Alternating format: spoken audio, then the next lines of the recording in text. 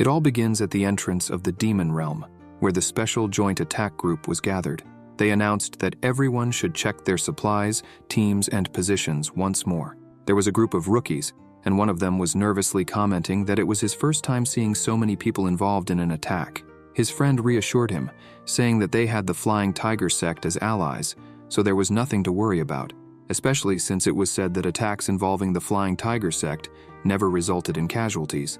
Upon hearing this, the rookie remarked that he wished the sect would invite him to join. His friend responded that, with his current class, that would be impossible. Gangrym, who was nearby polishing his sword, overheard the entire conversation and started wondering if the Flying Tiger sect didn't choose its members solely based on their class. Otherwise, he wouldn't be there. The protagonist belonged to the insectoid class and was affiliated with the Flying Tiger sect, Secret Escort. 5 years ago, after the Awakening Day, everyone's abilities were determined based on their Bazi destinies. The Bazi destiny accompanies each person from birth, depending on the day and time they were born. But Gangrym believes that destiny is just a load of nonsense. While he was lost in thought, someone tapped him on the back and asked if he was from the Flying Tiger sect. As if he were, they would be on the same team. The person seemed overly excited about fighting alongside someone from the sect. The protagonist paid little attention, thinking that he was just a rookie, since he didn't know him and had no reason to be talking to him. A group of friends nearby called the rookie over to join them. As the boy approached, one of the group members whispered to him to be careful with the guy he was talking to, because that was Gangrym. This terrified the young man, who hadn't realized whom he was speaking to. Discreetly, he glanced at the protagonist, but when he noticed Gangrym staring back at him, he was stunned, fearing something bad might happen. The protagonist noticed the boy's shocked expression and thought this was typical behavior for a rookie. Gangrym had killed his teammates and stolen their powers. Many people returned injured when they were on the same team as the protagonist. Death was written all over his destiny. If you were on the same team as Gangrym, you were bound to be unlucky. Such rumors spread due to his power. The protagonist opened the destiny window, where it showed his name, Gangrym of the insectoid class, with affiliation to the Flying Tiger sect. His power was destiny detection from the celestial class category. The protagonist could check both his own destiny window and that of others. Moreover, Gangrym could partially extract the destiny of a dead opponent and turn it into his own, but doing so increased his karma.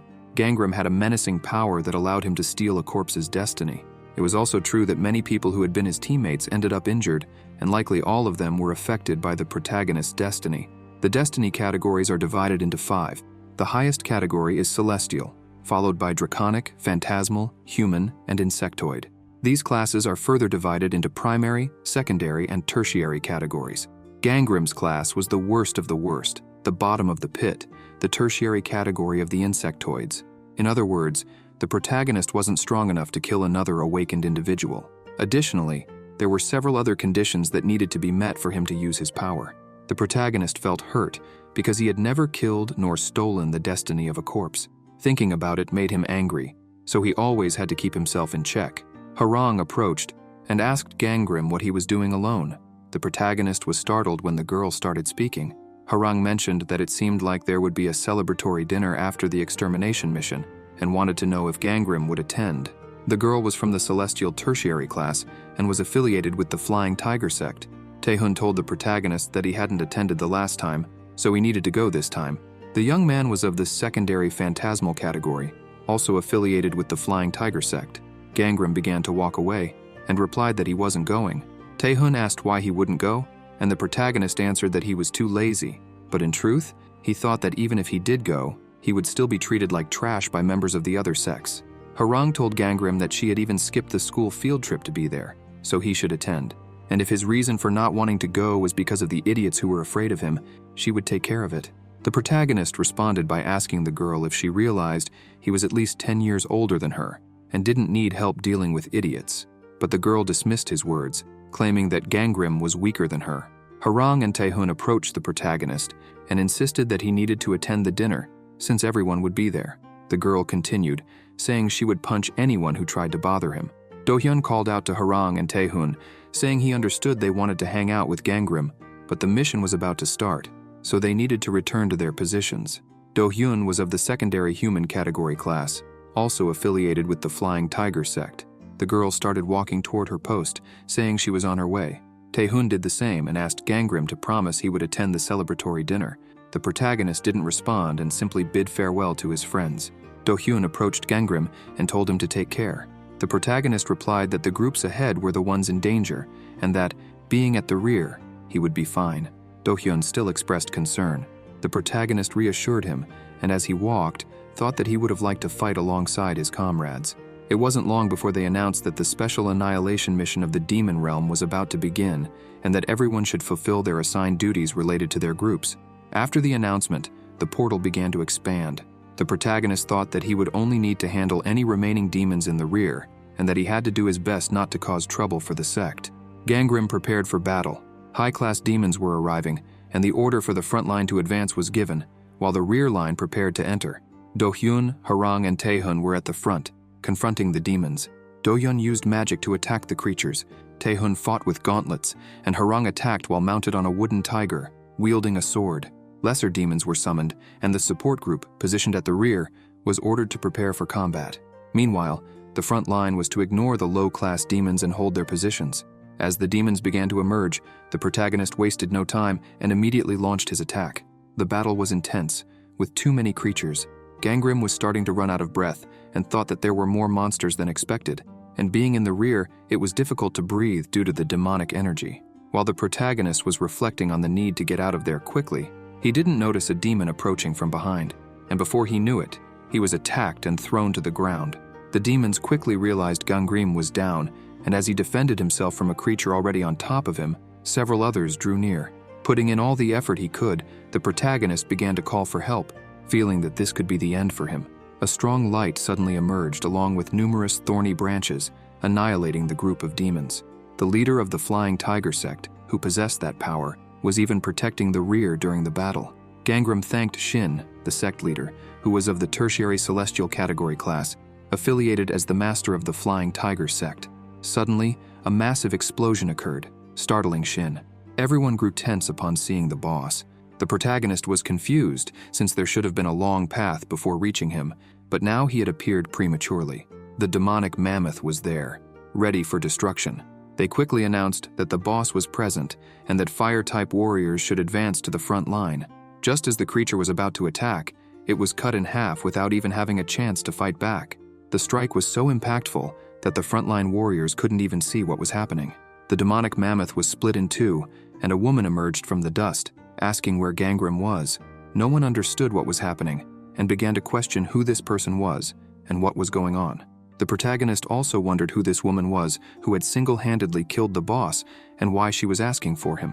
The warrior pointed her sword at everyone on the front line and with a powerful strike, declared that she would kill them all, presuming that Gangrim was among them. The protagonist hid behind the thorny branches and thought of using his destiny detection first. He activated his destiny detection power. The woman was Bayek, of the primary celestial class, and this destiny was being protected. Gangrim was astonished to discover that this woman was of the primary celestial category, as he had never encountered this class before.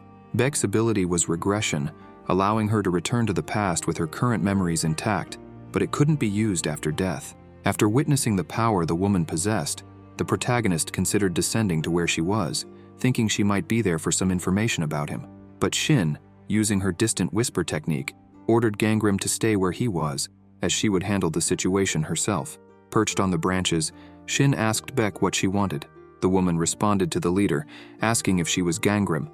The sect leader stated that he was a member of her sect and that she could speak. Beck replied with a simple no, and with one strike, killed several warriors in front of her. After that, she declared that she would kill everyone, assuming that Gangrim was among them. Shin declared that she would not forgive Bayek and launched into an attack. The protagonist began striking the branches with his sword, saying that he was the one the woman was looking for, and that he should present himself before it was too late. Cutting through the branches, Gangrim begged Shin to let him go. The warriors ran in panic, shouting that the woman was an assassin and they needed to save themselves. Meanwhile, the leader of the Flying Tiger sect battled Baek, who offered to spare the others if they would just hand over Gangrim. Shin responded that she would not allow Baek to kill any member of her sect. The woman then delivered a powerful blow, sending the leader crashing into the wall, leaving her gravely wounded and unable to react. Baek moved in to finish the fight, but members of the Flying Tiger sect rushed to defend their leader. Seeing this, The woman quickly tried to deliver a fatal blow to Shin, but Do-yeon stepped in to block it and began to duel with Baek. She was extremely skilled, and with just a few moves defeated him, placing her sword at his throat. Tae-hoon immediately attacked, but was effortlessly stopped before he could reach Baek. Some warriors tried to help, but a barrier was raised, preventing them from passing. This barrier was created by Baek, who was frantically searching for Gangram, who was desperately cutting through the branches that restrained him.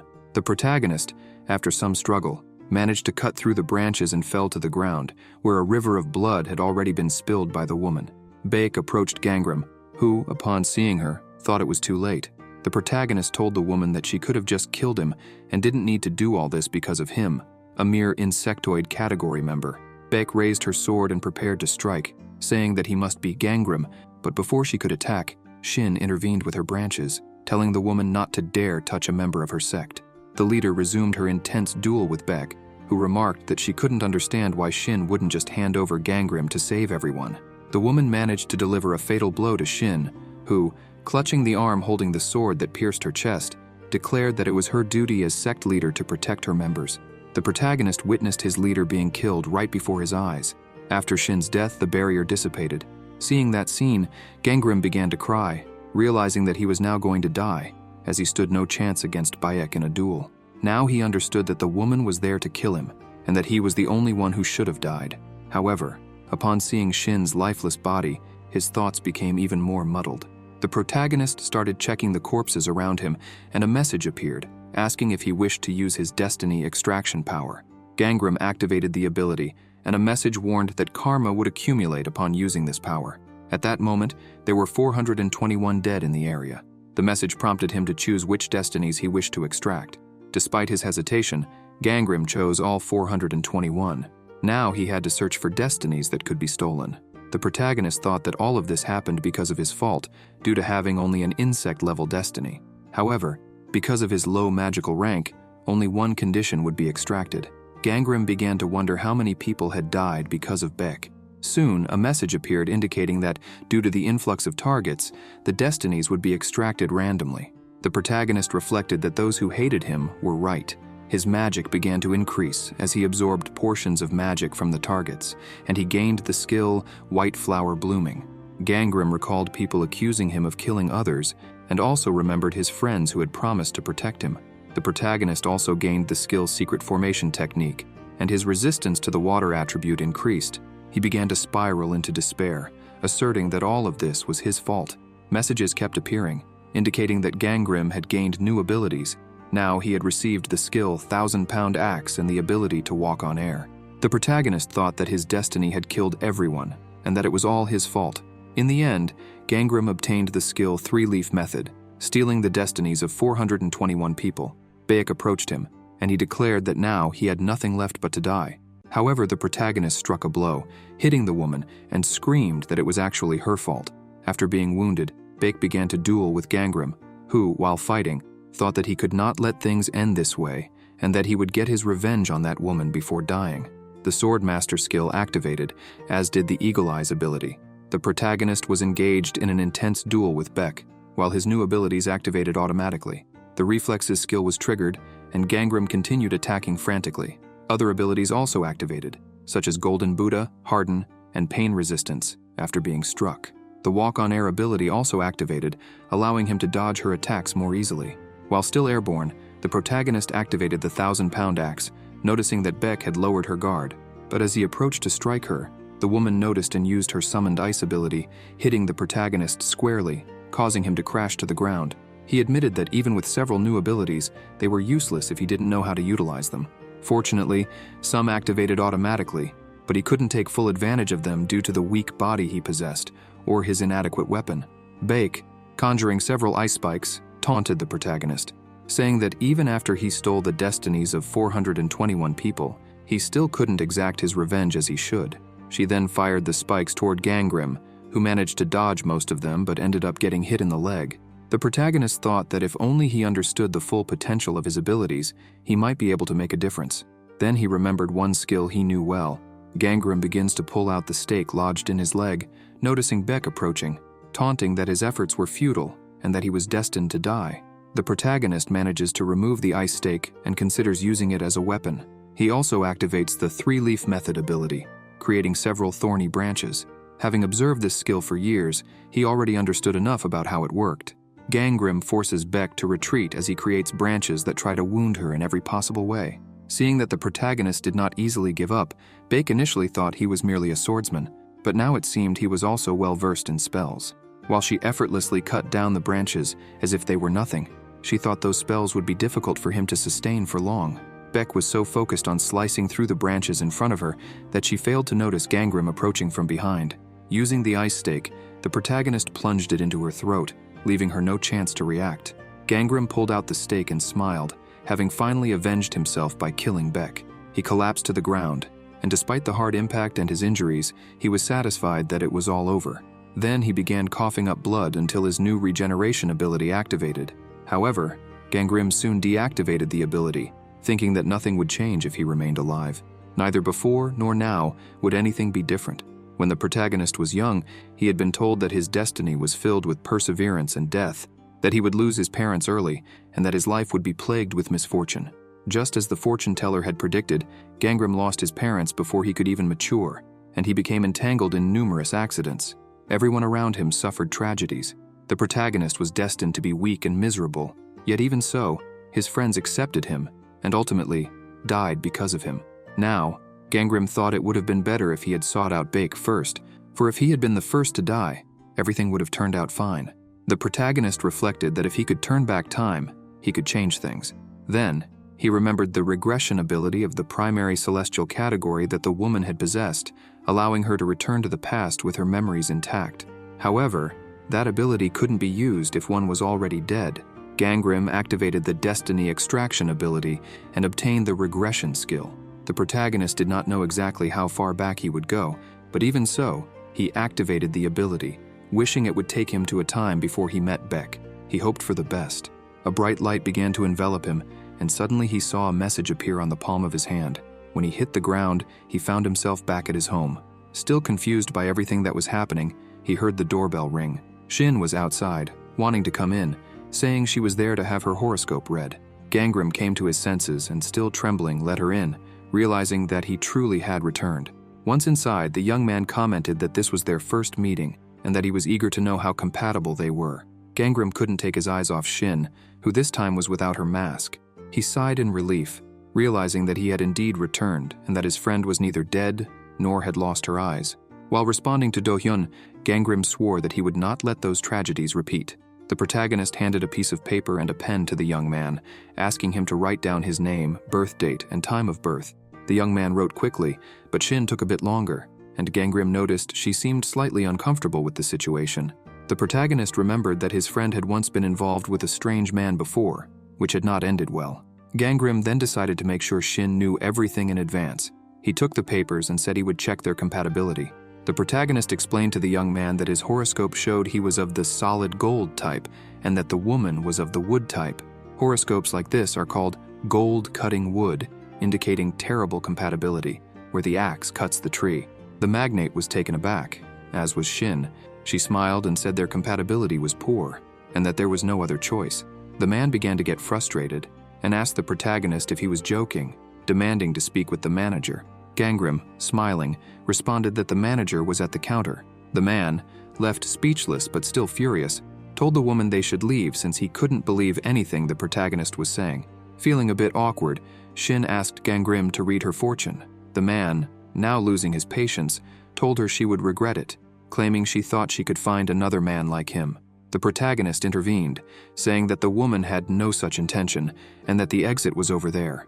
This only made the man angrier, and he stormed out, slamming the door and shouting that she'd better not come crawling back. Despite the uncomfortable situation, Shin seemed calmer, but remarked that she thought places like this only spoke of the good things in life. Gangrym said nothing, but he thought that, normally, that was the case, just not here. Smiling, Shin told the protagonist he seemed good at what he did and asked if he could read her fortune. Gangrym agreed. However, something unusual began to happen. The room's light shifted, the ground began to tremble, and a message appeared, indicating that the protagonist's attributes were being recalculated based on his destiny. Gangrym started to feel a buzzing in his ears and dizziness, something he had anticipated. But still, there wasn't much he could do until the sensation subsided. Shin, noticing the protagonist's reaction, shouted for them to take cover under the table. She grabbed him by the arm and pulled him down. Gangram remembered that, in his previous life, this same woman had protected him as best as she could. But now, wanting to change the future, he knew he had to stay focused. After a while, the tremors ceased, and Shin began to wonder what that strange message about destiny and attributes meant. The protagonist, standing by the door, observed the scene and thought it would be best not to get involved with Shin. However, she called out to him, asking him to wait and not leave her alone. Gangram moved to another room, searching for something decent to use as a weapon, and quickly found what he needed. Shin caught up to him, grabbing his arm, and asked where he was going, insisting they needed to evacuate. They ran down the corridor until they reached a door from which screams were coming. Suddenly, several people appeared, shouting that there were monsters and they needed to escape. Shin saw a man who had fallen behind, being attacked by a monster biting his leg. Though she wanted to help, she said there was nothing she could do. At that moment, Gangram, armed with a knife, rushed forward and cut down the creature attacking the man, as he had already known the monsters were coming and had sought a weapon in advance. They were giant worms of the tertiary insectoid category. Normally, these creatures fed on grass, but they could also devour animals and humans.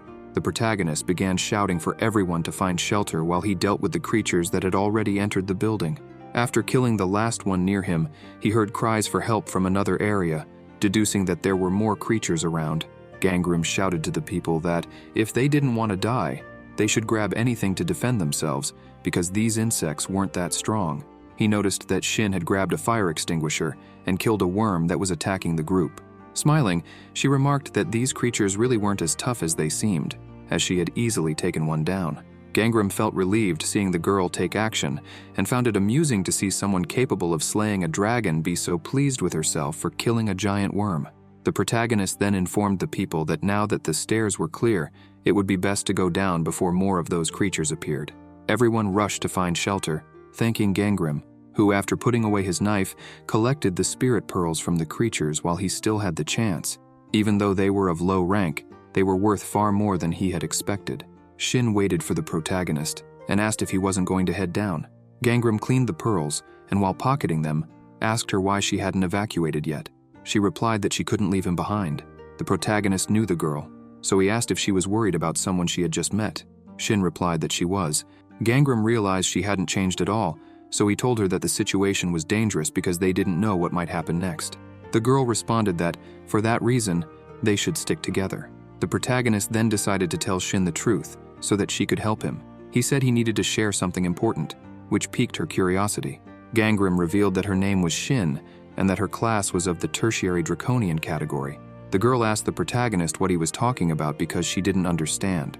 Gangram explained that her attribute was wood and that she possessed a skill called the tree leaf method. He opened a destiny window for her, and when she saw it, she confirmed that she was indeed looking at the skill called tree leaf method. The protagonist asked her if she remembered the announcement they had heard in the hall, explaining that it indicated that everyone had gained superpowers. After Gangram explained the situation to Shin, he hoped that now they wouldn't die unless they encountered Beck again. The girl, still looking at her destiny window, admitted that she now felt stronger, although she didn't know why. The protagonist turned on his phone's flashlight and said they needed to go down the stairs. As they descended, Shin asked Gangram what his destiny type was. He replied that it would be better if they didn't share the contents of their destiny windows, as otherwise, others might be able to view them too. The protagonist's destiny window was the same as it was 5 years ago, and didn't seem to retain the abilities he had extracted before his regression. Gangram belonged to the tertiary insectoid category, with a fire attribute.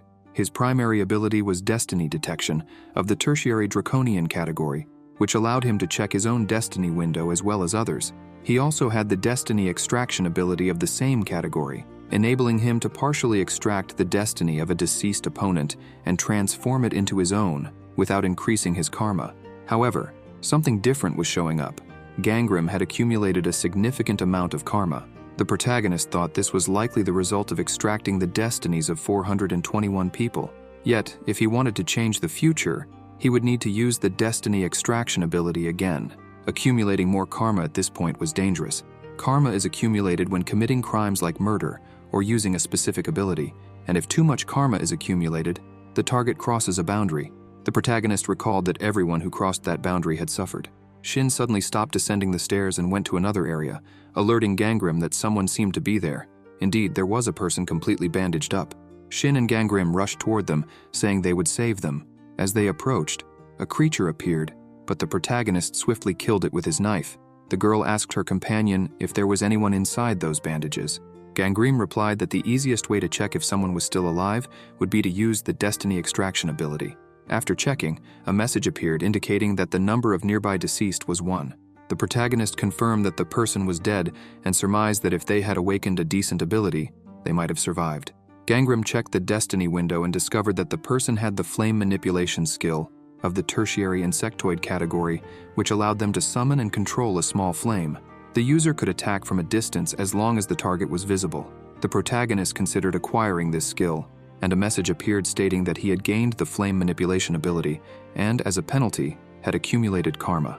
Even so, Gangrym was pleased because he needed abilities like this, which were perfect for him. Shin noticed something happening up ahead, so she started running to see what it was. As they approached, they saw a young man effortlessly killing several creatures, as if it were merely entertainment for him. While striking the giant worms, the young man shouted for the boss to appear already because it was too easy. After finishing off the creatures, he noticed Gangrym and Shin watching him and was surprised to see more survivors. The young man asked the protagonist if they were characters meant to ally with him, extending his hand and introducing himself as Gojun. Gangrym also introduced himself, remembering that this was how Gojun had first started out. Smiling, the young man asked for the heroine's name. Shin found it strange that he called her a heroine, but she introduced herself nonetheless. Gojun said he would remember their names and remarked that now that the alliance event was over, the game should begin soon. Shin asked what he was talking about, and the young man explained that game introductions follow a certain formula, and that's what was happening. Gojun belonged to the tertiary celestial category, with a gold attribute. His ability was the Dreamer of the primary celestial category. The lines between dreams and reality blur. The user is less affected by phantasmal energy, and his resistance to pain and fear are all fixed at the primary draconian level. The protagonist knew that Gojun would soon become the leader of one of the 5 great sects. However, seeing that he was already capable of all this even before fully awakening his ability was impressive. The young man commented that, in games you either defeat the boss with allies, gain a strong ally during the battle, or perhaps awaken a power thanks to a companion's sacrifice. No one quite understood what Gojun was saying since, despite being a famous web novel writer, he was quite eccentric. As they were talking, someone ran toward them, pleading for help as monsters were chasing him. Suddenly, an enormous worm of the primary insectoid category appeared, a monster composed of multiple insects. This creature could only be defeated if all the insects comprising it were killed. It had the same eating habits as the giant worms. The man couldn't escape and was quickly captured by several giant worms. Shin was horrified to witness the scene, as the man was devoured right in front of her. Gojun casually remarked that it seemed like this was the prologue boss they had to defeat. Hearing this, the girl asked if he seriously intended to fight that creature, suggesting that running away might be the best option. Gangrym activated his flame manipulation ability and began attacking the monster. Gojun called the protagonist a mage, saying he knew he could count on him, but then asked if he really thought they could kill that giant worm. The protagonist replied that they couldn't, at least not yet. For now, they were just going to set it on fire. Suddenly, the creature charged forward. Instantly, Gangrym shouted for everyone to run. As he ran, he continued launching flames at the worm, but quickly realized that the creature had figured out that his attacks were ineffective. They were about to escape when the monster broke through the wall. Shin screamed for Gangrym to hurry up and catch up to them, but it was already too late. The worm had managed to get past the protagonist by breaking through the wall and was now in front of him. Gojun urged Shin not to stop running, even though she wanted to help Gangrym, who was now face to face with the creature, trapped with no way out. Shin and Gojun were at the other end of the corridor, trying to find a way to help the protagonist, who kept launching flames to draw the creature's attention, causing it to attack him in response. Gangrym managed to dodge the attacks, thinking that, given how the situation had changed, he needed to buy time. After distracting the monster, Gojun pulled Shin out of the room, even as she continued to want to help the protagonist. But the young man's only focus was on escaping.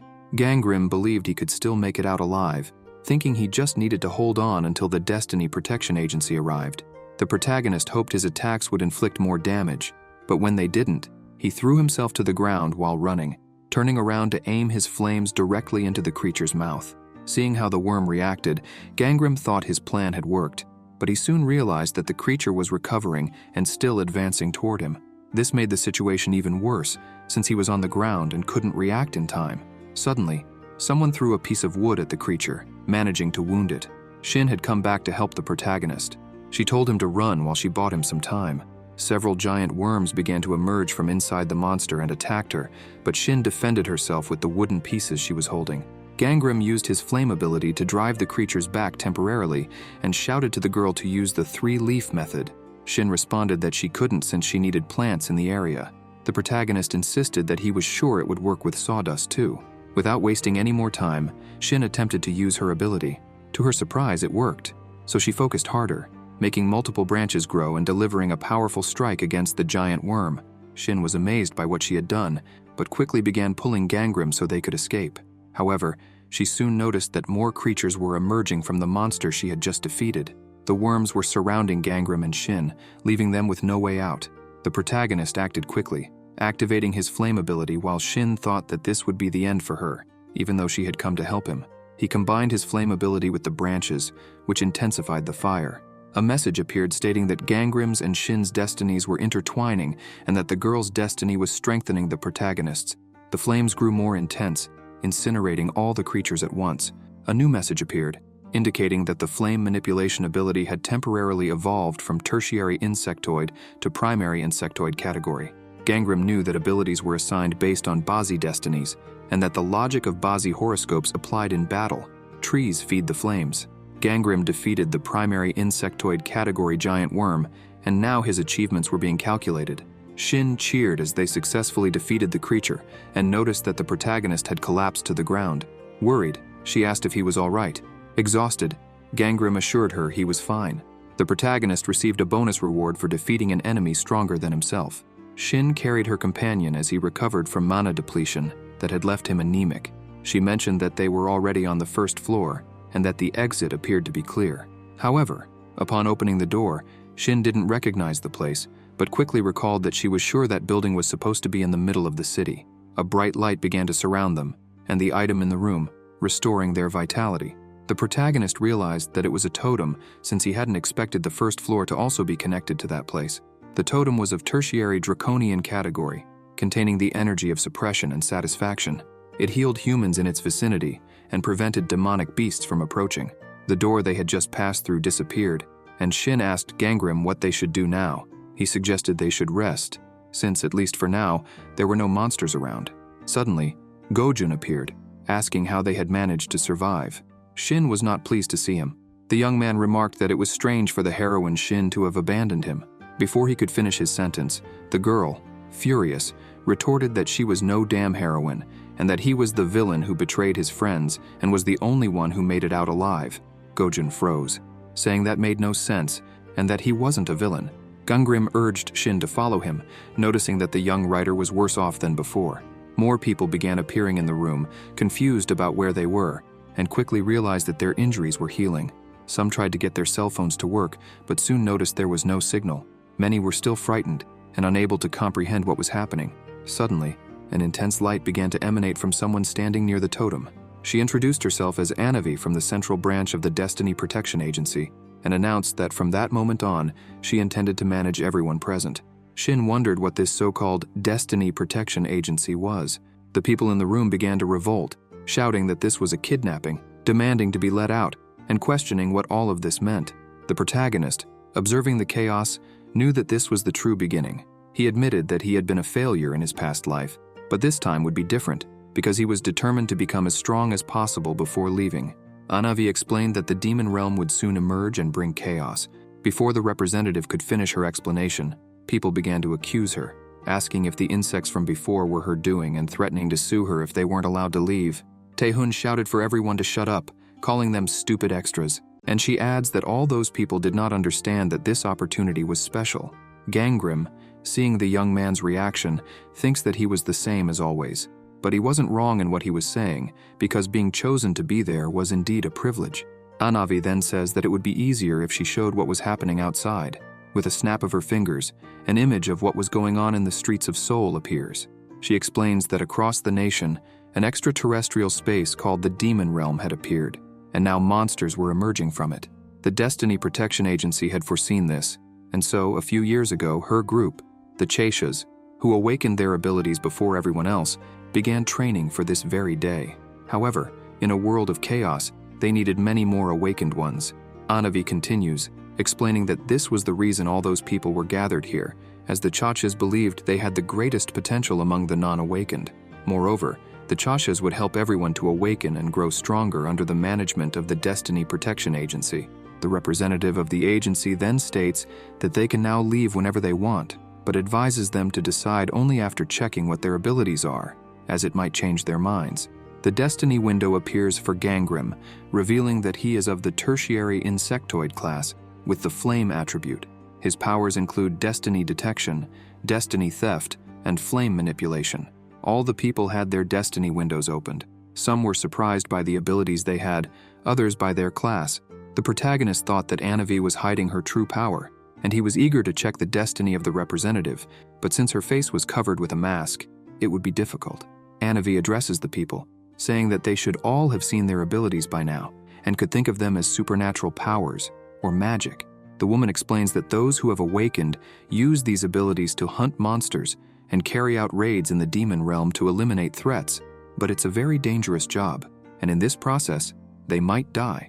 Anavi adds that furthermore, the same applies to the training process, but if they wish to avoid such danger and prefer to be protected, they should relinquish their abilities, because a person without the will to fight does not need powers. The woman claps her hands and announces that they will have exactly 1 hour to decide. They could rest on the second floor, where manuals would also be provided. The representative advises everyone to read them, and after 1 hour, those who decided to stay could return here, while those who chose to leave could exit through the third-floor door. However, as she mentioned, once they leave, they would never be able to view their destiny window again. Anavi bids farewell and says she'll see everyone in an hour. After the time passes, the representative assumes that all who remained were willing to participate in the training. The woman reveals the first gate to those who stayed. She explains that a maximum of 3 people could enter at once, and if they successfully completed the raid or exited through the gate, they would end up back in that room. Each room requires a different method that they can check upon entering. Each person needs to kill 6 monsters. Anavi informs them that the first room has no limit on attempts, but if they exit before finishing, they will have to start from scratch. The woman shows a box containing items that will be provided to everyone, and they need to pick one before entering the supply center. If they get injured, they can use the healing items they have or return to the lobby to be healed by the totems. The representative also explains that everyone must sign contracts agreeing that the Destiny Protection Agency will not be held liable in case of death, but the Chachas plan to support them as much as possible to prevent that from happening. Anavi bids them good luck and departs. Soon after, a young man raises his hand and says he's looking for someone to join him, mentioning that his power is primary phantasmal. After the first person did this, several others started doing the same, announcing their classes in an attempt to form groups. Gangrim begins to walk away, thinking that now it had turned into something like a marketplace. Suddenly, Shin runs up to the protagonist, calling his name. The girl says she wanted to thank him for what happened earlier in the building, and since he didn't have a group and neither did she asks if he would like to go with her. The protagonist is paralyzed and cannot respond. Shin calls out to him again to check if he's okay. Gangrim, looking at the girl, begins to tremble, as her gratitude reminds him that everyone could have survived if he had died, realizing that it was all his fault. Shin, seeing the state he's in, asks if he's feeling all right. Gangrim says he's fine, even as he agonizes over his memories, but he quickly turns and tells her he'll have to decline her offer, adding that he feels more comfortable being alone. Shin, taken aback, says she thought they had done well when facing the creatures together. The protagonist tells her that she would be better off with others. Unable to hold back any longer, Shin tells Gangrim that even if he doesn't want to hunt together, she will still be under his care. The protagonist reassures her that it's okay. He then heads to where the supply boxes are kept, noting that only 1 box per person can be taken, which contains a training sword, an HP recovery potion, and a mana recovery potion. Gangrim opens his box and retrieves his primary insect rank training sword, an HP recovery potion that heals twice as fast, and a mana recovery potion that restores twice as quickly. He thinks to himself that it's hard to get items at the beginning, so being a trainee isn't too bad, especially since HP recovery potions are expensive, and they even provided refills. Gojin notices that Gangrim is alone and calls out to him, saying he couldn't leave his only companion behind. The protagonist thinks it would be better to pretend he didn't hear anything, as this didn't happen in his past life, and it was better to avoid him. But the young writer runs up to Gangnam, grabbing his shoulder, telling him to wait for him. Gojun insists that if things continued this way, the two of them would be the protagonists of this story, and should therefore enter the room together. Gangnam replies that he prefers to be alone, yet the lunatic writer persists, assuring him not to worry since he was different from the extras who would only slow him down.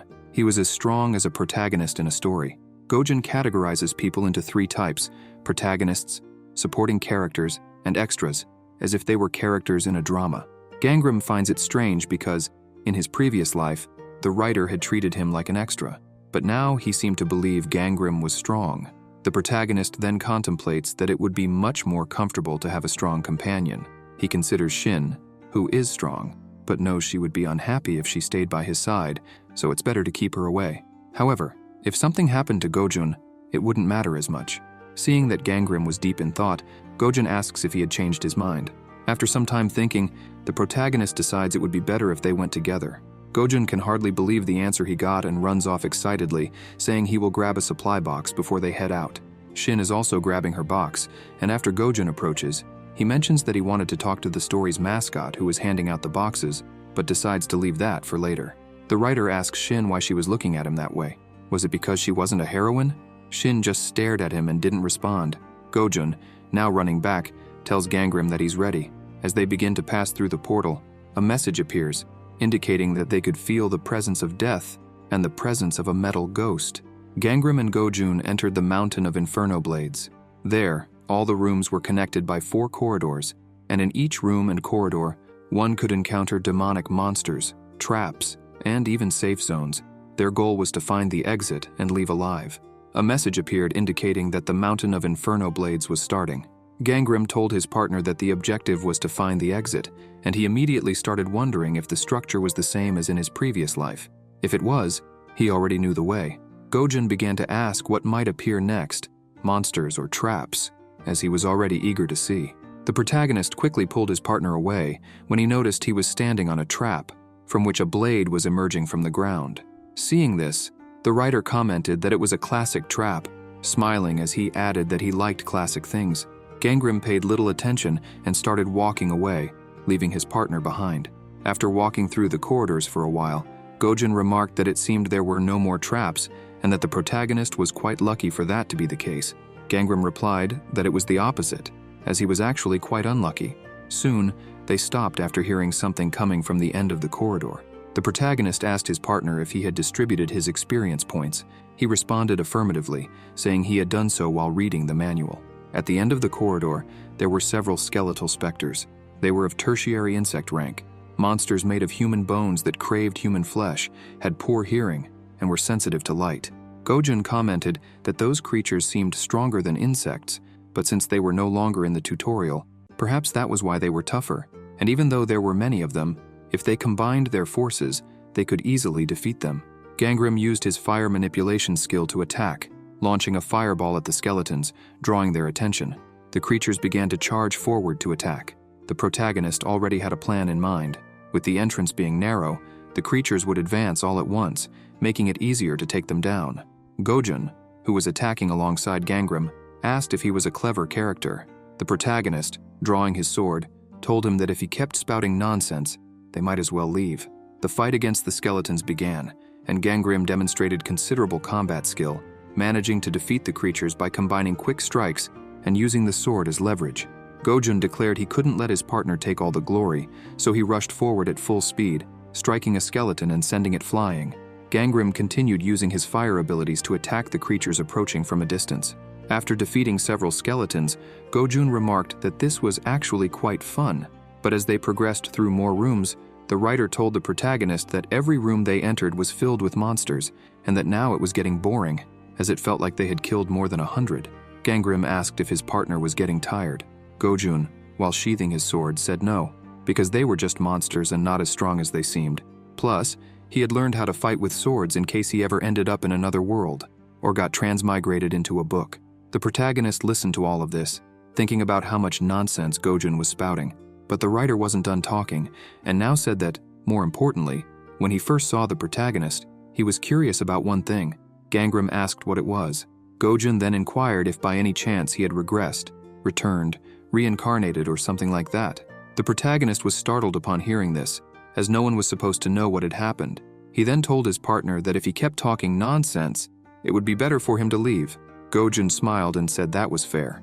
Gangram began to push him along, saying they had wasted enough time and needed to move on.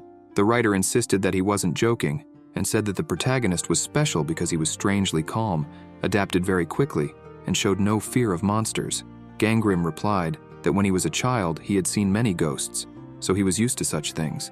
Gojun smiles and says he's curious to know more about the protagonist's past, but just as he's about to press Gangram for more details, he gets a strong shove because the ground begins to collapse. The writer looks on in horror, unsure of what to do, but Gangram yells at him to run. Gojun manages to reach solid ground where the floor stops crumbling. Looking back, he can no longer see the protagonist and wonders if, despite being the main character, he actually died. Gojun mutters that he loves stories about regression, but it's a pity that this happened. Meanwhile, as Gangram is falling, he draws his sword and drives it into the wall, slowing his descent, and lands on the ground without taking any damage. A message appears, indicating he has entered a secret area, along with a warning that monsters in secret areas are stronger than those in normal areas, and each path has either a monster or a trap to face. After this, another message pops up, saying that the path to the normal area has been activated, but once he returns, the secret path will be sealed. Gangram has the option to request a rescue, and if he chooses to give up, the time remaining for the rescue is 2 minutes and 58 seconds. However, the protagonist decides he won't give up so easily, because here, he can gain more attributes than he had imagined. Gangram now stands before a group of skeletons, thanks to having entered all the monster-filled rooms with Gojun, but he asserts that he needs a chance to evolve on his own. Activating his flame ability, he charges into battle, taking on all the creatures at once. This results in his attributes increasing by 10 points each time he defeats a monster. As Gangram continues to defeat the group of skeletons, his strength rises to stage 4 after using his attribute points, and upon wiping out the entire group, his strength reaches stage 5 after allocating more attribute points. The protagonist thinks that things are becoming easier as he increases his attributes, and he didn't expect to be able to boost them by so many points. Gangram's strength is now at stage 5, while his vitality, agility, and senses are at stage 4, and his magic at stage 3. Seeing his status, the protagonist wonders how strong he can become. Regardless of attributes, everyone starts at stage 1. The difference between each stage lies in the amount of time and effort required to reach the next stage. Even if one gains the same amount of experience, the growth rate will be much higher if their class is superior. The protagonist knows that people in the God class, like Gojun, will evolve much faster, and since they've been separated for some time now, Gojun is likely much stronger than before. Gojun was the first to clear the Mountain of Inferno Blades, so he already has an advantage. Gangram, while walking, contemplates obtaining the first clear bonus, but to achieve it, he needs to finish this by the end of the day. After a while, he realizes it's time to face the boss because, as he walks through the tunnel, he senses that this place is different from all the surrounding areas. It now truly feels like he's in the Mountain of Blades. After entering the dark tunnel and activating his flame ability, he senses a powerful energy ahead. Suddenly, a portal opens, revealing 2 crossed swords that belong to the martial arts masters of the Blade Mountain, ranked as 3rd-degree human. These monsters, known as Master Swordsmen, move as if they were a single body. Unless they are defeated simultaneously, they will regenerate immediately. Gangram hides behind a wall after recognizing these martial arts masters of the Blade Mountain, because seeing them in person definitely feels more intimidating. The protagonist is trembling with fear, but thinks he can defeat them if he just sticks to his plan. One of the masters spots Gangram and immediately attacks. The protagonist quickly starts executing his plan, grabbing a nearby torch and striking the creature in the face, setting its head ablaze. The protagonist starts running and admits to himself that he hadn't expected the monsters to find him first, but he's not panicking, as he now has their attention. While running, Gangram notices that since these creatures have the gold attribute, his fire attacks seem to be effective. However, just as he considers buying some time, he sees the second master slicing off the head of its partner. As the monster's head rolls on the ground, a message appears. Unless the masters are defeated simultaneously, the monsters will regenerate immediately. The protagonist hadn't expected that they would kill each other to heal their wounds. Sprinting quickly, Gangram realizes that a direct fight would be pointless. so he uses his achievement points to increase his agility to level 7. Even though he injures himself on the blades protruding from the walls, he doesn't stop running, as he's almost at his goal. But in a moment of distraction, he slips on a bone fragment and falls, drawing the monster's attention. Seeing that both masters are closing in, he uses his flame ability to cut the ropes holding a guillotine, which drops and severs the head of one of the monsters. However, a message soon appears indicating that the elder martial arts master of the Blade Mountain is regenerating. Meanwhile, the other monster continues to chase Gangrym, who is now in a tunnel where he can hear the wind. After entering a new chamber, the younger master follows him and falls into another trap. But since the elder master has already recovered, a message appears stating that the younger master is starting to regenerate. When the blue monster enters the room, it loses sight of where the protagonist is hiding. Gangrym increases his strength to level 7, sweeps the master's leg, and swiftly pushes it into a pit of blades. A message appears confirming that the protagonist has defeated the 3rd-degree human rank martial arts masters of the Blade Mountain, and now his achievements are being calculated. Gangrym sits on the ground to rest and receives a notification that he will be awarded extra rewards for defeating a stronger opponent. The protagonist knows that once he enters the boss room, he will complete the stage, but before doing so, he wants to confirm something, whether he is capable of stealing the fate of a monster that takes human form. So, Gangrym activates his fate-stealing ability. A message appears, indicating that there are currently 2 dead entities in the area. The protagonist is pleased to learn that he can steal the fate of a human-rank monster. He recalls that in his previous life, the reason he didn't use the Fate Thief ability before meeting Beck wasn't because he didn't want to, but because he couldn't. Every time he tried, the ability was cancelled due to a lack of mana. In his past, it took him over 3 hours to attempt using the ability on one of his fallen comrades, and with the restriction that consumes more mana the longer the target has been dead, it was nearly impossible with his insect rank magic levels. Unless the target died right in front of him, Gangrym couldn't activate his ability. That's when he began wondering if he could steal the fate of a human rank monster. But due to his inability to withstand the energy from the higher demon realm, he never had the chance to try. But now, after attempting it following his defeat of the martial masters, Gangrym managed to steal part of the strength from one of his targets, and also acquired the Unsheathing skill. The Unsheathing skill, classified as 3rd-degree demon rank, is a skill that automatically activates when a sword is drawn. When a sword is wielded as a weapon, the user's swordsmanship is automatically set to at least 3rd-degree demon rank. The protagonist decides to test his new skill, and after performing a few strikes, he notices that the sword feels significantly lighter. A warning message appears, indicating that Gangrym has gained a substantial amount of karma. Even though it was concerning, the protagonist figured everything was fine since, compared to stealing the fate of people, the amount of karma he gained by stealing from monsters should be minimal. Besides, the results were worth it. Humans who accumulate too much karma cross the edge and are called the miserable by others. Standing at the door leading to the stage's conclusion, Gangrym wonders just how close he was to that edge. The first door of the Mountain of Inferno Blade stage was completed for the first time by the participant, Gangrym. People were stunned when they saw the completion message. Shin started wondering how the protagonist managed to accomplish that alone. Gangrym noticed Go-jun approaching him, saying he knew Gangrym would pull it off, which is why they were allies. The protagonist dodged him, replying that he was nobody's ally and that no one should trust even him. Anavi then approached, congratulating Gangrym for being the first to complete the stage and asking if he had a moment to chat. After their conversation, the protagonist was in his private room at the training facility.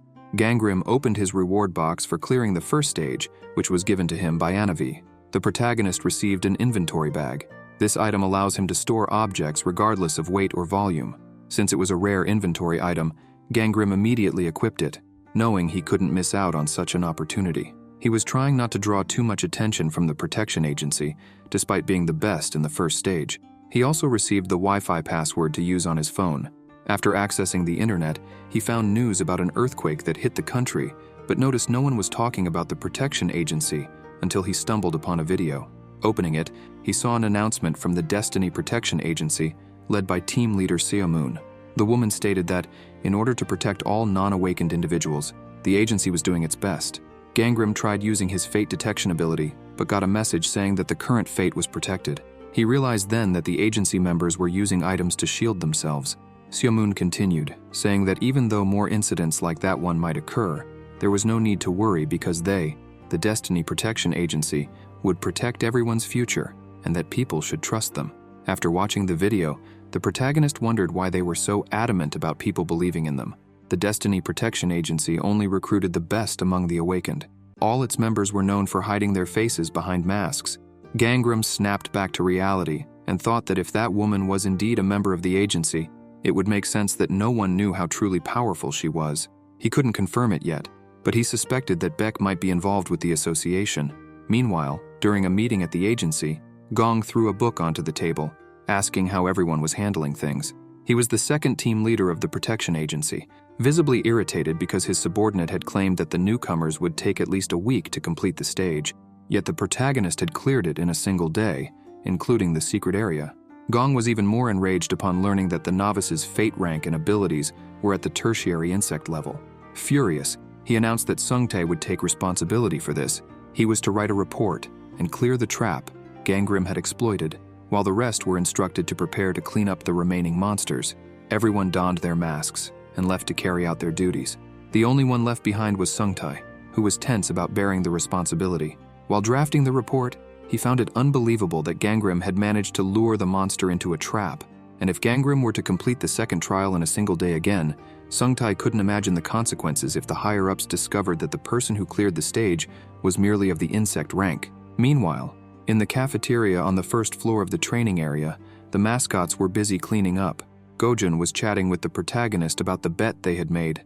The lunatic writer tells Gangram that he's going to clear the second room first, since Gangram doubted his abilities. While eating, the protagonist calmly replies that he'll go at his own pace, so Gojun can do whatever he wants, and since they're not allies, he's free to leave him alone. Gojun, however, insists that he won't leave, saying he wants to get closer to Gangram. Meanwhile, Gangram notices two girls talking about how they survived thanks to Shin. She denies it, saying it was because they managed to block the attack themselves, and that next time they'll be able to clear it. The protagonist observes that Shin is doing well. Suddenly, Gojun blurts out that he hates characters who are too nice. That's the last straw for Gangram, who throws a biscuit at the lunatic, telling him to get lost. At that moment, a man sits down with Shin and her friends. Gangram notices they are talking about the girl's hands. When he turns to look, he recognizes Gunam, clearly trying to draw attention again. Gangram thinks about how he has to deal with this all over again. Gunam keeps telling the girls that their hands are small and that he's also good at palm reading. One of the girls mentions that he read her mother's palm and was quite accurate. Shin starts to feel uncomfortable, but Gunam still asks if she would like him to read her palm. She declines politely. The boy insists, saying it's not an opportunity that comes often, and tries to grab her hand. She quickly pulls her arm back, repeating that she's fine. Gangram approaches the table, drawing everyone's gaze, including Gunam's, who isn't pleased but pretends otherwise. He asks the protagonist if he'd like his palm read. Gangram flatly says no and tells Shin that he needs to speak with her in private, asking if she could accompany him. The girl agrees, and they start walking together, with Gangram suggesting they find an empty spot to talk. As they head to a quieter area, two boys come down the stairs and thank Gangram for letting them use the Wi-Fi.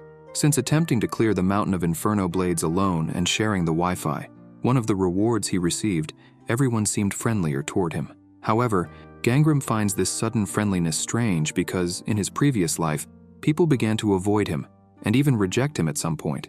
People would say that if Gangram was somewhere, they wouldn't go there, and even though his friends tried to protect him, he thought it best to leave. Even in situations where he was alone on missions, Gunam would treat him with indifference, making excuses like, "If there was space in my team, I'd let you join."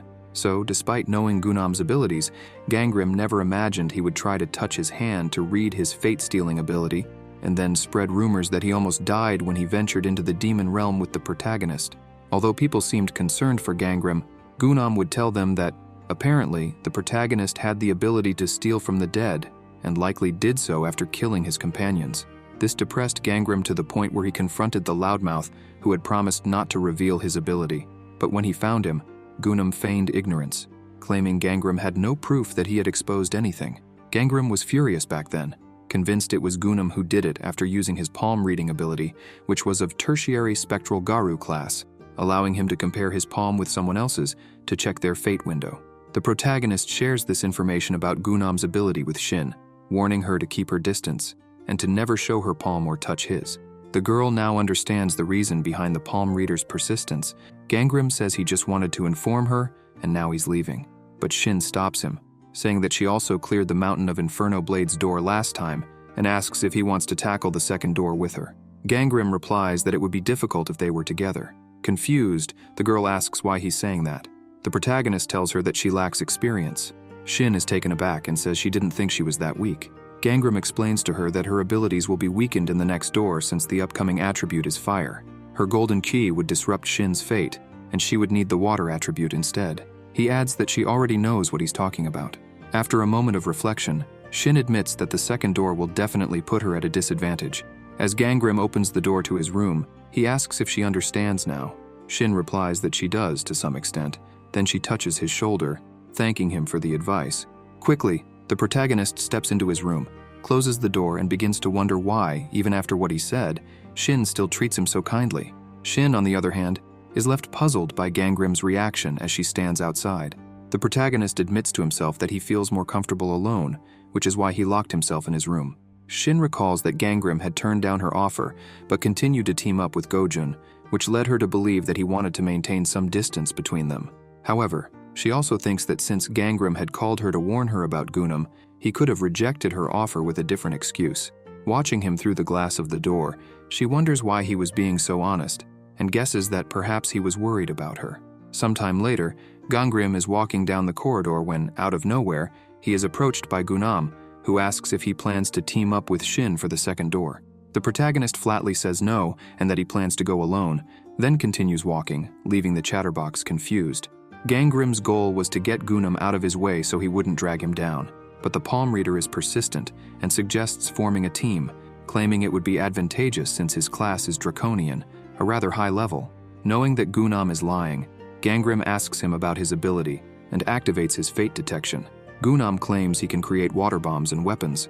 The protagonist checks his information and finds that Gunam is actually of primary human class with a water attribute. Gangrim then agrees, saying they can team up and leave right away. Smiling, the palm reader says he will prepare in his room and quickly heads downstairs. The protagonist thinks it's a relief that the chatterbox approached him first, as his abilities will be valuable in this stage.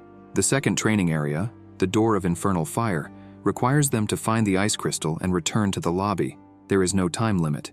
Soon, Gangrim and Gunam enter the Door of Infernal Fire. Gunam expresses surprise that Gangrim accepted his offer so easily, suspecting it's because of his water attribute. Without responding, they continue walking. Gunam asks if Gangrim has seen the conditions for completion and if there's ice in this place. For now, Gangrim remains silent, but draws his sword behind the chatterbox, while Gunam, manipulating water, remarks on how hot it is in this place, but notes that he still hasn't seen any demons. The protagonist responds that they'll encounter them soon and swiftly strikes with his sword, leaving Gunam startled. Gangrim activates his unsheathing ability and slices through a creature without hesitation. He comments that he didn't expect to see monsters so early, but now they're starting to appear. A group of fire toads, classified as tertiary insect rank, begins to approach. These monsters are born in the hottest springs. Although their attacks are weak, they move in swarms and attack creatures cooler than themselves. Gunam opens his water bottle, confidently stating that toads are a piece of cake, and proceeds to shoot multiple jets of water, easily taking down the group of creatures. The self-proclaimed Aquaman celebrates his success, boasting that his powers work excellently here. He then tells the protagonist that it will be easy, as long as they quickly find the ice crystal. Gangrim responds affirmatively, noticing that his partner was busy searching. He pondered what to do with him since he wasn't in a rush to find the crystal, already knowing its location. Gunam, seeing the protagonist smiling, assumed that Gangrim was thinking it had been a good decision to team up with him. However, more monsters soon began to appear, and now Gangrim had to fight them alone because Gunam was suffering from mana depletion, given the significantly higher number of monsters here compared to the Mountain of Inferno Blades. Struggling, Gunam realizes he has no choice but to fight with a sword like Gangrim. The self-proclaimed Aquaman tries to fight, but he is soon overwhelmed by a fire toad that retaliates after being struck by the sword, sending him flying and then leaping onto him. Gunam starts screaming desperately for help, feeling the intense heat with the creature on top of him. Seeing that his partner was unable to free himself, Gangrim takes a deep breath and goes to assist him. After slaying the toad, Gangrim tells Gunam that if he can't keep up, he should turn back because he could finish the mission alone. Gunam insists that he'll be fine if he can rest a bit, but internally, he thinks the protagonist is incredibly arrogant, full of himself for being the first to clear the initial door. Gunam had teamed up with Gangrim to uncover his class and abilities, but he couldn't verify them since the protagonist's hands were bandaged. Even if he tried to guess his abilities, it seemed Gangrim was hiding something. Nonetheless, Gunam was determined to read his palm the moment Gangrim let his guard down. He was just waiting for the right opportunity. Unaware, Gunam ends up sitting on top of a hidden monster. As it awakens and rises, he falls to the ground, fully exposed and about to be attacked. But the protagonist swiftly steps in and slays the giant crab with a single strike. Gunam hadn't anticipated other monsters besides the fire toads, which is why he had let his guard down. Gangrim tells him that he's saved him twice now, and that the crab was annoying to kill, so they should move on before more creatures appear. Gunam, incredulous that Gangrim was boasting for helping a bit, grows increasingly irritated, and decides that as soon as his mana is restored, he'll take on the protagonist with ease. Gangrim turns around and asks Gunam if he has something to say. Flustered, the Aquaman forces a smile and thanks him for the help. After walking for a while, they reach the spot where the crystal is located. The protagonist spots the item he needs and thinks that all that's left is to bring it back to the lobby to clear this stage. Gunam gets excited upon seeing the ice crystal, but quickly realizes that since there was only one, the people at the training center would assume he succeeded because of Gangrim. Not wanting to miss his chance, Gunam starts sprinting wildly toward the crystal, knowing that whoever grabs it first will complete the stage and receive rewards, honor, respect, and admiring looks. Ambitious, Gunam rushes toward the crystal, already envisioning his triumph, but when he grabs it, he finds it to be soft. It turns out to be the egg sac of a tertiary insect rank fire toad, containing countless fire toad eggs. Where there are eggs, fire toads are always nearby. Suddenly, a lake of fire emerges around the egg sac, and the toads begin attacking Gunam, dragging him into the fiery lake. Gangrim remarks that it's karma for trying to stab him in the back. The chatterbox screams for help, but Gangrim turns his back on him, leaving him to be devoured by the creatures. Meanwhile, deeper within the infernal fire room, the protagonist reaches the crystal cave and easily acquires the ice crystal, which is of tertiary phantom rank. A crystal made of ice with a water attribute that will enhance his abilities while in possession of it. Gangrim opens the shop window. The condition to access the shop is to obtain a spiritual pearl. Originally, the protagonist wouldn't have known about the existence of the spiritual pearl shop, but this time, he manages to access it since he had already collected spiritual pearls beforehand. Gangrim decides to purchase the prayer chest, even though he has to exchange his achievement points since he doesn't have enough money. The prayer chest had a primary phantom rank. By placing an item inside and offering a prayer, one could receive a desired item, but if the offering was insufficient, nothing would be granted. Gangrim found the item's name amusing, but understood that the chest was designed for placing a precious item as an offering. The ice crystal was a tertiary phantom rank item, and the protagonist was aiming for a primary phantom rank item. A message appeared, indicating that he was making his prayer. Although there was a slight power difference, it was still possible since both items were of phantom rank. Not long after, Gangrim received the result: insect honey of tertiary insect rank. Not entirely satisfied with what he had obtained, he decided to gather more ice crystals. Since he couldn't get the quality he desired, he thought he might at least aim for quantity. He reasoned that with all those crystals, it would be impossible not to get what he wanted eventually. Meanwhile, Gunam managed to crawl out of the lava lake. Though shaken, he was furious with the protagonist for abandoning him. Despite dragging himself along, he vowed that when he found Gangrim, he would drive his sword through him. As the chatterbox was trudging along, lost in thoughts of revenge, he noticed a crystal nearby and quickly sprinted to grab it. A message then appeared. The second door of the infernal fire room had been completed. Bursting through the door, Gunam ran joyfully, thrilled to be the first to succeed. Everyone began congratulating him, as it was an incredible feat to clear the stage in just one day. Holding the toad that had the crystal, he relished the reaction of admiration he was receiving. The palm reader believed that he had now surpassed the protagonist, until he realized that Gangrim was already there, having arrived before him. Gurren starts staring at him and asks how he could flee alone after searching for so long. The protagonist doesn't respond and keeps listening to the loudmouth's threats. A Navi then arrives in the room, calling for Gurren, who had been the first to clear the Inferno fire room. He immediately changes his demeanor, waving at the agency representative. Before leaving with the woman, Gurren extends his hand, saying he would forgive Gangrim and that a handshake would symbolize their reconciliation. Despite his fear of what might happen, the protagonist also extends his hand. Gurren activates the skill palm reading and tells Gangrim not to be afraid. The palm reader takes the opportunity to read his opponent's fate. After doing so, he leaves happily, following Anavi, feeling better after being the first to finish the room and realizing the protagonist was pathetic. Guran checks Gangrim's fate window and, upon seeing that he is a tertiary insect, rank with flame attributes, with skills like flame manipulation of tertiary insect rank and unsheathing of primary human rank, he is surprised that his opponent is of tertiary insect rank, as he had thought he was at least human rank. This frustrates him because he went through all that trouble for a low-ranked opponent. Gangrim, seeing Guran's reaction, is pleased that his plan worked and is glad he managed to acquire the item he was using. It was a primary ghost rank fate protection amulet that shields parts of the fate window from being read by others. The protagonist recalls that he couldn't prepare many frogs because there weren't many ice crystals left after obtaining the amulet, but it seems the loudmouth found one of the crystals inside a frog. Gojun overhears Guran's conversation with Anavi and, observing the situation, begins to wonder how he managed to clear the room in just one day when even the protagonist returned in terrible condition. So, noticing that Guran had finished his conversation, he calls out and praises him, saying he is amazing. The palm reader immediately recognizes Gojun and remembers that his rank is tertiary god, so he approaches them. The writer says he tried to clear the second room several times but always failed, and that Gangrim seemed weaker than he thought. Guran agrees, saying that the protagonist was indeed tertiary insect rank and obviously weak. After all, he even fled because of a monster horde. At that moment, Gojun tells Guran that he is more of a protagonist than Gangrim. The palm reader begins bragging, saying he's not wrong. At that moment, a message appears for Gangrim that the fates of Gojun and Gunam are intertwining. So he gets up, thinking the writer will stop paying attention to him for a while. While the two loudmouths chat, a message appears stating that it's the worst fate combination and that dark energy is corrupting Gunam's destiny. The protagonist, seeing this, imagines that Gojun will now take care of the palm reader and that things are going better than he planned. In the emergency meeting room, Soul's Team 2 is gathered. Gong asks Anavi if Gunam is ghost rank. The woman denies it, saying he is human rank.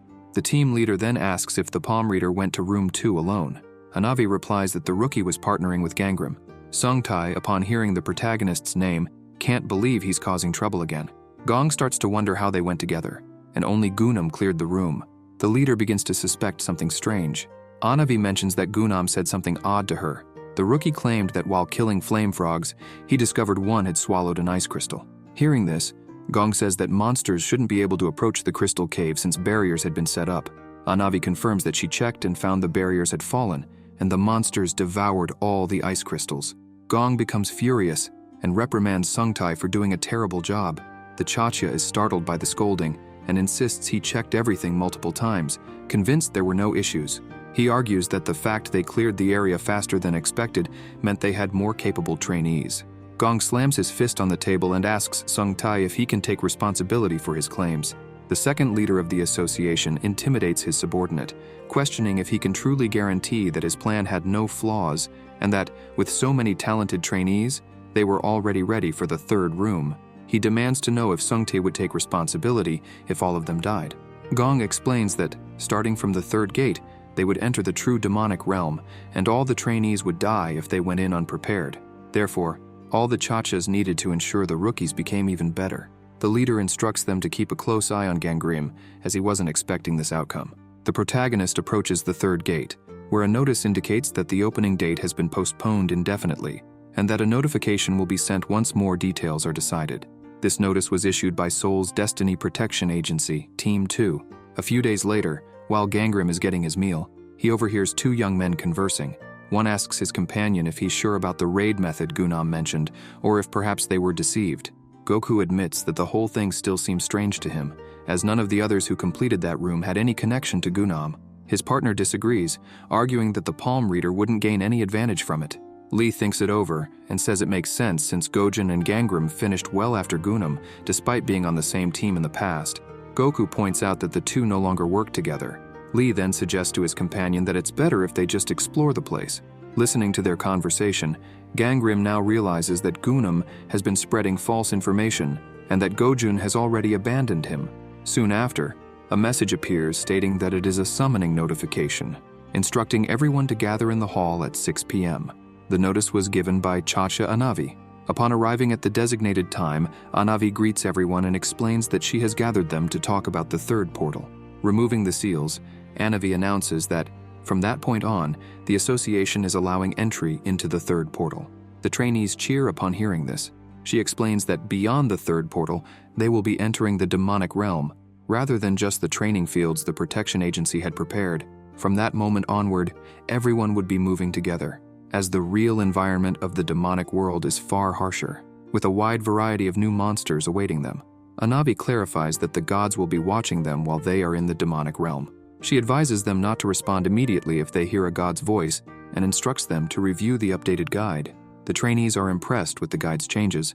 Anavi mentions that they have added many new strategies for handling situations in the demonic world and strongly recommends everyone read it before entering the portal.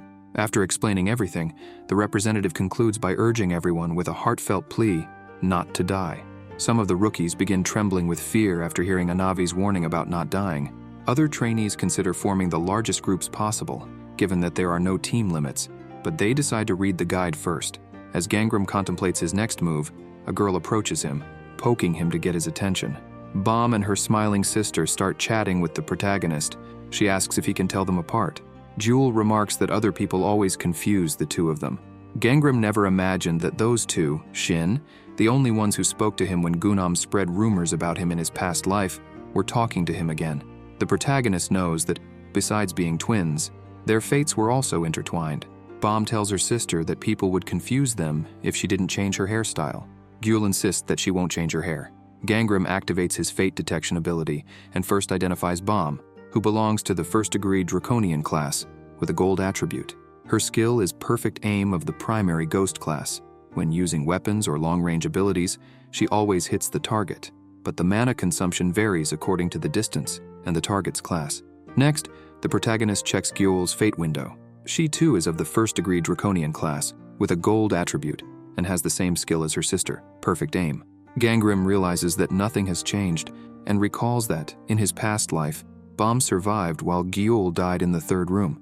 A message appears for the protagonist, indicating that he senses the spirit of death from the white tiger surrounding Gyul, and that there will be a life-threatening danger in the coming days. Gangram invites the girl to go to the third room together. Gyul accepts, saying she didn't want to go with her sister anyway. However, the protagonist also invites Bomb to join them. Gangram wants to ensure that both sisters survive this time. They head to the third training room, the Ice Hall. The completion conditions require them to hunt more than one of each type of monster in the Ice Valley. There are 10 types of monsters to eliminate, with a time limit of 14 days. Once the protagonist enters the room with the sisters, a message appears, stating that the current demonic realm is filled with aquatic energy, which overwhelms Gangram's fate. This results in a 10% reduction in his stats.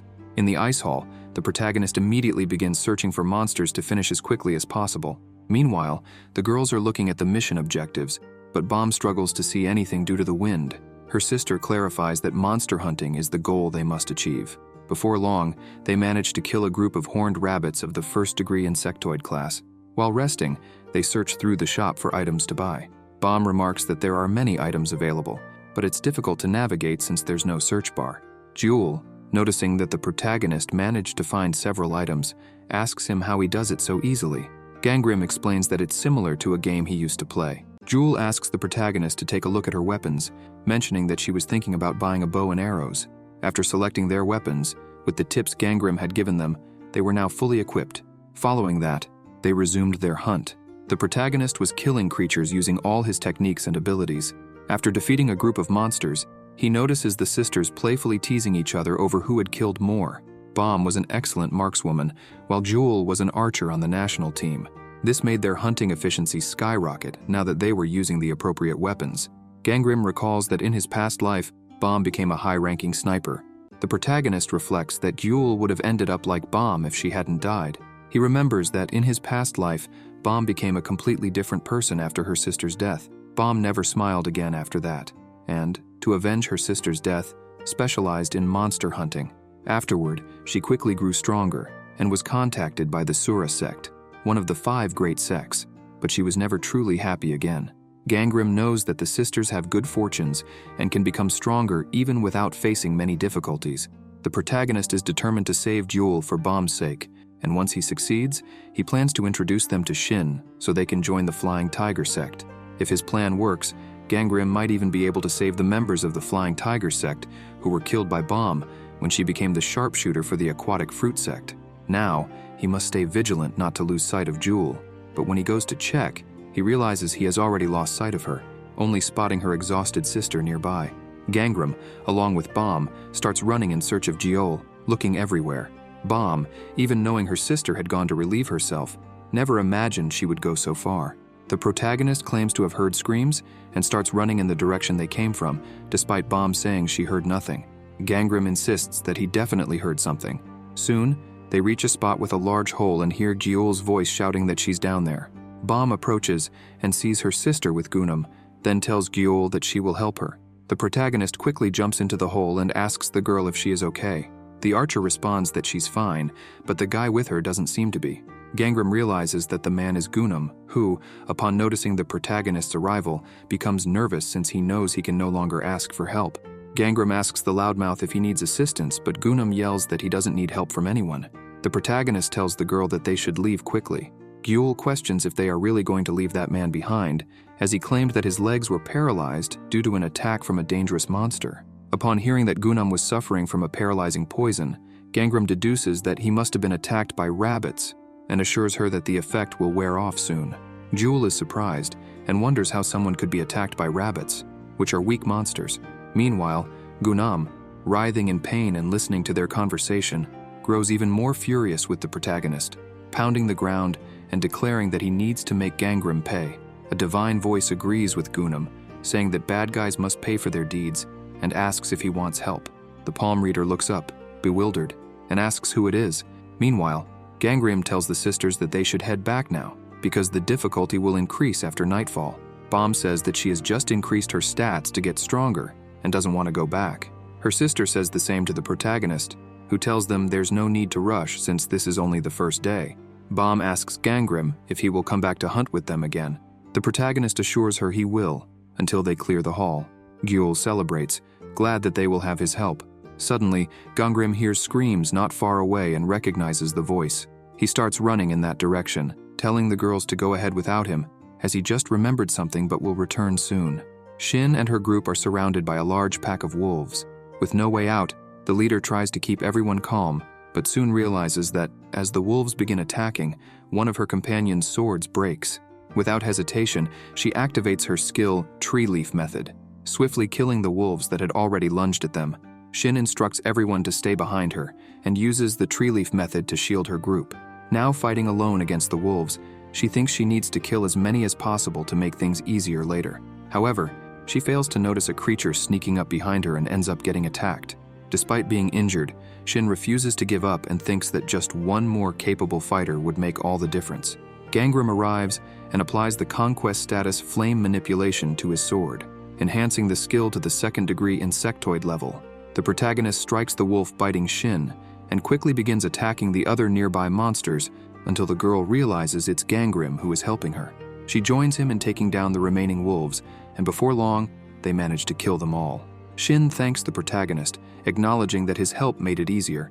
Gangram doesn't respond to her at that moment, but once they return to the hall, he questions why she didn't flee. He admonishes the group, stating that they should have realized the situation was against them, and then directs his words at Shin, insisting that she should always run if she cannot win, as it's far better to flee than to get injured. The girl retorts that Gangram keeps calling her weak, but it's actually the opposite. The protagonist counters, saying she was simply lucky, and questions what she would have done if the monsters had some hidden ability she wasn't aware of and no one came to help. Gangram doesn't want a senseless death like the one Shin suffered in his past life to happen again. The protagonist, angry, asks the girl if she plans to die trying to save others, emphasizing that helping the weak is something only the strong can do, and she shouldn't forget that. He then turns his back and leaves her with her group. Sasori approaches Shin, remarking that Gangram was a bit harsh on her. Meanwhile, Hinata asks if the protagonist had actually suggested she run away and abandon them. Shin starts smiling and says that Gangram was just worried, and in the end, he saved the entire group. She still doesn't understand why the protagonist keeps up the act of being a bad guy when, in reality, he's incredibly kind. Shin calls out to Gangram, and even with his back turned, she thanks him for taking care of her. The protagonist takes a deep breath and, to stay true to his decision, replies indifferently, "Whatever." Gujun was the first to clear the 3rd portal, the ice hall. Shortly after, Gangram also finishes, leaving only the sisters to complete it. Jewel is astonished to see that someone has already cleared that hall. Her sister is equally impressed by how quickly it was done. They ask the protagonist if he plans to leave now. Gangnam replies that he will stay until they finish, thinking that since no one would return after completing it, he might as well stick around. The protagonist is aiming for the secret reward that comes with hunting the 11th monster. While Bomb and Gyul bicker over stolen monsters, Gangnam grows concerned since the mission was completed much faster than in his past life. He activates the fate detection skill, but a message indicates that the death aura of the white tiger is nearby. The protagonist starts to wonder if there's someone else besides Jewel who ends up dying. He then recalls the message he received during the conversation between Gunam and Gujun. He begins to think that it would be troublesome to get involved with the palm reader again, and that it might be better to just kill him now. Gangnam tells the sisters that he's heading to the nearby hill and will be back shortly, advising them to continue hunting but to stay together and not hunt alone. He assumes the sisters will be fine as long as they stick together. While walking, he encounters Gunam, who says they finally meet because he's been looking for him. Gangnam asks why he's saying that.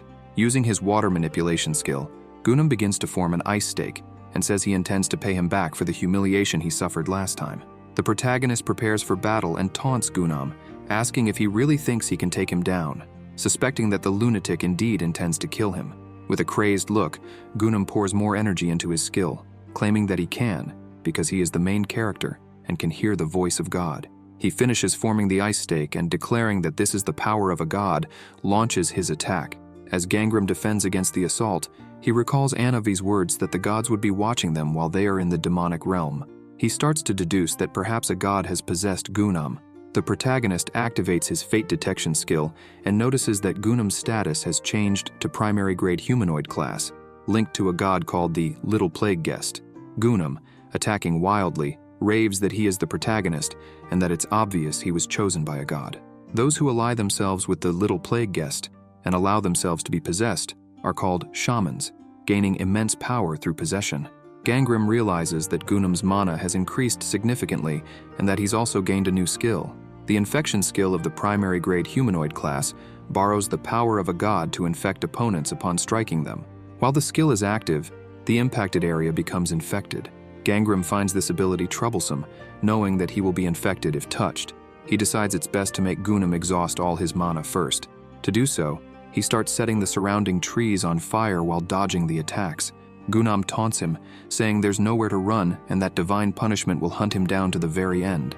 As Gangnam set the trees ablaze, creatures began to flee, and a group of poros rushed past Gunam. Despite using his ice stakes, he couldn't hit the protagonist, who was now even farther away. Enraged, Gunam killed a few of the boar-like creatures, but in his fury, he failed to notice a giant monster approaching. Suddenly, he was attacked, severely injured, and thrown to the ground as the monster retreated. A god's voice echoed, saying it was there to watch because it heard there was a human possessed by a god, but it realized that he was weak, befitting a low-ranking god. Gunam grew increasingly infuriated, realizing that this wasn't Chilwan, and noticed there were other gods watching as well. The god remarked that it was still fascinating to observe, even if the human was weak. Struggling on the ground, Gunam retorted to the superior being, asking if it found this amusing. But it was Gangnam who answered instead, plunging his sword into Gunam's back. The god remarked that the human had now lost. The demigod began desperately calling for Master Chilwan to save him, but as Gangnam started to pull out his sword, he asked if this was the revenge Gunam had planned. Without waiting for a response, Gangnam told him that he had been a nuisance for some time and that he knew the risks involved. Just as he was about to finish off his opponent, he noticed Bomb running toward him, crying out for help. Gangnam placed his sword beside Gunam's head, telling him he was lucky. Next time he would definitely kill him, but for now, he should pull himself together. The protagonist then turned his attention to Bomb, who, in tears, explained that snowboars had suddenly appeared and dragged Jewel away, and now she had disappeared. Immediately, Gangnam recalled what the mage had told him in his childhood, that he had terrible luck, and that his fortune was filled with death. He also remembered how, in his past life, people used to say that many members of his team would return injured. Bomb was in a panic, noticing that Gangnam seemed shaken after hearing about her sister. He thought that the only people he hadn't caused to die were his parents, but wherever he went, death followed. To him, it was all his fault. He believed he would never be able to save lives, and that his life was plagued by misfortune. Returning to the present, he reassured Bomb, telling her he would find Gyul. The protagonist started walking quickly, with Bomb running after him, pleading for him to wait. Gangnam told her to return to the lobby first. Bomb, crying, clutched his arm, insisting he come with her, but he asked her what would happen if something also happened to her. With tears streaming down her face, the girl reminded him that he had been the one who told them to stay together. And now, how could she go back alone, knowing her sister was in danger? Gangrim tried to comfort her, telling her it would be okay, but if it got dark or too dangerous, she should leave. Reluctantly, she agreed. And so, they began their search. Gangrim didn't know exactly how Jewel had died in his past life, but now that she was in danger, he thought this might have been the cause. After some time searching, Bomb noted that there were no monsters around, but Gangrim pressed on, knowing that low-level creatures would never dare to enter the territory of a predator. Suddenly, they heard a noise. Gangrim quickly grabbed Bomb's arm and pulled her behind a rock to hide. They had entered the territory of a Yeti, which was currently seizing a snow boar.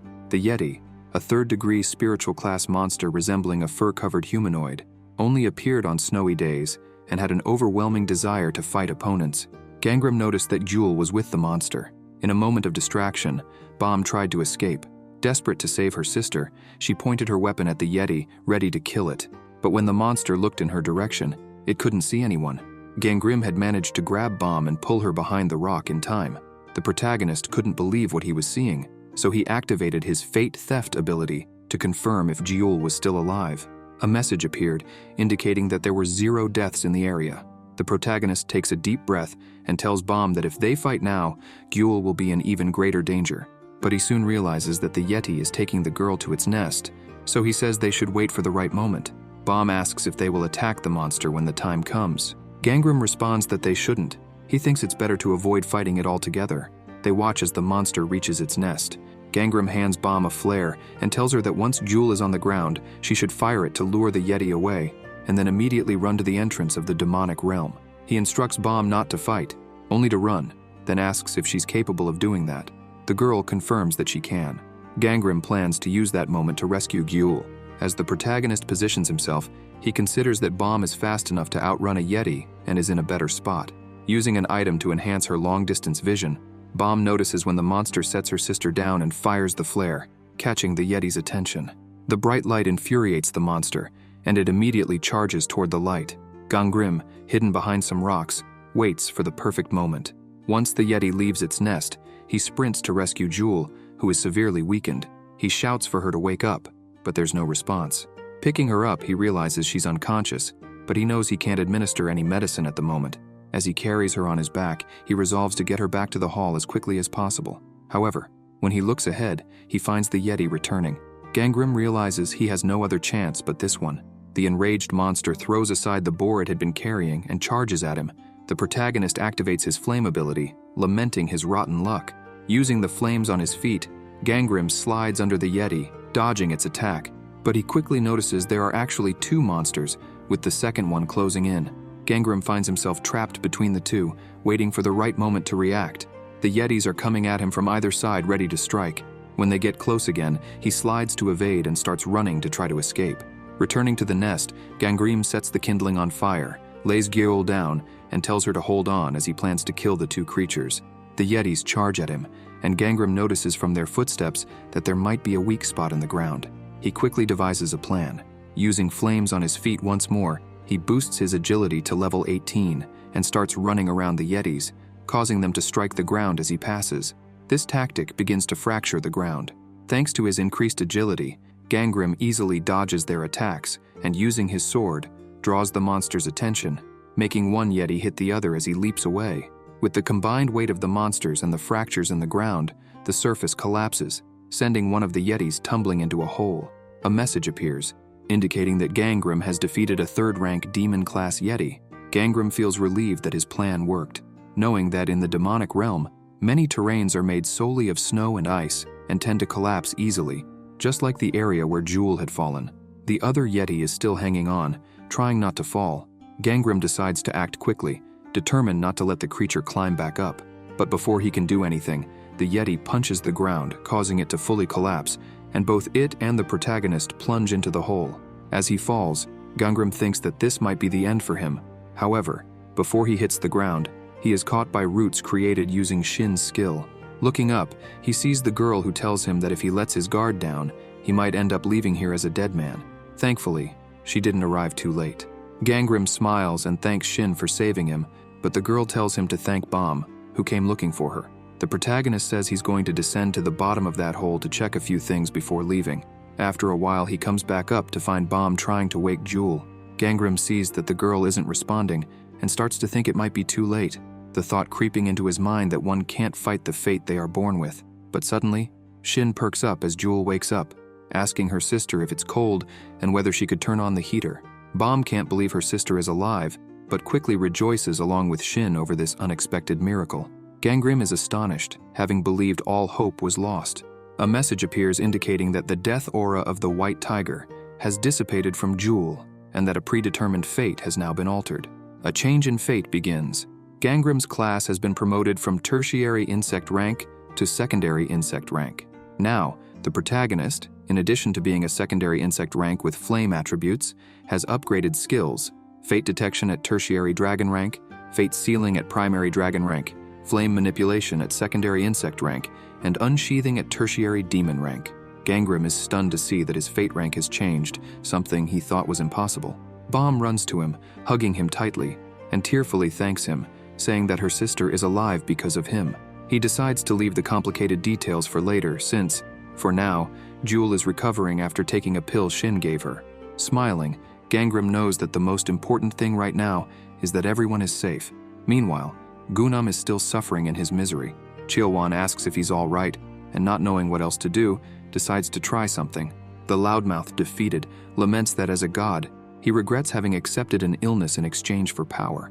Cheolwan tells Gunam that he's gone too far and leaves him talking to himself, trapped in that hole, too exhausted to call for help. Suddenly, Gojun appears, and Gunam starts pleading for assistance, claiming that Gangrim attacked him and fled.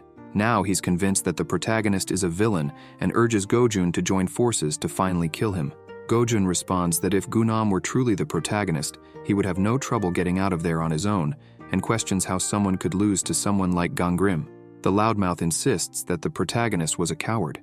Seeing this, Gojun says he had thought Gunam was holding back his true powers, but now he suspects that Gunam might not be the protagonist at all. Desperate for revenge, Gunam begs the writer to help him, since he is the one telling the story.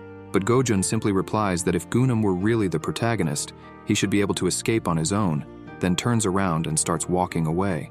Gunam, left with no options, begins to scream for help, admitting that he is not the protagonist. Hearing this, Gojun coldly responds that he won't assist him because he's not going to waste his efforts on a mere side character. He continues walking, leaving the palm reader trapped and cursing his situation. Gunam's desperate screams echo everywhere, growing louder, making sure they can be heard far and wide. Gangrim is fighting against a large group of demons. He is surrounded on all sides but still manages to defeat them all. After finishing, he starts cleaning his sword when Bam calls him, saying she had just defeated the monsters. She teases her sister, claiming she had done all the work while her sister only helped from behind. But soon, the protagonist notices someone approaching and tells them to duck to avoid an incoming strike from Beck. Bam starts wondering who this person is. The woman says she wants Gangrim and that if they hand him over, she will spare the others. The sisters, outraged, point their weapons at Beck. The protagonist rushes forward, shouting for them to stop, but demons appear and begin grabbing him, preventing him from reaching the girls. Gangrim yells for the sisters to stop, but soon a demon covers his mouth, leaving him only able to watch as Bam and Gyul are killed. Held by the demons, surrounded by a pool of blood, he starts hearing the girls' voices asking why he had interfered in their lives and claiming that if it weren't for him, they would have survived. Still restrained, he hears them question why he didn't save them and why they had ever taken him to the flying tiger seat. When the demons start to release Gangrim, he sees Bam by his side, saying he must not forget that it was him who killed them. The protagonist wakes up and immediately splashes water on his face, realizing it was just a nightmare. Despite being shaken by the dream, he resolves that the future won't turn out like that, and vows not to let the past repeat itself. He begins to think that getting close to the sisters and having this nightmare might have been a warning. Bam and Gyul see Gangrim as a savior, and their fates seem intertwined. Fearing something might happen, the protagonist considers that it might be better to distance himself from them. Sometime later, Bam is at his door trying to convince him to join them as a group. However, as the protagonist refuses, Bam asks if he now hates them. Gangrim says he doesn't and that he just has other things to do. Gyul mentions that Shin is also coming to join them. Upon hearing this, the protagonist thinks he won't have to worry as much now and tells the sisters it's great, because Shin seems like a good person. Still, Bomb insists that Gangram should join them, but he says maybe next time, and then shuts the door. Jewel comments that the protagonist has been distancing himself from them since the day she nearly died. Bomb says he must have a reason for doing this. The sisters head down the stairs and from afar signal to Shin that Gangram had refused to go. Bomb then opens the door to the 4th training room and says they'll go by themselves since there's nothing else they can do to make Gangram join them. The 4th training room is the Forest of Swords. The conditions to clear it are to hunt monsters and collect spiritual pearls within the forest labyrinth. They need to collect a total of 1,000 spiritual pearls. Bomb and her sister are happy to be in a forest, as they find the fresh air pleasant. Soon, Shin notices something approaching and warns the sisters to be careful. Bomb, the gunslinger, asks if it might be a monster coming toward them. Shin manages to fend off the attack and says it wasn't a monster. He thinks the forest itself is dangerous. The Forest of Swords training room is a demonic realm, an endless forest with no change in terrain. Reaching the end only sends you back to the other side. Many things in the forest can harm the trainees, as even the branches are like swords. The group starts reviewing the information about the room. Bomb remarks that collecting 1,000 spiritual pearls will take a long time. Shin suggests they first scout the area to understand the location. Gyeol says that instead of splitting up, they should stay together this time, as Gangram had told them. Bomb insists she isn't a child to need that, but it would have been nice if the protagonist were there. Shin listens to the conversation and thinks that the protagonist might have been kind to them, which is why they missed him. However, he recalls Gangram's harsh words and imagines that, while tough-spoken, Gangram might be a good person deep down. Lost in thought, Shin hears Bomb say there's something ahead. Turning around, the Wood Dominator warns Jewel to stop because she's about to fall into a trap. Even so, Jewel takes too long to notice and ends up falling. Meanwhile, Gangram is in his room, examining the egg he received. As he places his finger near it, the egg opens its mouth like a monster. The protagonist realizes it's fiercer than he had heard. The unknown egg is of a defined rank and will hatch after being kept for a certain duration. The appearance of its offspring will vary based on its diet, and it's still unclear what will emerge. Gangram received the unknown egg as a reward for defeating the Yeti, his 11th type of monster. The offspring's characteristics depend on its diet. Gangram ties up the egg, knowing he can't feed it just anything. He's eager for it to hatch, as he already knows what he wants from it. The egg wasn't the only thing Gangram gained. After defeating the tertiary ghost rank Yeti, the protagonist activated the ability Seal Fate, stealing the skill battle instinct and the water attribute. Gangram, previously a secondary insect rank with the flame attribute, changed his attribute to water. This allowed water to counter fire, unlocking new potential. His reduced attributes were restored to their normal state. Gangram remains at secondary insect rank, but now wields the water attribute. Bomb and Jewel were impressed when they saw Gangram eating, as he had purchased a lot of water attribute-tolerant food. Since he hadn't bought a decent weapon in the ice room, he decides that in the next demonic realm he'll invest in weapons, and might even change attributes again, as flames could prove useful. After some time, Gangram enters the Forest of Swords room and hears the voices of 2 gods conversing about how dull the ice room was and speculating whether this one might be better. They agree it likely won't be, as the participants are still novices, though they find it amusing to watch them grow stronger. Noticing the voices, Gangram reflects on how low the level of these gods must be to speak in such a manner and immediately deactivates communication. One of the gods remarks to the other that it seems Gangram noticed their presence. While disconnecting, the protagonist wonders what to call these beings, perhaps minor evil spirits, or even ghosts. The entity present is impressed by Gangram's lack of surprise. After Gangram's attempt to disconnect the communication is denied due to insufficient spiritual power, one of the gods comments that Gangram is brave and admits to liking him. The other asks if Gangram is willing to be possessed. A message appears stating that the guardian of the Forest of Swords has offered possession. The protagonist thinks these might be the territorial gods of this demonic realm and decides to open the shop before responding. Territorial gods are beings that govern a specific region. With the possession of a territorial god, one can become the strongest within that realm. However, the god is bound to the region, so the connection becomes useless once outside it. This room, nicknamed the Labyrinth of the Forest of Swords, would become easier to navigate if Gangram accepts the possession. The protagonist, using the demonic realm map item, opens it and remarks that it's all he needs to find his way. A message indicates that, by using the demonic realm map, Gangram has explored 1% of the room. The protagonist notes that only the general borders are available for now. The demonic realm's entrance is marked on the map at Gangrim's current location, and he realizes that the more he moves, the more places will be added to the map.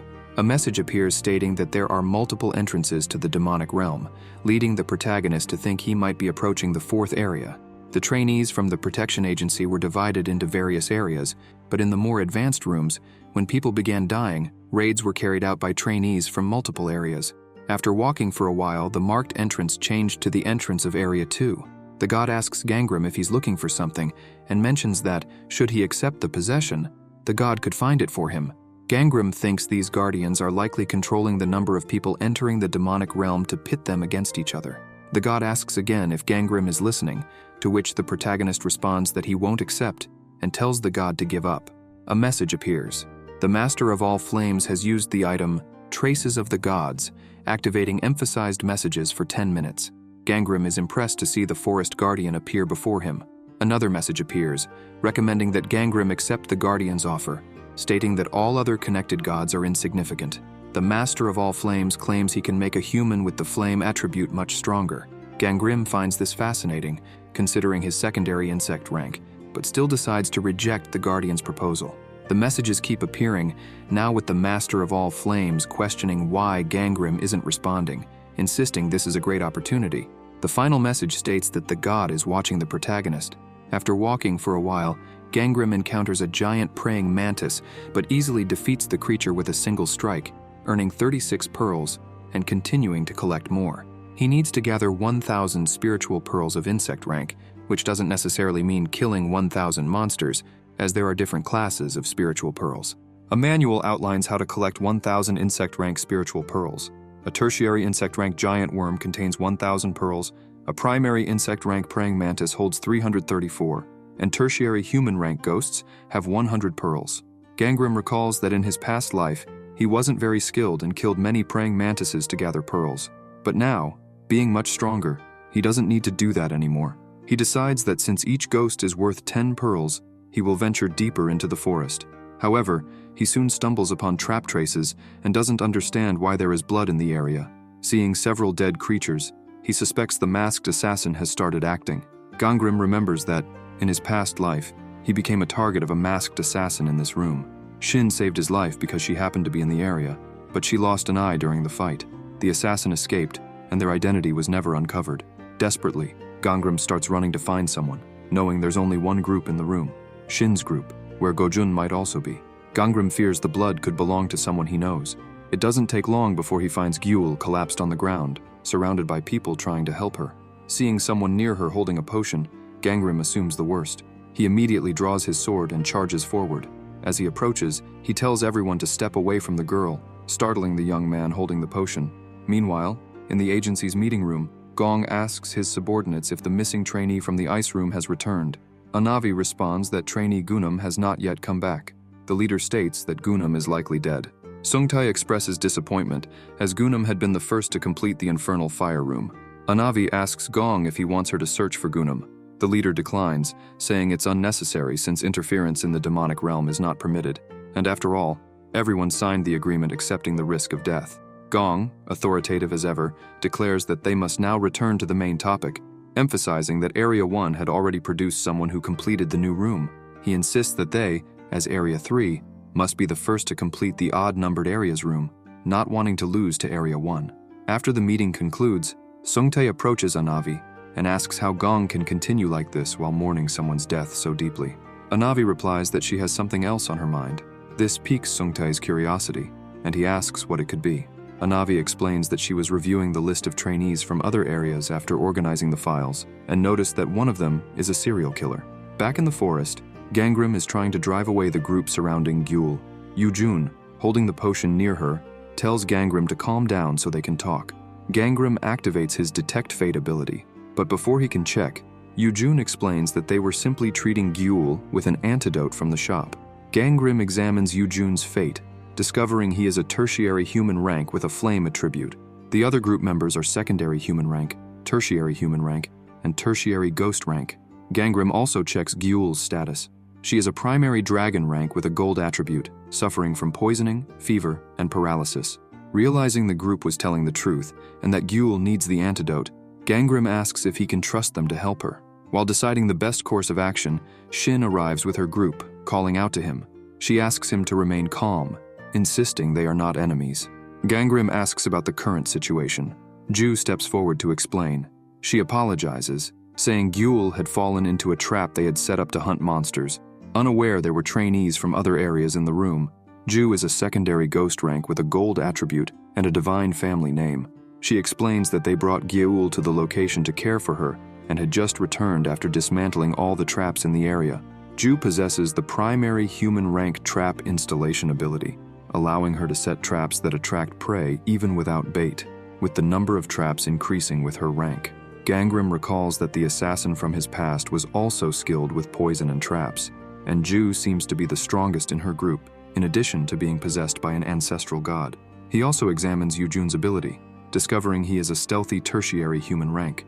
His skill allows him to stop breathing temporarily, rendering his body invisible. The invisibility vanishes only when he resumes breathing. Gangrym concludes that Yujun is too weak to harm Shin, but since he doesn't know who the assassin is, he decides to remain cautious of everyone. After Yujun administers the antidote, Gangrym helps Gyul to her feet and declares he will take her with him. Carrying her on his back, he considers that even if none of this group are the assassin, it's too dangerous to continue traveling with people from Area 4. Shin and Bomb, unaware of the assassin, treat the group kindly and bid them farewell as they part ways. After walking for a while, darkness falls, and they set up tents around a campfire for shelter. Gyul sits near Shin and comments that she has never slept in the forest before. Bomb approaches her sister and teases her, calling her a coward. Gyul retorts, asking if Bomb isn't afraid of being in a forest full of monsters. Bomb has no reply, but soon Gangrym arrives and throws an item to the ground, which bursts into flames. Shin asks the protagonist what it is. Gangrym explains it's supposed to repel monsters and that he bought it from the shop. Bomb opens the shop's interface and quickly finds the item, along with many other intriguing things. Gyul tells Gangrym that, in addition to being strong, he is very intelligent, and she asks if he would become her master. Caught off guard, Gangrym doesn't know how to respond. Bomb then chimes in, saying she wants the same, insisting she's probably better than her sister anyway. Gyul becomes irritated and starts arguing with Bomb, insisting that she asked first. The argument doesn't stop there, as they begin competing over who has collected more pearls and killed more monsters so far. Gangrym, sitting near the campfire, watches the chaos unfold between the sisters. He tells them to stop fighting because he isn't going to teach anyone anything. Then, he recalls the dream he had and Gyul's question about why he had gotten involved with them. Standing up, he surprises Shin with his reaction. Bomb asks where he's going. Gangrym replies that it's too noisy there and that he's going to sleep elsewhere, telling them not to wait for him to return. The group doesn't understand what's going on, while the protagonist reflects on his decision to distance himself. However, he quickly brushes off the thought, realizing there are other matters to handle. Gangrym unwraps the cloth around the egg and tries to feed it some plants. After biting a leaf, a message appears. The unknown egg has rejected the substance and demands meat. Additionally, the egg has entered a hunger strike. Annoyed by the messages, the protagonist forces the egg to eat more leaves. The growth status of the item increases to 0.4%. Feeling somewhat relieved, Gangrym climbs a tree to keep watch over the campsite. The Master of Flames asks Gangrym why he returned. Gangrym doesn't respond, prompting another god to suggest that the protagonist might be worried about his friends. The guardian god says he's seen this behavior before and calls Gangrym a tsundere. His companion asks what that means. The Master of Flames explains that tsunderes act cool and give attention begrudgingly. Listening to the god's chatter, Gangrym considers disconnecting the communication again. The unknown guardian remarks that he now understands the protagonist. The Master of Flames comments that Gangrym is with the girls' group, but is doing his push and pull act again. The unknown god adds that this seems to be Gangrym's entire personality. The Guardian of Flames declares that it's starting to irritate him. Meanwhile, the sisters continue arguing. Bomb asks Gyul why she isn't being more careful. Gyul responds curtly, telling Bomb to leave her alone because she knows she messed up. A third god appears, telling his companions to be quiet because he can't hear Gangrym's friends. The protagonist, observing this scene, remembers his past life in the Flying Tiger sect. He recalls constantly arguing with Harang while Shin laughed at their squabbles. That was their daily life back then. Gangrym reflects that his current life is now busy, but he imagines the Flying Tiger sect will remain lively and chaotic. He finds it both tiresome and comforting and feels nostalgic for those sweet memories. Snapping back to reality, he notices a sweet aroma in the air and begins to wonder what it could be. Suddenly, demon bears start emerging from a portal near the campsite, drawn by the sweet smell, and head toward the girls. Realizing this, Gangram immediately rushes to the campsite, startling Shin. While cutting a tree branch, she asks if something is wrong. He asks if they checked the area while he was gone. Shin says they didn't. Picking up a fruit from the ground, Gangram asks if anyone had been there. The fruit is a tertiary insect rank demon peach, a fruit favored by demons, known for its alluring aroma, but lacking any distinct flavor. Gangram recalls not seeing any peach trees when setting up camp, leading him to deduce that someone must have placed it there intentionally, possibly the assassin using their cursed invisibility technique. Gyul approaches and mentions that Gojun passed by the camp earlier. Gangram asks if it was really him or a stranger from another area. The girl says it was Gojun, and it hadn't been long ago. Bomb asks the protagonist if the crazy writer had done something since he had noticed him staring at the camp for a while. Gangram begins to wonder if Gojun could be the assassin, though he doubts that lunatic could think in such calculated terms. He explains that there were several demon-attracting fruits scattered around. Shin asks if it's possible that someone intentionally put them in danger.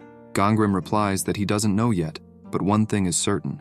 They need to be cautious of the humans advancing through the forest. He says he'll gather the fruits from the area. Meanwhile, the masked assassin is hiding, listening to their entire conversation. Suddenly, Gangram senses a presence, but it quickly disappears. Even the nearby demon bears seem to notice something strange. Elsewhere in the forest, Gojun is attacking a group of ghosts, which he easily defeats. He reflects on how boring this place is, dismissing the plot as trash. He laments the lack of rivals, friends, or enemies. No interesting gods or heroes, just low-level demons. The crazy writer begins questioning his role in this world. He recalls the sisters' conversation about Gangram's strength, mentioning how he had defeated a yeti. This revelation astonishes Gojun, as he now realizes the protagonist had managed to take down a boss-level demon that he himself had never encountered. Moreover, Gangram was the first to clear the ice room and had even rescued someone. Gojun struggles to comprehend how anyone could achieve all of that. He then starts questioning whether his own defeat by Gunam in the infernal fire room might have been orchestrated by Gangram.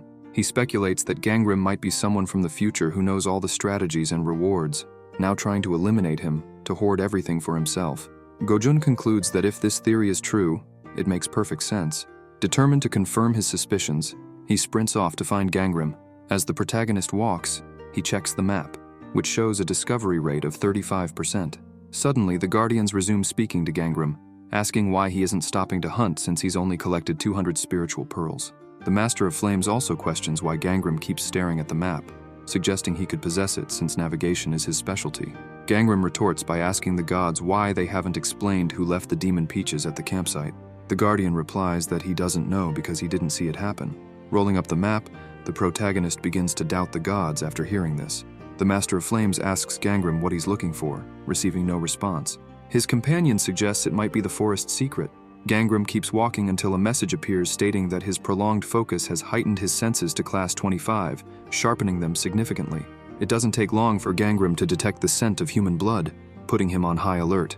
Activating his Seal Fate ability, he searches for the source. It doesn't take him long to find a body wounded by the masked assassin. He immediately activates his flame ability and launches an attack, but the assassin manages to block it. A message appears, indicating that the analyzed area has 0 people. After creating some distance from Gangram, the assassin remarks that if someone faints, the first instinct should be to check if they're okay, not to draw a sword. Gangram tells him to shut up. The assassin, now with his mask ablaze from Gangram's sword strike, removes it and comments that the protagonist is quick to figure things out. After removing the mask, he reveals his true identity. It was Yujun, of tertiary human rank with the fire attribute, now holding the divine title, Fear of the Living and Dead.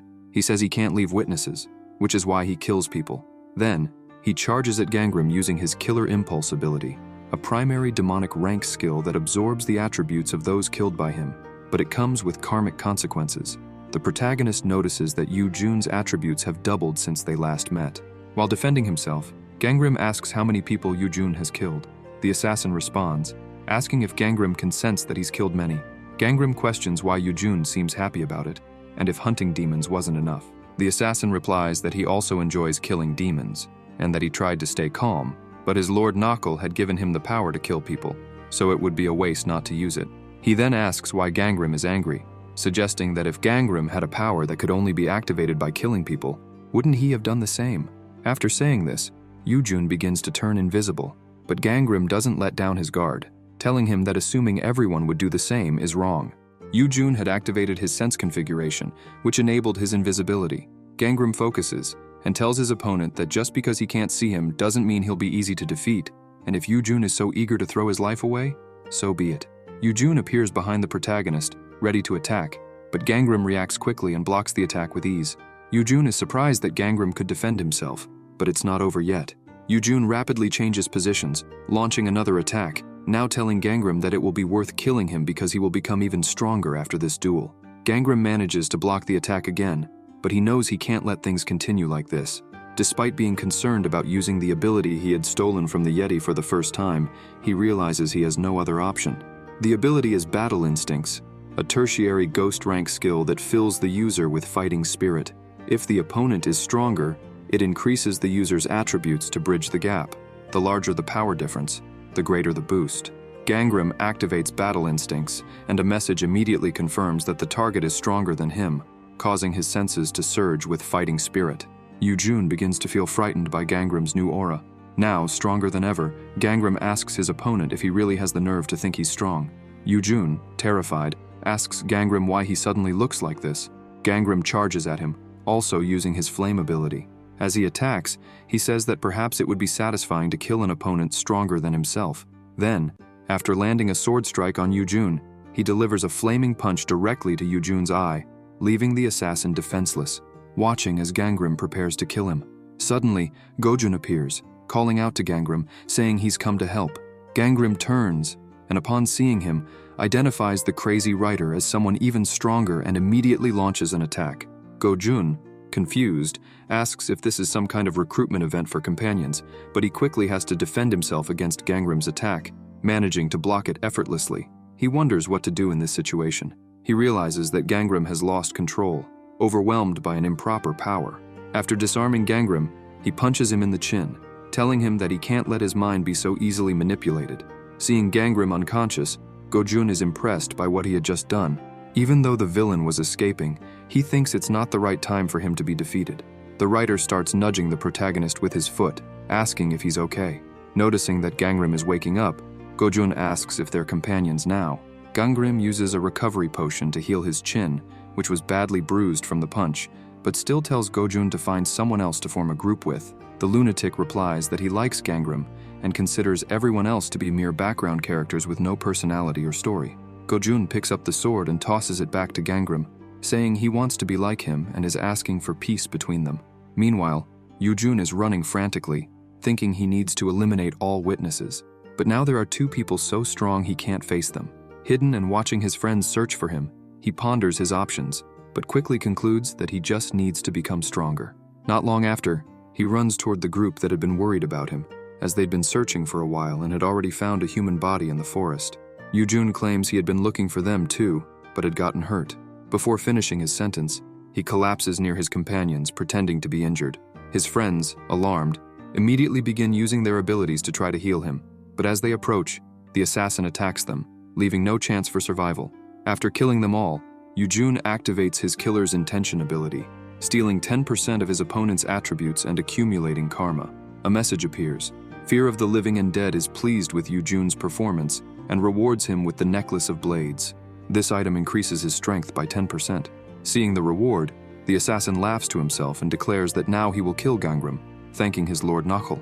But suddenly, an accumulation of the water element forms around Yoo-jun, reducing all his attributes by 10%.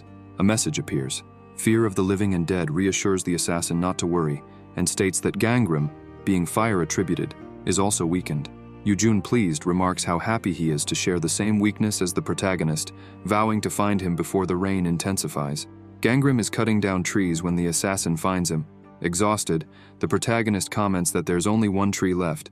Yoo-jun, using his invisibility ability, prepares to attack. Despite having his back turned, Gangram manages to block the attack, leaving the assassin shocked by his reaction. Undeterred, Yoo-jun strikes again, causing Gangram's sword to start cracking. Desperate for revenge, the assassin prepares for another attack, asking Gangram if he still thinks he's weak. The protagonist continues defending himself as Yoo-jun taunts that, had he known Gangram was so weak, he would have killed fewer people. Attacking relentlessly, Yoo-jun demands to know where Gangram's friend is. When Gangram doesn't answer, Yoo-jun warns him that he'll regret getting involved. Gangram begins to smile, further enraging the assassin. As their swords clash, Gangram suddenly starts pushing Yoo-jun back as water begins to surround him. Gangram's attribute shifts to water, restoring his previously reduced attributes. Now, with water energy accumulating around him, Gangram gains a 10% attribute boost, while Yoo-jun's attributes are reduced by 20%. Confused, the assassin struggles to understand, believing Gangram should have also been weakened. He turns to his master, questioning if Gangram wasn't fire attributed after all. The protagonist, locking eyes with the assassin, asks if that's really what Fear of the Living and the Dead had told him.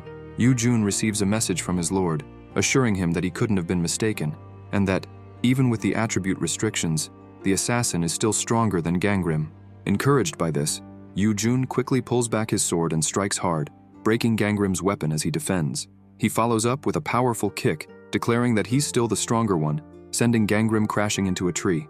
Without hesitation, Yoo-jun charges again, pressing his sword to the protagonist's face. He taunts Gangram, saying he's had enough fun and that he doesn't need to be afraid. He won't be alone, as Yoo-jun plans to kill his entire group as well. But before Yoo-jun can continue, Gangram grabs a branch from inside the tree and thrusts it into his opponent's stomach, retorting that they'll now see who kills whom. Yoo-jun collapses to the ground, the branch lodged in his abdomen, but he mocks Gangram, saying it's just a branch and there's no reason to be scared. Gangram responds that it's not just any branch. He pulls it out and points it at the assassin's chest. Yoo-jun begins begging for help from the Fear of the Living and the Dead, but Gangram coldly tells him it's too late and severs his connection to his lord. Gangram plunges the branch into the assassin's chest, killing him instantly, and remarks that Yoo-jun will regret getting involved with him. He then activates his Seal Fate ability. Returning to his hunt, Gangram reflects on his unexpected gains. He's obtained the Seven-Pointed Bolt, a tertiary dragon rank weapon. It's a sword crafted from a branch of a divine tree struck by lightning, enhancing the tree's inherent power. Gangram admits he had searched the entire demonic realm for that item, cutting down all the trees in the area until he set up a lightning rod on one of them. Now, after gaining equipment-related abilities from Yoo-jun, his destiny class has somehow changed. Still, a voice lingers in his mind, accusing him of killing the assassin. Agonizing over it, Gangram hears footsteps approaching. It's Go-jun, carrying the head of a giant praying mantis. He asks Gangram if he's killing these creatures again because of Yoo-jun. Gangram sarcastically asks if Go-jun shouldn't be guarding the gates of District 4 instead of being here. The protagonist recalls when Go-jun asked to be friends, which had infuriated him because it made him lose the chance to kill the assassin. The crazy writer, removing the sword from his neck, tells Gangram he can do it again, and insists he only wanted to gain his trust. Gangram, having anticipated Go-jun's arrival now that Gunam is dead, deduces that the writer is just trying to make himself feel safer. He agrees to their friendship, but on one condition: Go-jun must do everything Gangram asks. Overjoyed, the lunatic immediately asks what he should do. Gangram tells him the first task is to retrieve his demonic realm map so they can update their exploration rate. Looking at the map, Gangram notices an entrance to another area nearby and instructs Go-jun to head there and guard it. As Go-jun watches Gangram collect pearls from the defeated monster, he comments that he's gone several days without hearing any news and decided to return because he assumed everything was resolved. Gangram replies that he hasn't yet found what he's looking for and suspects the assassin may have escaped. Go-jun approaches and tells Gangram to end it already, saying he knows what happened. He grabs the necklace Gangram is wearing, noting that it must be what he took from Yoo-jun's corpse. The protagonist removes the lunatic's hand and explains that the necklace was a gift from the gods, and since his blade had broken, he purchased a new weapon from the shop. He tells Go-jun to stop trying to involve him in his paranoias because he doesn't know what happened to the assassin. Go-jun shrugs it off, saying he believes what Gangram is saying, but still asks if Gangram had killed Yoo-jun, suggesting he could confide in him since they're on the same side now. Gangram doesn't respond and starts walking, telling his companion to forget about it and stop forcing their friendship. Realizing he won't get answers easily, Go-jun changes the subject, asking if Gangram wants him to collect spiritual pearls. Standing up, Go-jun congratulates Shin for already completing the room. The protagonist watches as the lunatic walks toward a creature to collect the last spiritual pearl to finish the mission. The next day in the lobby, people hear the sisters loudly begging to become Gangram's disciples. Despite their insistence, the protagonist refuses. Bam, however, promises to do whatever he asks, even fetch his coffee. Gyul, on the other hand, asks if Gangram is rejecting them because they're too weak, reminding him that they have divine contracts. Gangram asks what divine contracts they are referring to, activating his Evaluate Fate ability. Bomb explains that her contract is with the Moon Huntress, while Gyul reveals hers is with the archer who shoots the sun. Gangram is impressed to learn that the sisters have contracts with Apollo and Artemis, commenting that their gods suit them perfectly. Upon hearing the compliment, Bomb asks again if he will accept them as disciples. Gangram tells them that they'll first need permission from their gods. Gyul then asks him who his guardian deity is. The protagonist replies that he hasn't made any divine contracts. The sisters ask why. Gangram sighs and says he hasn't found a god he wants to align with. Bomb, shocked, asks if he would consider a contract with the father of gods and humans, suggesting that they'd then share gods from the same group. Before she can say more, Gyul covers her mouth, awkwardly shifting the conversation by saying that Shim also didn't want a divine contract, and that she didn't expect Gangram to act the same way. Gangram states that he doesn't think the time is right for a divine contract, and reiterates that he won't be their master. Gyul starts doubting her earlier impressions, wondering if there's another reason Gangram is avoiding a divine contract. The protagonist insists he lacks the skills to be their master. Before the conversation can continue, everyone at the table is startled, as a man collapses after opening a nearby door. One of the sisters recognizes him and says he's the man from the first room, a priest. Gangram helps the man to a seat and asks if he's okay and if he's still struggling with the demonic beasts. The priest admits he hasn't been able to handle them because they terrify him. The protagonist notes that the priest's arrival couldn't have been better timed, as the sisters were cornering him with their persistence. With his head lowered, the priest confesses that as an awakened individual unable to kill demonic beasts, he feels like a failure. Hearing this, Gangram asks if the priest would like help hunting the creatures. The priest is surprised by the offer. The sisters immediately jump in, saying they'll go too.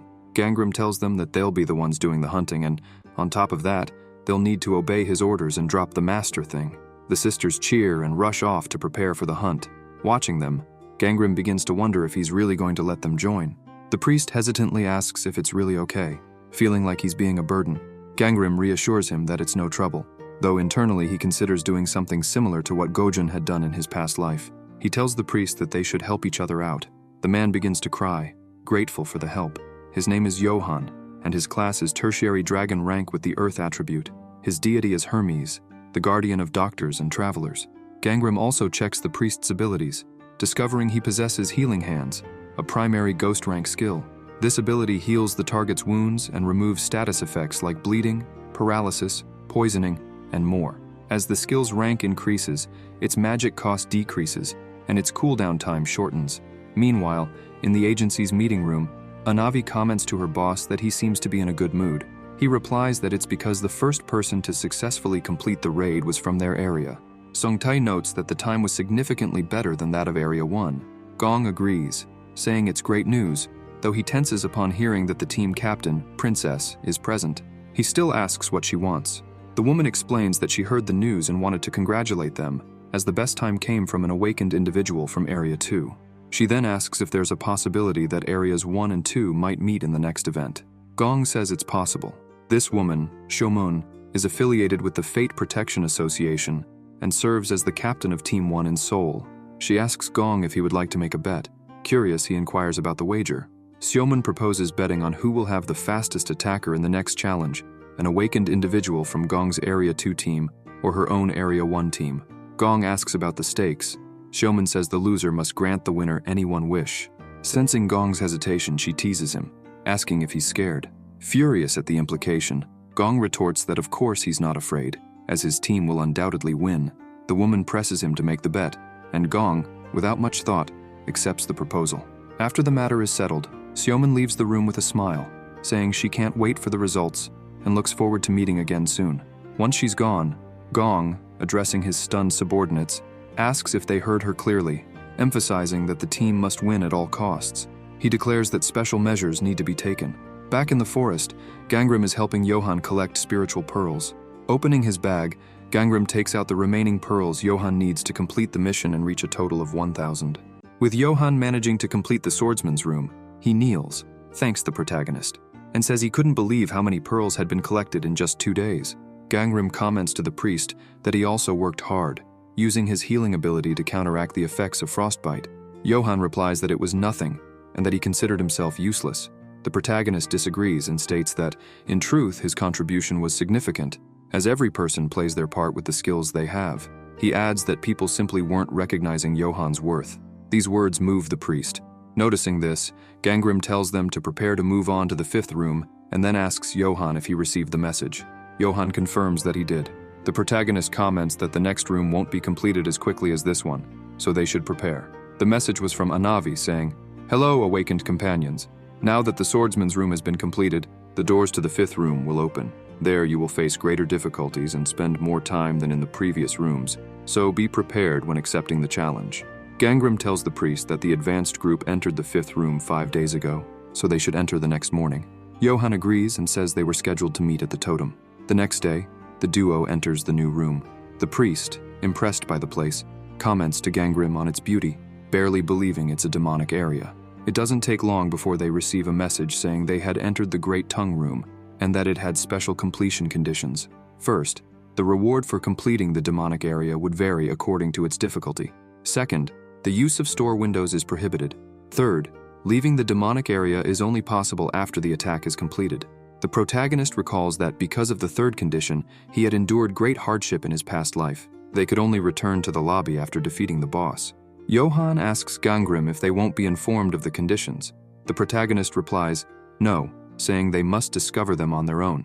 Hearing this, the priest questions why this place has so many secrets, deducing that it might be because of its name, the Great Tongue Room. Gangrim explains that isn't the reason, but rather because they would need to show their tongues. After some time in the room, the protagonist sets up camp, as they'll be there for a while. Johan, impressed, tells his partner he was wondering why so much preparation was needed, but now understands it's because they can't leave. Gangrim agrees that it's a good idea to have everything ready in advance. He lights incense on the campfire to ward off demonic beasts and says he'll explore the area while the priest guards the camp. The protagonist begins walking and thinks that now that the camp is ready, he needs to look for food. Elsewhere in the forest, a group discovers some fruit trees but wonders if it really is an orchard, as the place seems incredibly artificial. Furthermore, it's heavily guarded by demonic beasts. Sangwon questions whether the fruits are dangerous. His companion comments that they either face death or return to Shin's camp. The magnate orders his colleagues to stop talking about that girl, claiming he would rather die than bow to her. Sangwon remembers Shin saying they were incompatible and that she had no choice, reflecting on his pride and inability to submit to a woman who abandoned him. Just thinking about Shin telling him they shouldn't see each other anymore irritates him. Sangwon commands the group to kill the demonic beasts and gather the fruits while they still have strength. Park asks the magnate if he doesn't plan to join them, remarking that if he's always going to stay hidden, there was no point in buying a weapon. Sangwon replies that the weapon was for self-defense. Besides, it didn't make sense to have hired them if he was going to expose himself anyway. Since they had already been paid for the job, they should hurry up. The group, after hearing the boss's order, launches the attack, easily killing the beasts, which started running instead of fighting back. Park comments that those creatures were weaker than he had expected. Once everything was settled, Sangwon arrives and asks if they had killed them all. His subordinate confirms they had. The magnate orders them to quickly grab the fruits and leave before more demonic beasts appear. Ju climbs up immediately and remarks that this was something he used to do all the time. While the group gathers the fruits, Sangwon begins wondering why the creatures were so thin, considering there were so many fruits around. Suddenly, the forest guardian starts speaking to the magnate, warning that if they ate the fruits, the master would tear out their tongues. Sangwon asks who this master is and notices more beasts approaching. The guardian explains that the master is not a good man, and that it would be better for him to flee. The demonic beasts, now under orders, start heading toward the group to rip out their tongues. A group of demonic monkeys closes in rapidly. Seeing this, Sangwon orders his companions to run. His subordinates run faster than him, leaving him behind. Desperate, he starts screaming that they should protect him, but it's too late. A creature leaps onto his back, grabs him, and opens its mouth to tear out his tongue. The demonic monkey notices someone approaching, and looking forward, is struck down by a sword. Sangwon is surprised and begins crying upon hearing Gangrim say that if he believed in luck, this must surely be his lucky day. The magnate remembers this is the man who reads fates, named Gangrim. Wiping his tears, Sangwon says he didn't ask for his help and won't forgive him just because he intervened. The protagonist replies that he doesn't need to worry. He wouldn't help him even if he knelt and begged. Furious, Sangwon orders him to repeat that, but Gangrim immediately strikes down a creature behind the magnate, splattering blood onto him and leaving him terrified. The protagonist tells him it's best to get out of there.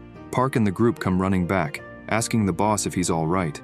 Sangwon begins apologizing, claiming he didn't know what came over him to run so fast, but remarks how lucky it was that Gangram saved him. Furious, Sangwon vows not to let this situation slide and promises revenge. Meanwhile, the protagonist continues fighting the group of monsters. Using his flame abilities combined with his sword, he easily defeats the demonic monkeys. Realizing he's now alone in the area, Gangram decides to feed the mysterious egg, which seemed eager to consume the dead creatures. However, the protagonist offers it a fruit instead, knowing he had to be cautious to avoid the egg becoming uncontrollable. As he feeds it, Gangram wonders what he himself will eat. Back at the camp, the protagonist returns with a leg from a demonic beast he had killed. The priest is astonished, having never seen anything like it before. Holding the leg, Gangram tells Johan that he's going to help him now, but Johan responds that he doesn't know how. The protagonist then bites into the leg of the demonic beast, leaving the priest horrified. After eating a piece of the meat, Gangram remarks that in fact, all the demonic beasts in this area are poisonous. Soon, blood begins dripping from his ears, and his vision blurs. The protagonist tells the priest that this is his chance to repay him by helping to heal him, and hands him a recovery tea for magical power, advising him to use it if necessary because he trusts him. Johan then activates his healing hands ability. As he's being healed, Gangram jokes that he can already see the light at the end of the tunnel, to which the priest, worried, tells him not to follow the light. However, it doesn't take long before the protagonist starts eating the meat again, getting poisoned all over again. Johan, though confused about the reasoning, continues to heal him tirelessly. After some time, Gangram comments that he couldn't take it anymore but realizes he had grown accustomed to the weak venom. The priest, relieved, feels happy, thinking his partner would stop eating the meat, but is horrified when he sees him grab a raw piece. The protagonist explains that he now thinks it's better to eat the meat raw. This continued until nightfall, with Johan incessantly using his healing ability on him. Gangram finally stopped after acquiring the skill poison resistance. The priest, exhausted from overusing his ability, faints before the protagonist can even thank him. Gangram then places him inside the tent, admitting that his companion worked very hard. He also acknowledges that it took longer than expected to obtain the skill Poison Resistance of Tertiary Insect rank, which allows the user to resist various poisons and nullifies the effect of poisoning. However, the higher the poison level, the less effective the skill becomes.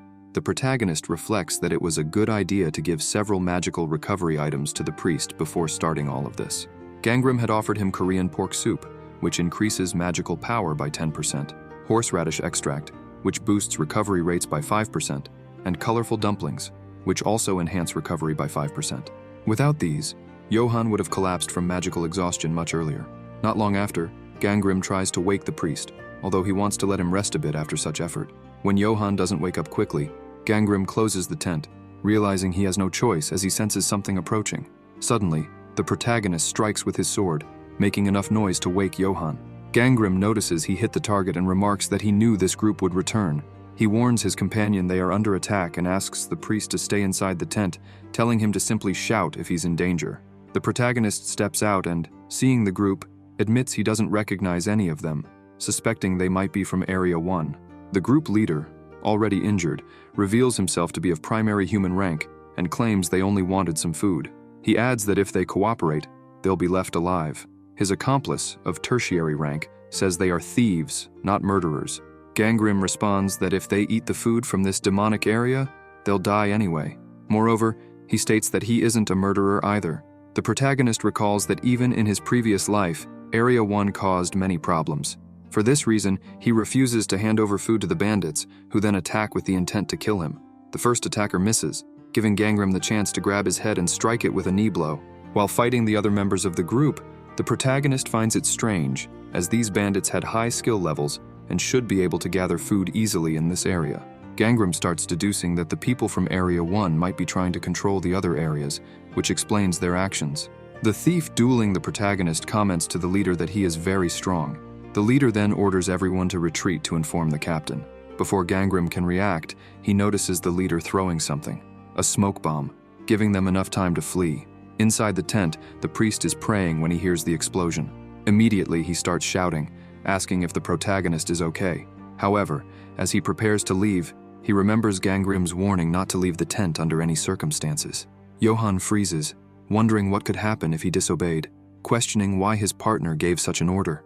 Trembling, He reasons that he could disrupt the fight if he went out, but also admits he can't keep hiding forever. The protagonist opens the tent, startling Johan, who, realizing it's his partner, asks if he's hurt. Gangnam replies that the bandits used a smoke bomb to escape, but that everything is fine. The priest then asks if they were under attack. The protagonist explains that the bandits tried to steal their food, and that, in the last demonic zone, there were many conflicts between areas, with some people even being killed. He adds that it seems this room would be the same, so they need to stay on high alert. This leaves the priest frightened and dejected, and he asks if Gangnam wouldn't fare better on his own. The protagonist questions why Johan is saying that. Johan responds that all he does is weigh the team down, and that it doesn't make sense to fulfill his duties while constantly being helped by others. Gangnam then mentions what Miss Anavi said at the beginning, that people unwilling to fight should have other useful abilities. The priest begins reflecting on why his partner is saying this, but before he can reply, Gangnam places a hand on his shoulder and asks if he remembers what he said earlier, that people simply don't yet recognize his worth. The protagonist adds that, once they return to the lobby, the totem will heal them, and they'll receive medicines daily. But when training ends and things really begin, and when everyone realizes how expensive regeneration pills are in the shop, he's certain all those who kicked Johan out of their groups will regret it bitterly. Gangnam remarks that while he can fight, the priest can heal people, and each person has a purpose. The protagonist says he doesn't like trying to predict the future, but he's sure that, with Johan's abilities, he'll save many lives. After saying this, Gangnam asks Johan if he really wants to give up. The priest reflects, wondering if he can truly save people. Realizing he's more important than he thought, he tells his partner he won't give up, and begs the protagonist to keep helping him. Gangnam assures him he'll help, and adds that he also needs Johan's help, as he might still eat more poisonous food. 3 days later, at Shin's camp, the sisters Bom and Gyul return from a search. The leader asks if they found anything. Bom replies no, and suggests they may need to go deeper.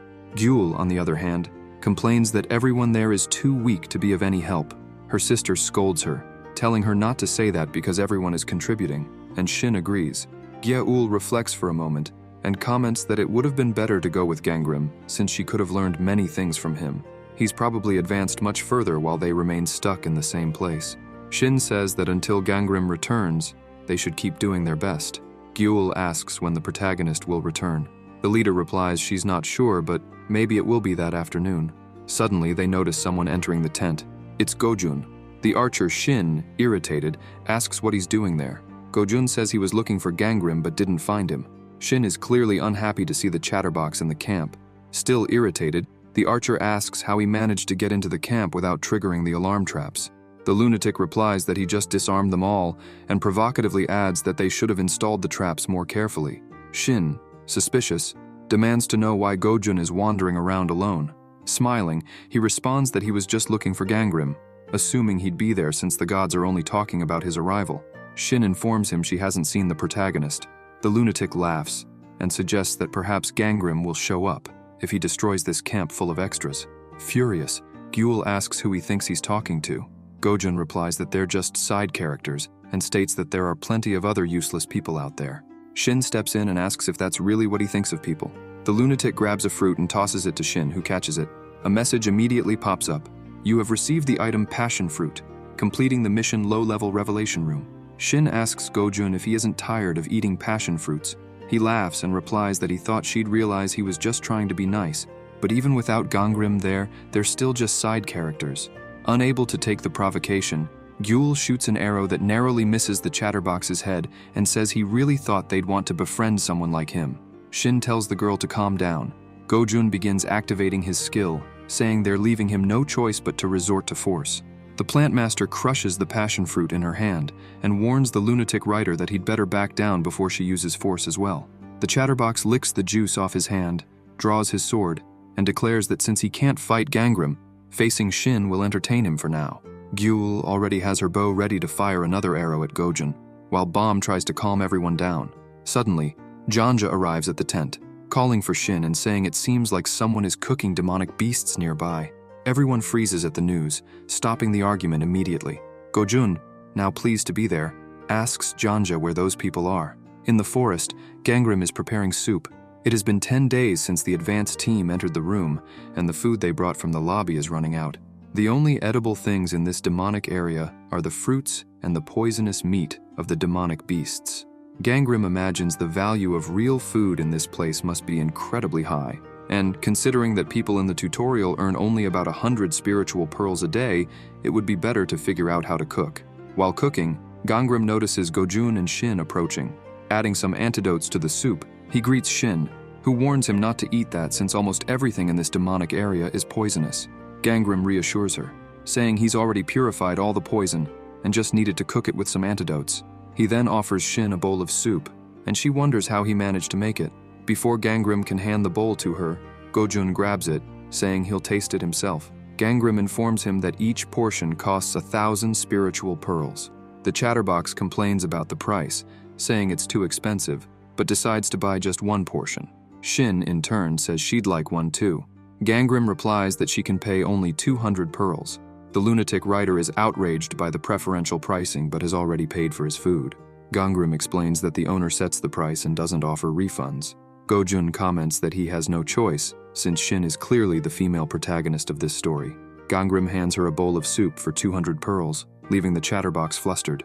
Shin's group also approaches, and upon realizing it's food, everyone gathers to eat. Gangrim asks the plant master and Gojun if they're trying to find high-quality items in the area.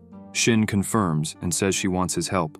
The lunatic writer, however, comments that things haven't been going well because of Zone 1 and that he thinks it's better to join someone since it's easier than sticking with a group of extras.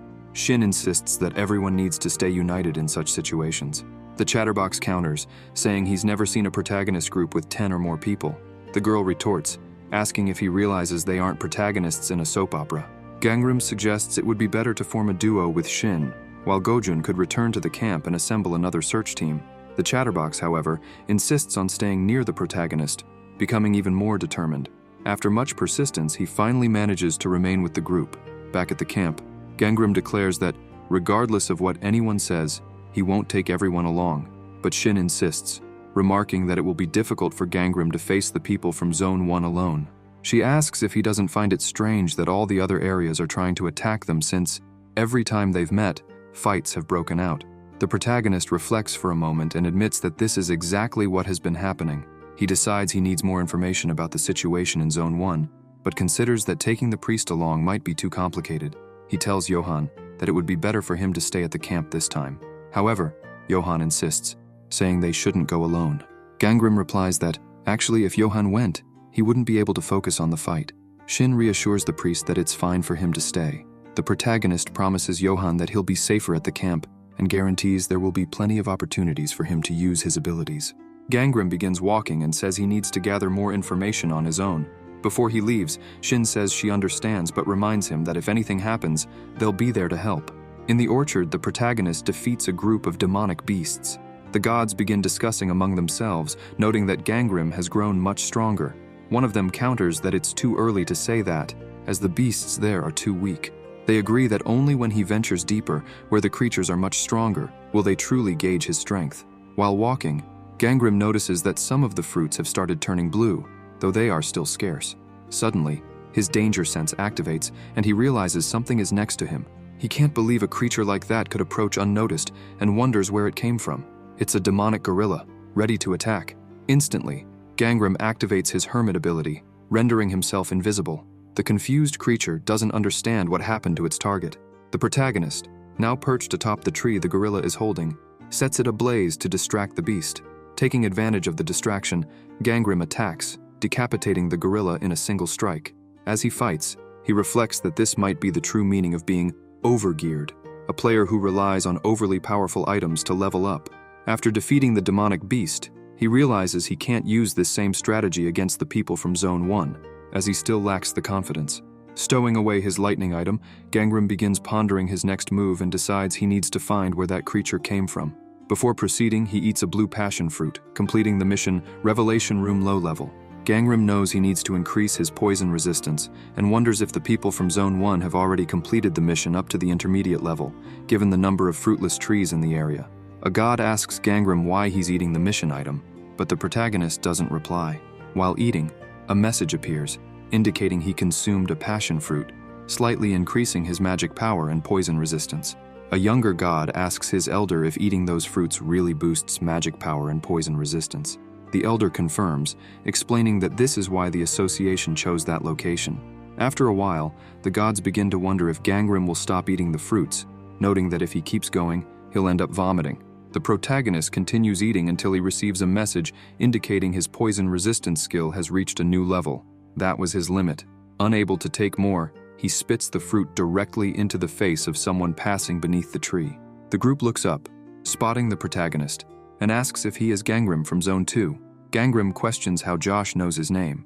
The man responds that it doesn't matter, but mentions that their captain wants to talk to him. He then asks if Gangrym would like to accompany them. Josh tells Gangrym that if he complies and comes along without complaining, they might even be kind to him. The protagonist recalls the group that tried to attack him on the first day, and figures these guys likely know them. The gods comment that Gangrym is a brave man who wouldn't bow his head to obey. Surprisingly, it doesn't take long for the protagonist to climb down the tree and announce that he'll go with them. This decision even surprises the gods. After some time walking, they arrive at the Zone 2 camp. Josh informs Gangrym that the captain is in the deepest part of the area. Gangrym notices that everyone is staring at him and realizes that Zone 2 has twice as many people as Zone 1. The crowd seems impressed to see him, as he is quite well known. When they reach the captain's tent, Hong immediately recognizes him. The protagonist asks for his name, and the captain replies that he is Hong, the captain of Zone 1, and that it is a pleasure to meet him. Hong is of primary ghost rank with the other attribute. Gangrym is impressed by the weapon the man possesses, especially considering they are still in the 5th room. It's the Skybreaker Halberd, a tertiary dragon-ranked replica, a long-range weapon that allows versatile attacks such as thrusts, slashes, and stabs, with high attack power. The protagonist understands why Zone 1 dominated so many attacks in his past life but shows no intimidation. He asks the captain what the purpose of this conversation is. Pointing his weapon at Gangrym, Hong replies that it's simple. He wants them to work together. The protagonist comments that if that's all, it seems he won't be able to meet the requirements. He then turns and begins to leave the tent, saying that if that's all, he's already on his way out. However, 2 swords cross in front of Gangrym, blocking his exit. He notices a large number of people ready for combat. Hong explains that Gangrym misunderstood and now must cooperate, even against his will. If he doesn't cooperate, he will die right there. Gangrym then reveals an item and declares that if they kill him, they will deeply regret it. The captain is surprised to see the item. It's the princess's revenge symbol. This special item ensures that if the bearer is killed by a human, the killer will be marked with the revenge symbol and become the target of the captain of the princess's Destiny Protection Association team. Hong realizes the gravity of the situation. If he kills Gangrym, he would be doomed, as the princess's team captain would hunt him down for revenge. He recalls that the person who sent that weapon to Gangrym was at the same level as the princess, who had promised a reward for the attack. The captain asks Gangrym if he also received a message. Surprised, the protagonist confirms and learns that Hong also received a message. Gangrym remembers receiving a message from the princess while in the lobby. We propose a challenge in the next demonic zone for the trainee with the highest overall ranking. Achieving the top rank among the challengers of the Great Tongue Room will ensure additional rewards upon success, as well as temporary items to aid in the room's attack. This message was sent by the captain of the princess's team, from Team 2 of the Soul Branch of the Destiny Protection Association. Gangrym deduces that Hong received his weapon from the captain of the Zone 1 team, and that there seems to be some sort of competition between the team captains. The Zone 1 captain orders everyone to listen and declares that Gangrym cannot be killed, as he possesses a peculiar item that would result in the death of his attacker, even in the case of accidental death. The protagonist asks if he can leave now. Hong replies no, asserting that he will keep bothering Gangrym until he dies. He then launches an attack, but it fails. Gangrym notices Hong's movement and dodges the strike, saying that he wouldn't have come here if he thought they could capture him. He then engages in hand-to-hand combat with the camp guards. After defeating the first 2, he activates his hermit ability. Everyone is shocked to see Gangrym disappear, but the captain orders everyone to grab their weapons and surround the area to prevent his escape. The protagonist reappears, attacks a guard from behind, and vanishes again. He continues repeating this strategy, systematically defeating most of the group. The remaining guards, frightened, hesitate, but Hong orders them not to scatter, to close off the area, and warns that Gangrym isn't teleporting but simply turning invisible, which could create openings for him to move. Gangrym thinks it's already too late for them, as he had scattered several flammable fruits on the ground, emitting a sweet smell that distracted the enemies. While setting the camp ablaze, he admits he came out of curiosity, wanting to discover why, in his past life, he fought to the death. Now he knows it was because of the Destiny Protection Association. The fire spreads quickly through the camp, and demonic beasts begin approaching, drawn by the scent of the fruits. Gangrym walks away from the camp, reflecting on what Shin had said about hostages and deaths caused by the first-place rewards. He decides he cannot allow the same to happen again. As he heads toward Zone 1's lodging, he considers his next move. After some time, Gangrym arrives at the lodging and dumps the blue fruits on the ground. He calls everyone's attention, and as they turn to him, he explains that, as they already know, there are other groups in the demonic zone. Last night, he discovered another group planning to attack them. He then makes a proposal. He picks up one of the fruits from the ground and explains that it's called Heavenly Aroma, an item that will help them complete the attack on this room. He offers the fruits for free, with one condition. Everyone must agree to leave before Zone 1's group arrives. He explains there are enough fruits for everyone and suggests that the remaining fruits be distributed to members not present. Everyone thanks Gangrym for his initiative. Shin approaches Gangrym and asks if he would also reach the intermediate level with this. Gangrym turns his face away and replies that it's none of her business. Gangrym knows Shin isn't the type of person to endanger her companions, either out of greed or for others. The protagonist walks toward the forest, stating that he isn't part of her camp. As he does so, he is confident that Shin will calmly evacuate everyone, though he knows that, in this life, she won't be his ally. The girl watches Gangrym as he walks into the forest but says nothing. The protagonist heads to the last place where he encountered the demonic monster. He is intrigued because the beasts appeared suddenly, which is unusual, as demonic beasts don't simply materialize. Being creatures that inhabit demonic zones, they usually create dwelling areas like nests. Gangrym decides to investigate where the monsters are coming from. Following a demonic gorilla, Gangrym finds a passage inside a tree but doesn't understand how the creatures can enter such a narrow space. He approaches and begins crawling into the tree. Inside, he realizes the space is much larger than he had imagined. Upon reaching the ground, he starts walking, using his flame ability to light the way. Gangrym discovers an impressive place, one that even the gods consider amazing. They wonder if it could be the monster's home. The gods urge Gangrym to be careful, as they don't know where the monsters might appear. The protagonist, however, knows that this place is merely a crossing route for the monsters, not a battlefield, and recognizes it as the most dangerous spot in the entire demonic zone. Approaching another tree, Gangrym finds a new passage and concludes the demonic beasts might be deeper inside. He climbs the tree and picks a lucky fruit, fulfilling one of the conditions to complete the Great Tongue Room. As he descends, he thinks that now he only needs to get out without being caught, and everything will be resolved. However, an explosion occurs near where he is. Zone 1's group has also entered the location. Hong thanks Gangrym for finding the place, revealing that they've been following him ever since he visited the Zone 2 camp. Along the way, they found a girl. The protagonist freezes when he realizes that Gyul is with those lunatics, even dropping the fruit in shock. Hong taunts Gangrym, saying that even if he couldn't kill him, he could still kill his companions. He declares that if Gangrym hands over the fruit, he'll spare the girl's life. The protagonist, still frozen, says he has nothing to give and steps on the fallen fruit. He tells Hong that if he wants the fruit, he should climb the tree and get it himself. Hong orders his subordinates to climb the tree and pick the fruits while he holds the hostage. The henchmen eagerly rush to obey, asking their boss if he'll share the reward. Gangrym remains still and demands Hong release Gyul.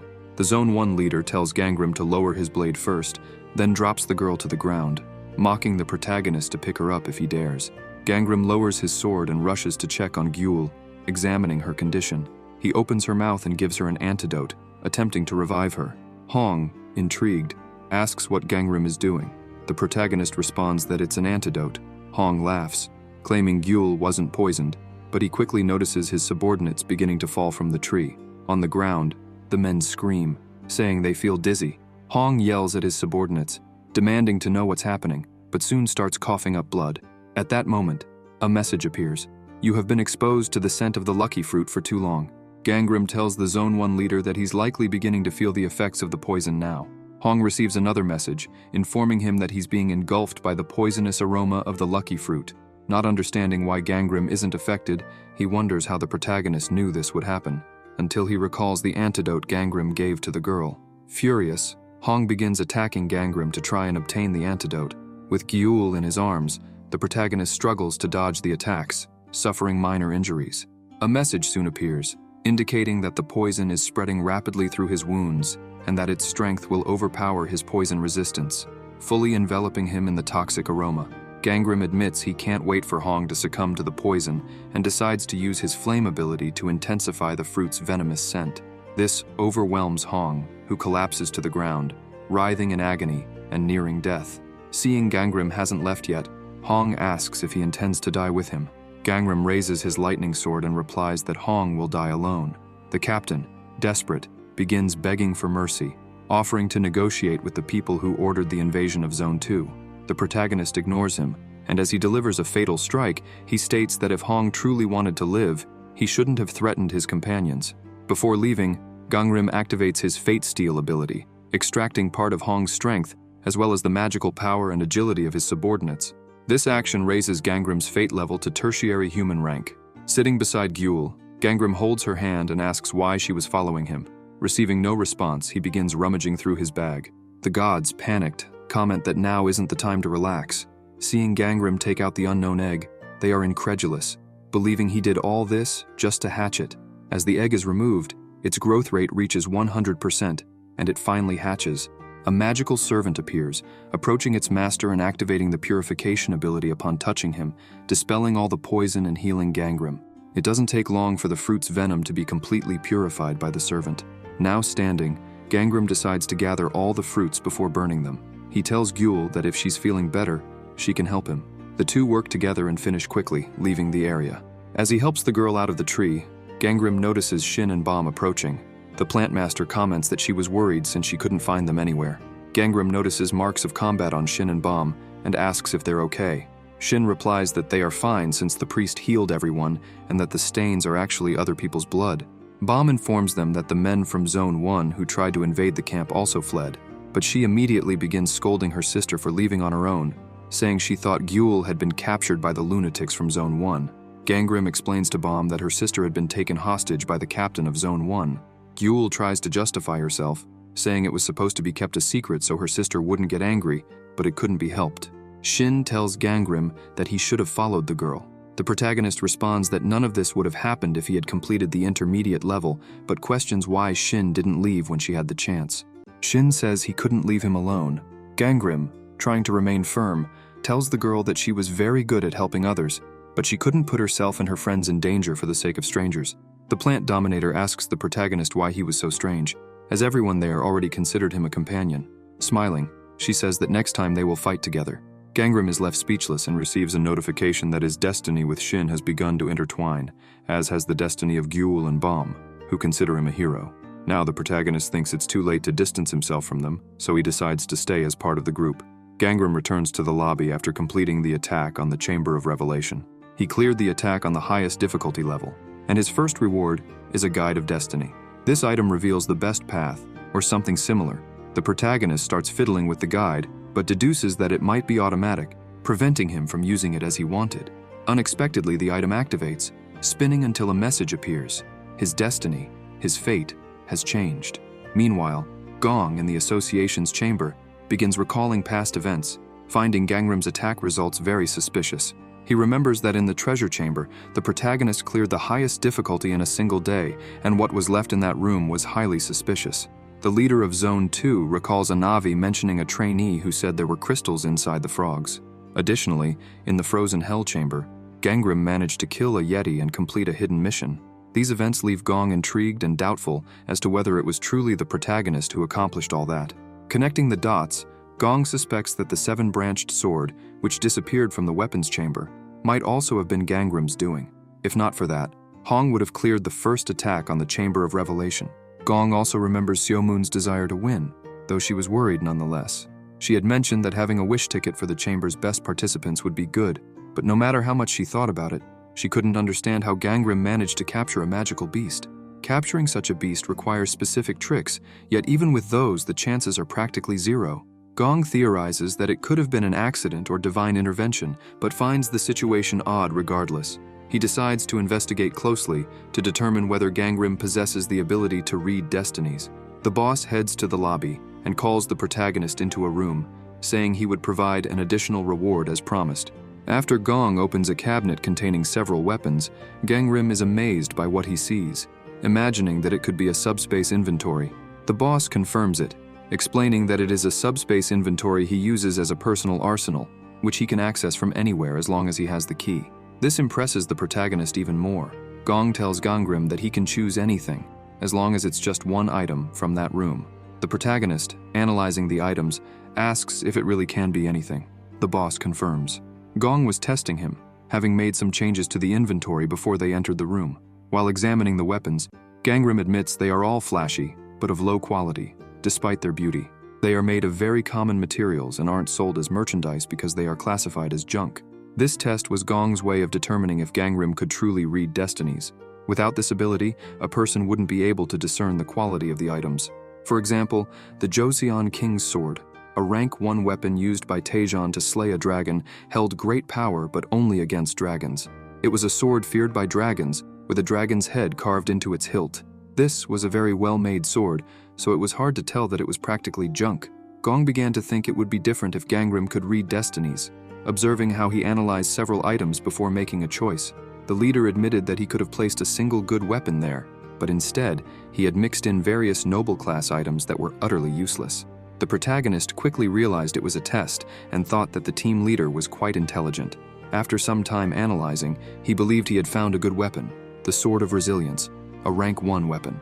Gangnam hadn't expected the item to have such a rank and began to suspect the room wasn't ordinary. He deactivated his ability to see through destiny and became certain it was a test. He now noticed that the team leader seemed suspicious from the start, as he wasn't wearing the mask and gloves he always used.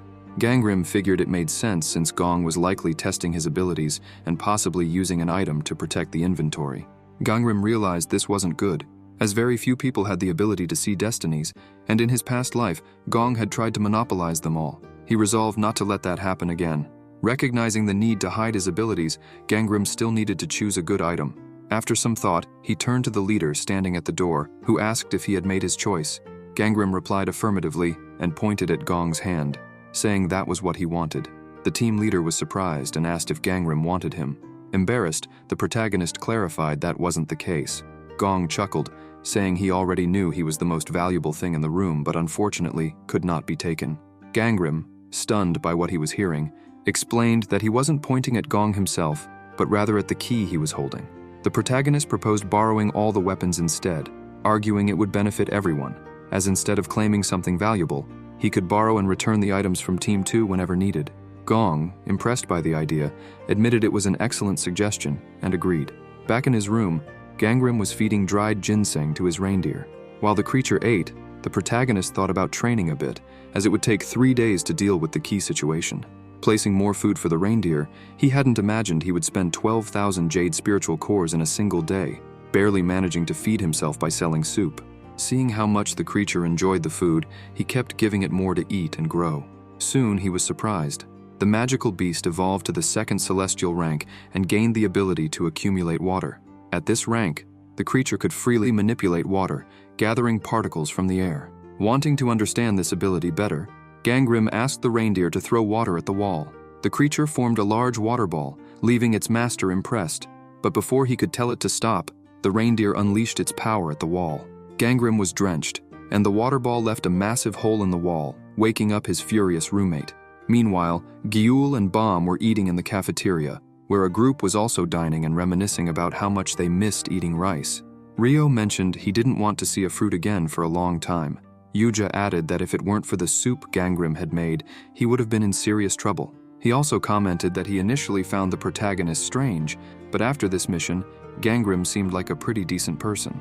Ryo disagreed, saying he had always thought Gangnam was cool, and perhaps they had never truly noticed it before. He recalled how the protagonist had helped him when he was surrounded by demons in the snowy mountains, and again when he was bitten by a beast.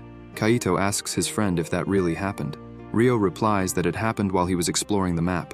After hearing his friend's story, Kaito comments that, on top of everything else, Gangnam had given them the mission fruit for free, proving he was really a good guy. The protagonist arrives at the cafeteria to eat and runs into Sungwon, who, upon seeing him, says he didn't expect Gangnam to be the first to complete an attack in any chamber. Gangnam asks if Sungwon himself had ever been the first to complete an attack. The magnate starts boasting, saying he was the first to complete the low difficulty level in the Chamber of Revelation. As they walk, the protagonist humors Sungwon, even though he finds his story dubious. After hearing how Sungwon was the first to succeed, Gangnam tells him he's impressive. Sungwon then suggests they chat since, now that they were in the lobby, none of the others could compare to them. Before Gangnam can say anything, Sungwon invites him to eat rice and have a drink. He orders 2 drinks from the mascot, but the screen shows he doesn't have any spiritual cores left. Sungwon, irritated, tells the mascot to give them just 1 drink and promises to pay double later. The mascot holds up a sign that says, "Shut up, pauper," and slaps Sungwon in the face. Furious, Sungwon shouts that it's absurd since they don't know who he is. The mascot ignores him, and Sungwon's loud protests start attracting attention. Ganggrim, trying to calm him down, says he'll buy something to stop the yelling. Sungwon quickly changes his tone and asks if Ganggrim can pay. Already tired of the commotion, Ganggrim says he still has some spiritual cores in his wallet. Approaching the mascots, he asks how much the drinks cost. The screen shows free drinks for VIPs. The mascots begin preparing the drinks. Seeing this, Sungwon asks why Ganggrim is a VIP. Ganggrim guesses it might be because he spent 12,000 spiritual cores earlier and asks the mascot for just 1 drink. Sungwon is shocked, realizing how many cores that was for a single person. The mascot serves the drink to Ganggrim and stares at Sungwon, who becomes so enraged that he punches the mascot, shattering the glass along with the drink. Bom and Gyul, nearby, are startled by the scene. Ganggrim, not pleased with Sungwon's behavior, asks why he did that. Sungwon tells him to shut up, calling him a traitor, and stomps away grumbling. Ganggrim doesn't understand why he was called a traitor, but Bom approaches and asks if he's friends with the magnate. The protagonist replies no. Meanwhile, Gyul checks on the mascot and suggests taking it to the infirmary to make sure it's okay. She also asks why Ganggrim was hanging out with that man. Ganggrim explains they're roommates and had ordered lunch together after he broke the wall with the magical beast. The girls, curious, ask about the magical beast. Ganggrim shows them the reindeer, and they're enchanted. Bom asks what the creature's name is. The protagonist jokes, saying it's just Beast. Gyul scolds him, saying he should give it a real name. Bom agrees. After thinking for a while, Ganggrim decides to name her Rini. Upon naming the beast, her rank increases to Precious, and she gains the ability Magnetic Horns. This celestial first-rank ability allows her to attract metallic objects or change their direction. Gyul asks if Rini evolved or something. Ganggrim, impressed, admits he didn't know she could do that, saying she truly feels like his now. Bom tells the protagonist it's thanks to them that he made this discovery. Smiling, the protagonist says she's right, and thanks both of them for their help. Gyul covers her sister's mouth and suggests to Ganggrim that he take the 2 of them on the next mission. The protagonist replies that they were already going together anyway. A week later, the door opened, and they entered the Serpent Room, where they were tasked with protecting something for 168 hours. Rio wonders what they are supposed to protect, and starts imagining that it might be the shed nearby. Achatsia comes out of the shed and greets everyone, introducing himself as Jung, the person in charge of the room. Before Jung can continue his explanation, Shin asks Bom if she knows anything about this. The girl says that, thinking about it, this room also has a mission window like the others. Ganggrim, however, is confused, as he doesn't understand why the association didn't send a Navi, since it wasn't like this in his past life. Jung asks everyone for their attention and says the association has just updated and sent the mission details to everyone, but he will still provide an explanation. Some people hadn't even read the details sent to their devices at the start. Jung explains that the mission is straightforward. They need to protect a snake. Some people are surprised by the simplicity of the task. Jung clarifies that, more specifically, they must tame and protect a snake by tying a friendship symbol, a piece of cloth, around its neck. After explaining, he asks everyone to come forward to collect a cloth so they can start looking for a snake. The details of the Serpent Room are as follows. Each person must tame 1 snake, tie the friendship symbol around its neck, and protect it for 168 hours. The second rule is that they are free to leave the Serpent Room, but if the snake dies while they are away, the mission will be considered a failure. The third condition states that the snakes cannot leave the room, but can be left in the care of the room manager for up to 6 hours per day. During this time, the snake will be protected, and in emergencies, the mission will continue as long as the snake remains alive. The fourth rule is to be careful not to confuse a snake with a serpent. Everyone begins searching for snakes across the map. Bom and Gyul are looking together, but since they aren't finding any, the archer suspects there might not be enough snakes for everyone. Gojun manages to catch 2 snakes and, comparing them, wonders if there's a larger one somewhere. The priest, while searching, is startled by a snake striking at him and nearly getting bitten. Seeing this, Shin warns him to be more careful. Sungwon finds a snake and ties the cloth around its neck, triggering a message that he must protect the snake for 168 hours. He hands the creature to his subordinates, telling them to take care of it. One of them suggests that it would be better for the magnate to stay close to the snake, but he refuses. insisting that they take care of it while he walks away laughing, bragging that he caught a snake before Gangram and might even complete the mission first. His subordinates are reluctant, noting that this goes against the rules and questioning why Sungwon seems so bent on getting revenge on Gangram.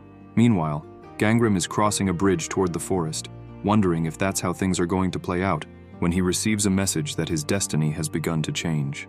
He imagines it's because he was the first to complete the mission in the Chamber of Revelation, unlike in his past life. He also notices that the association kept the room closed for a longer period this time, and even changed the person in charge. Gangram admits that many things have changed, and he doesn't know exactly why. Once again, a message appears, saying the protagonist's destiny has begun to change, and that everything will return to normal if he goes back to his original place. He begins to think this has to do with what he's trying to accomplish. The item, the symbol of friendship, was a personal item, and equipping it on a monster reduced its hostility. The effect varied depending on the target's rank. The protagonist had been standing still for a while, unsure of what to do. The gods began asking if he wasn't going to look for a snake, and if not, they might entertain themselves with him. Gangram admitted he was going crazy and that staying there thinking wouldn't help. He decided to act. Taking off his shirt, he called Rini to join him and jumped into the river. The gods were baffled, not understanding what the protagonist was doing. Underwater, Gangram began searching for a snake. The guardians questioned why he would look for a snake in the water and wondered how long a human could hold their breath. Thanks to his water attribute, the protagonist's breath-holding duration was increased by 20%. He asked Rini to activate her water accumulation ability. A message appeared. Gangram was affected by the ability and could now breathe and move freely underwater. It didn't take long before he spotted a snake crawling along the riverbed, but he ignored it and swam deeper. The gods asked why he didn't catch the snake nearby, but Gangram paid no attention and kept diving. The guardians thought it was impossible for there to be snakes in such a place. Hearing this, Gangram realized they didn't understand his true intention. He wasn't there for just any snake. He was after something stronger. Suddenly, Gangram sensed a monster behind him, ready to attack. He immediately used his weapon to block the creature's assault. He had equipped General Wushu's halberd, capable of withstanding such a monster. Holding the creature's tongue in its mouth, Gangram observed it and thought it was too big to be a snake, but too small to be a dragon. It was exactly what he was looking for. All he needed to do now was tie the symbol of friendship, and he would be done. As he was tying the item to the monster's tongue, he realized it was building up a power inside its mouth that would attack him without warning. Rini activated her magnetic horns ability, creating a water current that pulled her master out of the monster's mouth just in time to avoid the attack. The creature didn't stop chasing Gangram, who remained inside the water current controlled by Rini. The monster changed direction and aimed for the reindeer, but before it could reach the magical beast, the protagonist began tying the symbol of friendship to the serpent. The serpent resisted, but Gangram held on tightly, refusing to give up until he successfully tied the cloth around the serpent, which now obeyed his commands. The gods were impressed, marveling at how Gangram had managed to tame a serpent. However, they questioned whether the creature's angry eyes might indicate it still saw him as an enemy. Gangram signaled the serpent to leap out, and it obeyed, jumping out of the water while its master held on. Once outside, the protagonist petted the creature and told it he needed to protect it for a week, though he knew it wasn't necessary. He explained that the cloth would disappear in a week, and in the meantime, the serpent should stay in the water as much as possible. Listening to him, the serpent dove back into the river. The gods wondered if the protagonist wouldn't spend more time with the creature, but then realized it was a serpent and didn't need much protection. Gangram, now laughing to himself, enjoyed the thought of having a week off after completing the task. The guardian reminded him not to leave the serpent alone, as they were now friends. The protagonist headed to the forest to hunt monsters and level up. After defeating a group of beasts, his strength evolved to level 26. Along with his strength, his speed and perception also reached level 26, while his mana and energy increased to level 23. Gangram acknowledges that, even though his stats are improving, it's a shame he can only level up by hunting, now that all he needs is to collect spiritual cores. He tells Rini to rest for a bit. The gods comment that the magical beast is very kind, and it's unfortunate she doesn't like blood, as she could be much more useful, but they recognize that she did a good job helping the protagonist earlier. While collecting the cores, Gangram notices that Rini doesn't seem well, and assumes it must be hard for her to go out hunting since she dislikes blood. Suddenly, he hears screams coming from not too far away and wonders why people are fighting in a beginner's room. He suspects it might have something to do with Zone 1's group, so he quickly calls Rini to go check it out. At the waterfall, Gangram sees Sungwon arguing with his subordinates, shouting that he won't pay them if they continue like that. Gangram stays alert, trying to understand the reason behind the commotion. Ravi, furious, declares he'll give back the magnate's money and that Sungwon doesn't need to count on them for anything anymore. He turns and begins to walk away, saying he's leaving because he's had enough. Amit tells Sungwon that he too is tired of hearing him say that Gangram is better, and if that's all he's going to talk about, he should have just called Gangram from the start.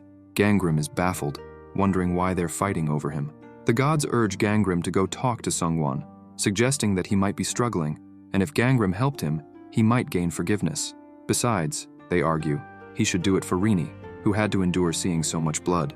The protagonist starts to wonder if the magnate is angry with him because of what happened in the cafeteria. Feeling a twinge of guilt, he calls out to Sungwon.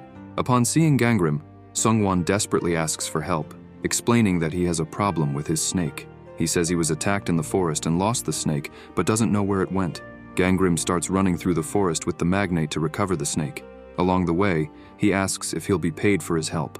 Sungwon, irritated, retorts that he hasn't even gotten lunch yet to fix the hole in the wall. Gangram stops running and says he doesn't work for free, suggesting Sungwon pay him back for lunch later. Furious, Sungwon agrees to pay 2,000 for the job. Gangram questions how he can afford to pay now when he claimed to have nothing before. After the payment transfer is complete, a message pops up for Sungwon. The life of the target equipped with the symbol of friendship is below half. This sends Sungwon into a panic as he shouts that his snake is dying and they need to find it immediately. It doesn't take long for Gangram to find the magnate's snake, which is being attacked by someone from Zone 1. Before the person notices, Gangram approaches and blocks the attack just as it's about to hit the snake. Akira demands to know which district Gangram is from, arguing that he found the snake first, and Gangram should go find another. The protagonist grabs the snake and tosses it to Sungwon, who's approaching. Sungwon frantically tries to stabilize the snake, even pulling out medicines to save it. Akira is left speechless, watching the scene. The magnate then turns to Akira and demands to know why he was trying to kill his snake, pointing out that it already had the symbol of friendship and that Akira should go find another snake to protect. Akira asks why he would do that. Gangram explains that the mission in this room is to protect a snake. Akira, confused, replies that his mission is to kill a snake. Sungwon and Gangram are shocked to hear this. Gangram immediately recalls that the mission is different from his past life and realizes that the change in his destiny means that, in his past life, everyone's mission was to protect the snakes. Back then, they could even cooperate with people from District 3 to protect the snakes from other monsters. The protagonist remembers the man who led the other team in his past life and had attacked and killed the river serpent. Recalling this, he panics, especially when he receives the message that the target equipped with the symbol of friendship is under attack. He deduces that if someone from District 3 is attacking the monster, it must be the same man who helped Shin in his previous life. Jang is being attacked by the serpent, but manages to dodge. Facing the creature, he wonders if it might even be a dragon. He decides to kill it and charges forward to complete his mission. Gangram approaches to defend his beast and confirms that it is indeed the person he was imagining. Jang lands a few punches on the serpent, nearly defeating it, when Gangram steps in to defend it. At the same time, Rini uses her water control to shield the monster. The boxer demands to know what Gangram is doing, blocking his attacks. Seeing him up close, Gangram recognizes Jang and recalls that they were friends in his past life. The boxer, a celestial second ranker, was affiliated with the secret gate. Gangram remembers their last conversation before Baek killed him. He admits that this is the same Jang from his past life and feels happy to see him again, even though he hadn't expected it. Jang, on the other hand, says this is his first time seeing Gangram and claims he spotted the monster first. Gangram tells the serpent to return to the water and not come back up. Confused as to why the creature fled, Jang grows irritated and declares he'll kill Gangram instead. Seeing this reaction, Gangram remarks that this is indeed their first time meeting in this life, explaining that in their past life, they met through the guild. He also notices that Jang's appearance is different and that he's not with Harang. Gangram recalls a past conversation where Jang mentioned being grateful they had met in the magical castle, as he had been a bit rude before. Observing him now, the protagonist imagines that if he had met Jang earlier in his past life, things might have turned out like this. Gangram tries to calm Jang, telling him to find another snake because this one is already his. The bad boy doesn't understand and asks why it's his but doesn't wait for an answer, launching an attack and declaring he'll take Gangram down first. Gangram dodges without much difficulty, but Jang doesn't relent and attacks again. This time, Gangram defends himself with his sword, and upon feeling the impact, admits that Jang wasn't lying about his dark past and strength. The boxer asks why Gangram is laughing, wondering if he finds the situation amusing. The protagonist replies that it is amusing because Jang is alive. He switches his attribute to fire and counters. Seeing that Jang defends easily, Ganggrim acknowledges that Jang has more skill and strength than he does. He wonders how he's being overwhelmed despite being obviously stronger. Jang counterattacks, telling him to shut up, but in doing so, leaves an opening. Ganggrim seizes the opportunity, striking Jang in the stomach and knocking him to the ground, leaving him defenseless. Ganggrim admits that he managed this because he knows Jang's fighting patterns, but doesn't let his guard down, placing his sword at Jang's neck and asking if they shouldn't stop there. Jang agrees and runs off, shouting that he'll beat Ganggrim later. Ganggrim watches him leave, finding this version of the boxer amusing, but also worrying that if Jang continues like this, he might not bond with Shin or return to the Secret Gate Guild. The protagonist also fears that if the plant dominator meets this version of Jang, he might end up dead. But now that he's aware, Ganggrim resolves not to let it happen. By late afternoon, Ganggrim approaches Sungwon, who is furious with the Chachia, accusing him of failing to warn them that people from other districts would be trying to kill the snakes. Jung responds indifferently, asking if it would have made any difference, since one of the mission's requirements is to protect the creature. The magnate grabs the Chachia by the tie but reconsiders, ultimately doing nothing and walking away, grumbling as he always does. The protagonist greets Jung, who, upon seeing him, says he's free to ask anything. Ganggrim asks why the goal of the Guardians of Destiny, which was supposed to help people awaken their blessings and grow stronger, now involves creating deliberate conflict between districts. Jung explains that the aim was to heat things up a bit for challengers who weren't yet very skilled. Ganggrim questions which challengers those might be. Jung smirks and says he doesn't understand why Ganggrim is complaining since he just benefited by receiving an item from a guardian. The protagonist can't believe a Chachia is trying to pin the problems on him. Smiling, Jung adds that this time the association hadn't done anything too extreme, and if Ganggrim cooperated a little, he'd clear the room quickly. Ganggrim dislikes Jung's attitude but chooses not to respond. The next day, the protagonist returns after resting in the lobby. 22 hours had passed since his snake was being protected. The gods are excited to see Ganggrim back, eager to watch him in action again. Upon arriving, Ganggrim wonders if anything happened while he was away, but since there were no notifications about his snake being attacked, he assumes everything is fine. Suddenly, he senses something approaching him and grabs his sword. He sees a figure crossing the bridge quickly, causing an explosion as it lands. It's Jang, who punches the ground and announces he's been looking for the protagonist. Ganggrim asks what he wants. Jang prepares a strike, saying he just wants to return the favor from before, and launches an attack. The protagonist defends himself with his sword, blocking the blows, but it doesn't take long for him to recognize Jang's fighting pattern and adapt. However, when Ganggrim least expects it, Jang switches to using kicks. Though surprised, Ganggrim manages to block and remarks that things won't be as easy as before since his opponent has changed his attack pattern after realizing Ganggrim was blocking everything. But as Ganggrim watches Jang's footwork, he remembers this was a fighting habit Jang had in his past life and realizes it hasn't changed much. Jang laughs, saying he finally landed a hit. Ganggrim asks why Jang is so determined to fight when he could have just gone after another snake. Jang replies that it's because he lost before, and he hates losing. The protagonist recalls that Jang used to love fighting stronger opponents, but this memory feels faint since Ganggrim in his past life was never a worthy opponent. Now, however, Ganggrim finds it odd that Jang is happy to see him this way. Wasting no time, Ganggrim activates his flame ability, knowing he doesn't want to die and put everyone in danger. Jang says he's ready and dares Ganggrim to attack. The protagonist declares himself prepared and activates his combat instincts. The bad boy gets into position and taunts Ganggrim, asking if he really thinks he can defeat him, warning it won't be like last time. Now more in control of his abilities, Ganggrim blocks the first strike and compliments Jang, saying he's incredibly strong and that he likes it. Despite Jang's skill, he struggles to land a hit on Ganggrim, who manages to grab his arm and strike him with his sword, commenting how thrilling it is to take down strong opponents.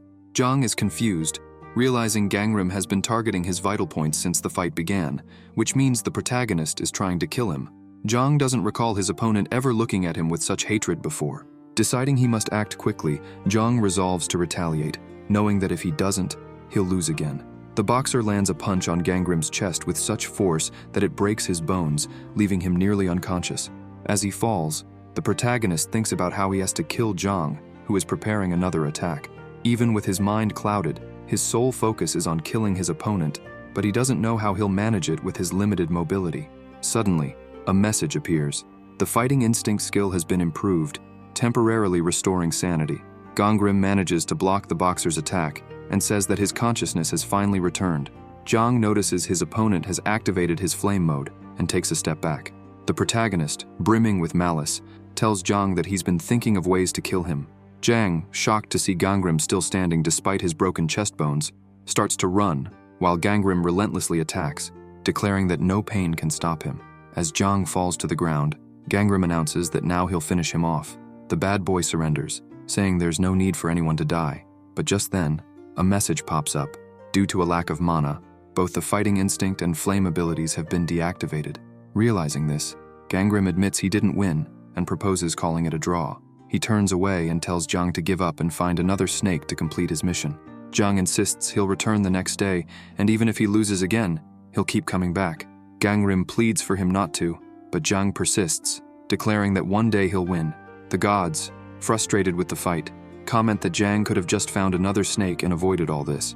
Gangnam returns to the lobby to recover, thinking about how stubborn Jang is and how much he hates losing, which means he won't stop anytime soon. At the recovery room, Gangnam sees some people talking to Anavi, visibly upset. They're furious with the people from District 3 trying to kill the snakes, and to make matters worse, they can't even find another snake to protect. Anavi explains that District 2's mission is to protect the snakes, and since they've failed, they should understand that they'll be disqualified once the mission period ends. The people are outraged at the association for not warning them about this earlier. Gangnam, intrigued to learn that this is District 2's mission, takes the opportunity to whisper an idea into Anavi's ear. The Chachia apparently likes the idea and comments that it might work. Back in the room, the protagonist admits it's now practically impossible for him to lose. He summons Rini and begins hunting in the forest. However, at the 49-hour mark of protection, Jang returns to fight him. The same thing happens at the 75-hour mark, and again at 100 hours, but each time, the boxer fails to win. Jang returns yet again the next day, at the 119-hour mark, and once more at 145 hours.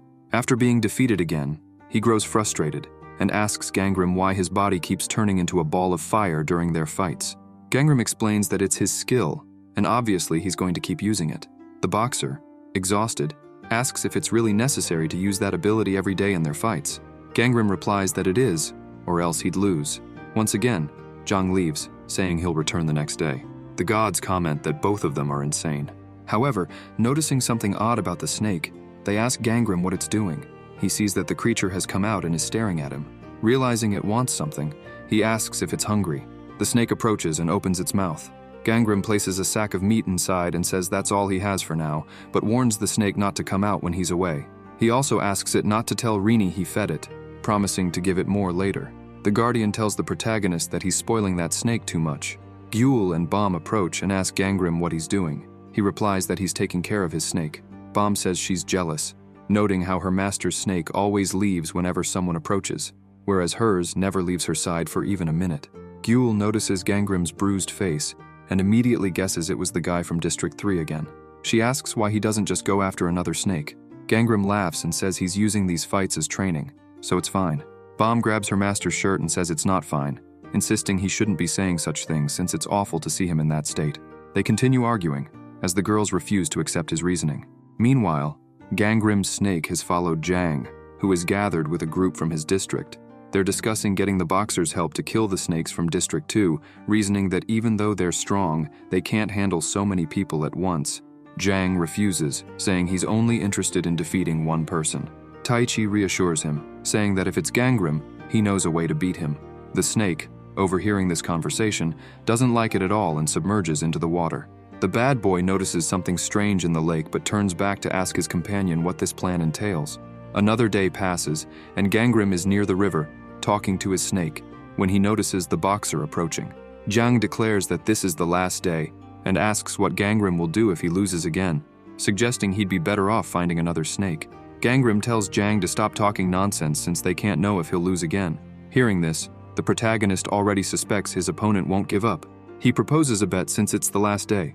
Gangnam says that if he wins, Jang must do whatever he asks. The boxer asks what happens if it's the other way around. Gangnam activates his flame ability and confidently says there's no chance of him losing. The bad boy takes a deep breath and states that he would now win. Gangnam asks the serpent to hide in the meantime. Jang activates his power and says that the protagonist's ability would no longer be a problem, then charges in and manages to break through the fire barrier. Even so, The protagonist manages to block, but keeps wondering how that happened. He activates the ability to see through destinies, which allows him to learn more about his opponent. After checking his skill window, he identifies that the boxer has an attribute resistant to fire. Zhang breaks the protagonist's sword and asks what had happened, as he thought he would win. Smiling as the weapon shattered, he says it's a pity, and he would be the winner. But suddenly, the fight shifts. Gangrim lands a strike, hitting the bad boy, leaving him surprised. Zhang, injured, begins to wonder what happened. The protagonist's mood had shifted, and he was now using his lightning sword. The boxer, seeing this, says he never imagined the other could have a secret weapon. Gangrim wastes no time and goes on the attack, but Zhang still doesn't give up and begins to activate another ability, saying he also had a trump card. Then, he activates his untouchable and sensitivity abilities while creating a spear. The protagonist is surprised to see it, and even the gods are astonished by the spear. Zhang throws his weapon at Gangrim, who manages to block it despite its immense power. The protagonist's combat instinct ability is deactivated while defending against the attack. Struggling, he doesn't know why that happened, so he tries to reactivate it until he succeeds. Realizing he would have more difficulty than in previous fights, he admits he had to win no matter what.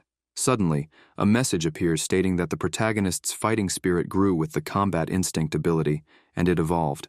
A sight appeared in front of Gangrim's eye, tracing a path leading to his opponent's weak spot and several alternative routes to reach it, making the protagonist think it's part of the ability. Now, Gangrim could see where Zhang would attack and his weak points. The protagonist wastes no time and charges, relying on his new ability, now more confident of victory. The boxer, seeing how the protagonist was moving, is impressed that he is still standing and suffers a swift attack he can barely avoid.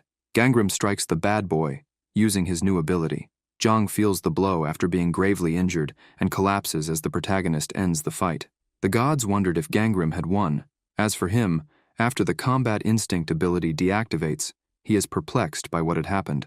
The gods still didn't understand what occurred in the battle, as they were shocked to see the boxer's spear. Moreover, they thought Zhang might lose his life. The protagonist, seeing his opponent's state, quickly approaches and thinks he went too far, deciding to take the boxer to the priest. But while crouched, he realizes he is being attacked, dodging and noticing it was a gunshot. Zhang's group of friends was approaching, ready to attack. Taichi, who fired the weapon, tells everyone to attack. The protagonist deduces they might be idiots from District 3, so he decides to use a healing potion on Zhang for the moment. But before he can do anything, something happens that paralyzes him, making him drop the antidote vial. He notices the ground beneath him turn to mud, and he is now sinking. Seeing how his opponents were positioned, he deduces it was a magic weapon. Now sinking, he tries using fire and his sword to escape. The gods wondered who those people attacking Gangrim were, and as his strength waned, his flame ability deactivated. Even so, the protagonist had not given up. The entities began to think this might be the end for the protagonist, but unexpectedly, the serpent begins attacking. Surprising even Gangrim, the creature starts devouring members of the group, leaving the rest terrified. They start wondering if it was really a snake. They then start calling it a snake, which irritates the monster. Gangrim starts yelling, asking what they were doing, as it was a serpent. The protagonist remembers he had ordered the creature not to leave the water no matter what, because there was a rule: if you encounter a serpent, never call it a snake. It was forbidden to call a serpent a snake, but it seemed the group didn't know that, and kept confusing the creature, trying to attack it. The protagonist shouted for them to get away from her. While the group was thinking about defeating the serpent, it suddenly began to change its form. This made them even more frightened, saying it looked strange. If a serpent is called a snake, it does not become a dragon. Filled with rage and hatred, it transforms into a demonic beast. After the transformation, the creature began attacking the group, who tried to flee desperately. A message appeared to the protagonist that he was protecting a demonic beast for 168 hours. Seeing everything happening, he grabbed Zhang to get him out of there, and thought that if the creature at least recognized him, he still had a chance. The beast was furious, and started spitting fire at everyone present. This made the protagonist think that everything was now lost. The creature was enraged, and the gods couldn't believe the fools hadn't read the instructions. Now, the serpent had become a rank 3 demonic beast. A serpent that failed to transform into a dragon possesses both poison and fire attributes. The deities, seeing the state of the beast, admitted that things had worsened for the people nearby who could see it and were terrified. It wasn't long before a Chaisha announced to all present participants that a draconic-class monster had appeared in the room. Baum and Gyul were on alert after hearing the announcement. Other members began running to leave the forest, as the beast was burning everything. Sungwon told his teammates to wait for him because he couldn't run that fast. Everyone was desperate, and Jung announced that everyone should gather at the sacred tree for safety. Shin used her ability to create plants to defend those who were lagging behind. She helped ensure that everyone could leave the forest. The protagonist didn't stop running while carrying Zhang and thought that things were worse than he imagined. The Chachia told all present participants that there had been a change of plans and that the Guardian of Fate had proposed a new mission. All those participating in the current room mission and present there would have their missions completed. Johan was near Goyun when the announcement was made. The Chachia concluded by saying there would also be an additional reward. The crazy writer liked what he heard, but the priest didn't. Gojuin remarked that it now seemed they had a boss in the room. It didn't take long for the protagonist to reach the sacred tree and realize that everyone was already there. He began calling for the priest, who soon responded that he was there. Gangrim took the boxer to him and asked him to heal him. Johan asked how that guy got so injured. The protagonist said it was his fault. Shin approached, running, and asked the protagonist if he was okay. He replied that he was, and that he wasn't injured. The girl asked if the injured guy was the boxer from District 3 who appeared to fight. Gangrim confirmed it. The plant tamer told the protagonist that his serpent should be fine and asked how he would proceed with the new mission. Gangrim stood up, looking at the beast, and said he thought he would go there alone because that demonic beast was the serpent he had been protecting. Shin was shocked to learn that. She couldn't believe that the beast was actually the protagonist's serpent. She asked if no one could defeat the beast. Gangrim said yes, but he also couldn't leave the serpent like that. Suddenly, Zhang woke up, and the protagonist was startled at how quickly he had healed. The bad boy told the protagonist he couldn't take the serpent's life. Gangrim asked what difference it would make. The boxer said that it was his mission, so the serpent's owner couldn't take the life of his own creature. The protagonist was impressed that the guy valued the honor of fulfilling something and said he didn't want the serpent to lose its life. The Chachia approached and said this was a problem. Gangrim asked why. Jung said that corrupted serpents needed to be defeated because they carried a great amount of heat and poison in their bodies, which could destroy the entire dimension.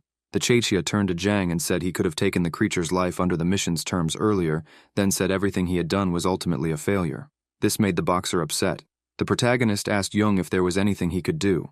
The Chachia replied that there was, but it was something he couldn't do alone.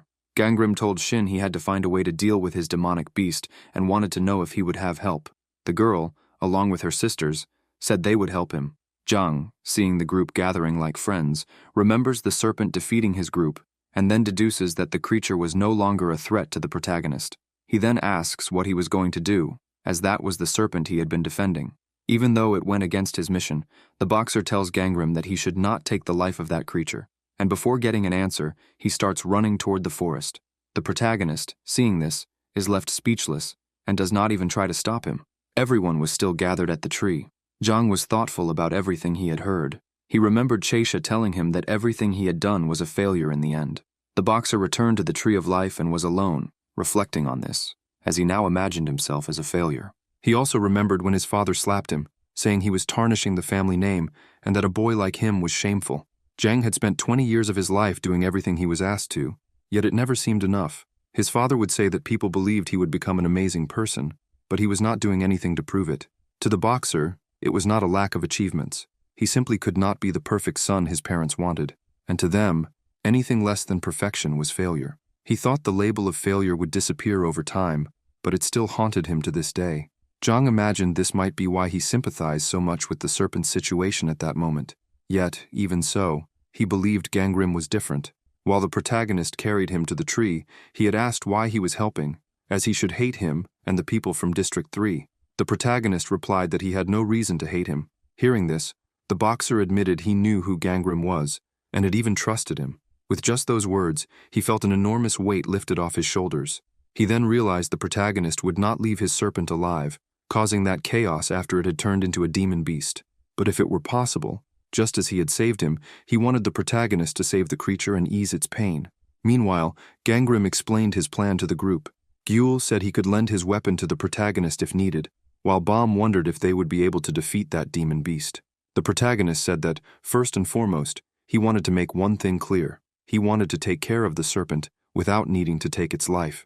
Gangrim finished explaining the plan, and soon Shin said it was worth a try. Baum asked if it would be better to ask others not to kill the beast.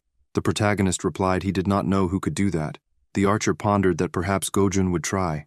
After she said this, everyone began to imagine that the lunatic might indeed do it. Gyul asked the priest what the writer's reaction was upon hearing the announcement. Johan said he had been very excited, saying it was a new raid. After learning this, Gangnam started looking for Gojun. The lunatic had just encountered the magnate's group and asked where they were going. Sungwon said they were fleeing to the lobby and asked if he intended to fight the beast. Gojun said there was no need to flee. The magnate said there was no need to fight either, as they just had to wait a day to complete the mission. He then started running, saying he would head to a safe place and that Gojun could fight the monsters alone. But Gojun grabbed Sungwon's serpent and activated his decomposition ability, telling the magnate it seemed his serpent had lost its life.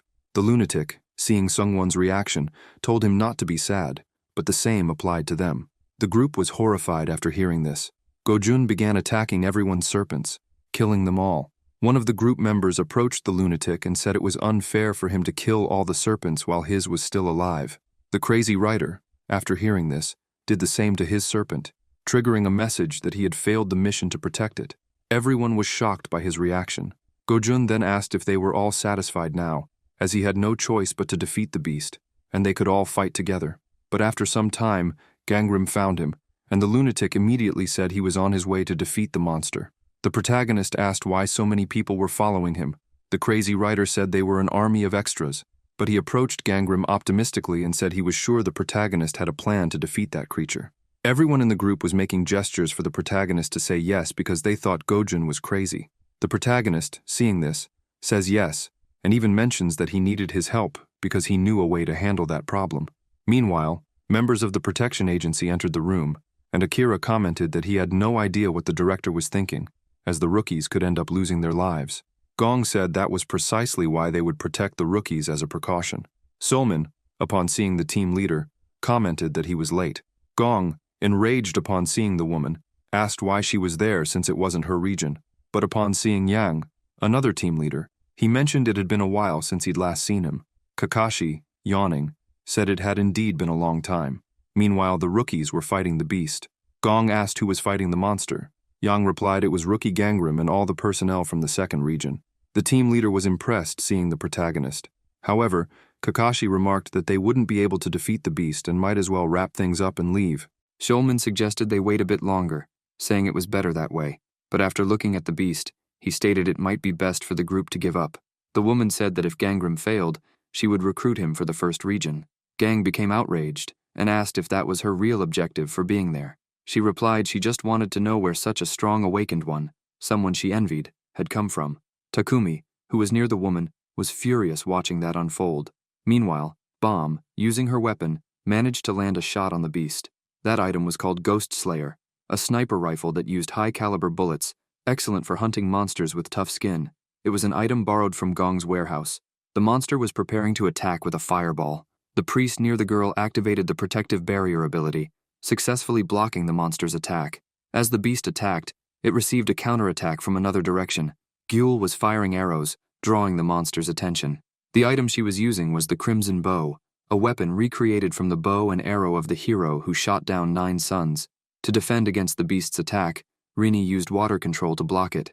Gong, watching from afar, wondered what they were doing since they kept missing their attacks. What irritated him even more was that those weapons weren't meant for people with such poor skills, and they might not defeat the beast at this rate. The monster began using its fire attack again, but for some reason, it no longer worked. Seeing this, everyone started charging at the creature, but due to the heat and poison emanating from the monster's body, no one could get close. Those who were near were struggling to hold their ground, but the order was for the high-resistance individuals to stay in front. The group further back debated if they could handle it and whether it might be better to surround the monster, but they hadn't given up yet. They started using the Ice Wall summoning ability, successfully pushing the creature toward the target location. The beast resisted, as it was extremely difficult to get close to it. Shin told those with water-type abilities to stay alert and extinguish the beast's flames while she restricted its movements. The girl activated the Daughter of Trees skill, successfully trapping the creature while others used the water bomb ability. The command was for them to keep going and ensure the fire didn't reach the plant. Some began activating the water cannon for additional power. Another group started pushing the monster using monstrous strength and physical reinforcement skills. Everyone was working to push the creature off the cliff and were getting close. However, the beast resisted and managed to break the ice around its legs, pushing the group away. They began saying they had reached their limit, but Gangrim insisted they push until the beast fell off the cliff. Gojun stepped forward and told all the extras to stay back. He placed his hand on the ground and activated his decomposition ability, causing everything to crack and the creature to plummet from the height. After it fell, a crow filmed everything so the protection agency members could see it. Yang was impressed by what he saw since he hadn't seen Gangrim until then, but now he stood atop the monster with his sword in hand. The protagonist, standing on top of the beast, despite his hands and legs burning, searched for a groove in the middle of its head, and, with difficulty, managed to locate it and drive his sword into the spot. Gong gets excited upon seeing that, and asks Kakashi if he thought the group would succeed now. However, Solman was not pleased at all, as she wanted to bring Gangrim to her side as soon as he failed the mission. Since she had lost the useful rookies from the first region, she needed to recruit someone from other regions, but now her plan would be ruined if they succeeded in defeating the beast. So she considers doing something to ensure their failure. But before she acts, she notices Gong looking confused by what he saw. The protagonist, on top of the monster, was searching for a sunken area in the middle of its head. Once he found it, he plunged his sword into it. Gangrim had shared his plan with Gojun, suggesting it might be worth trying. The protagonist said there was only one problem.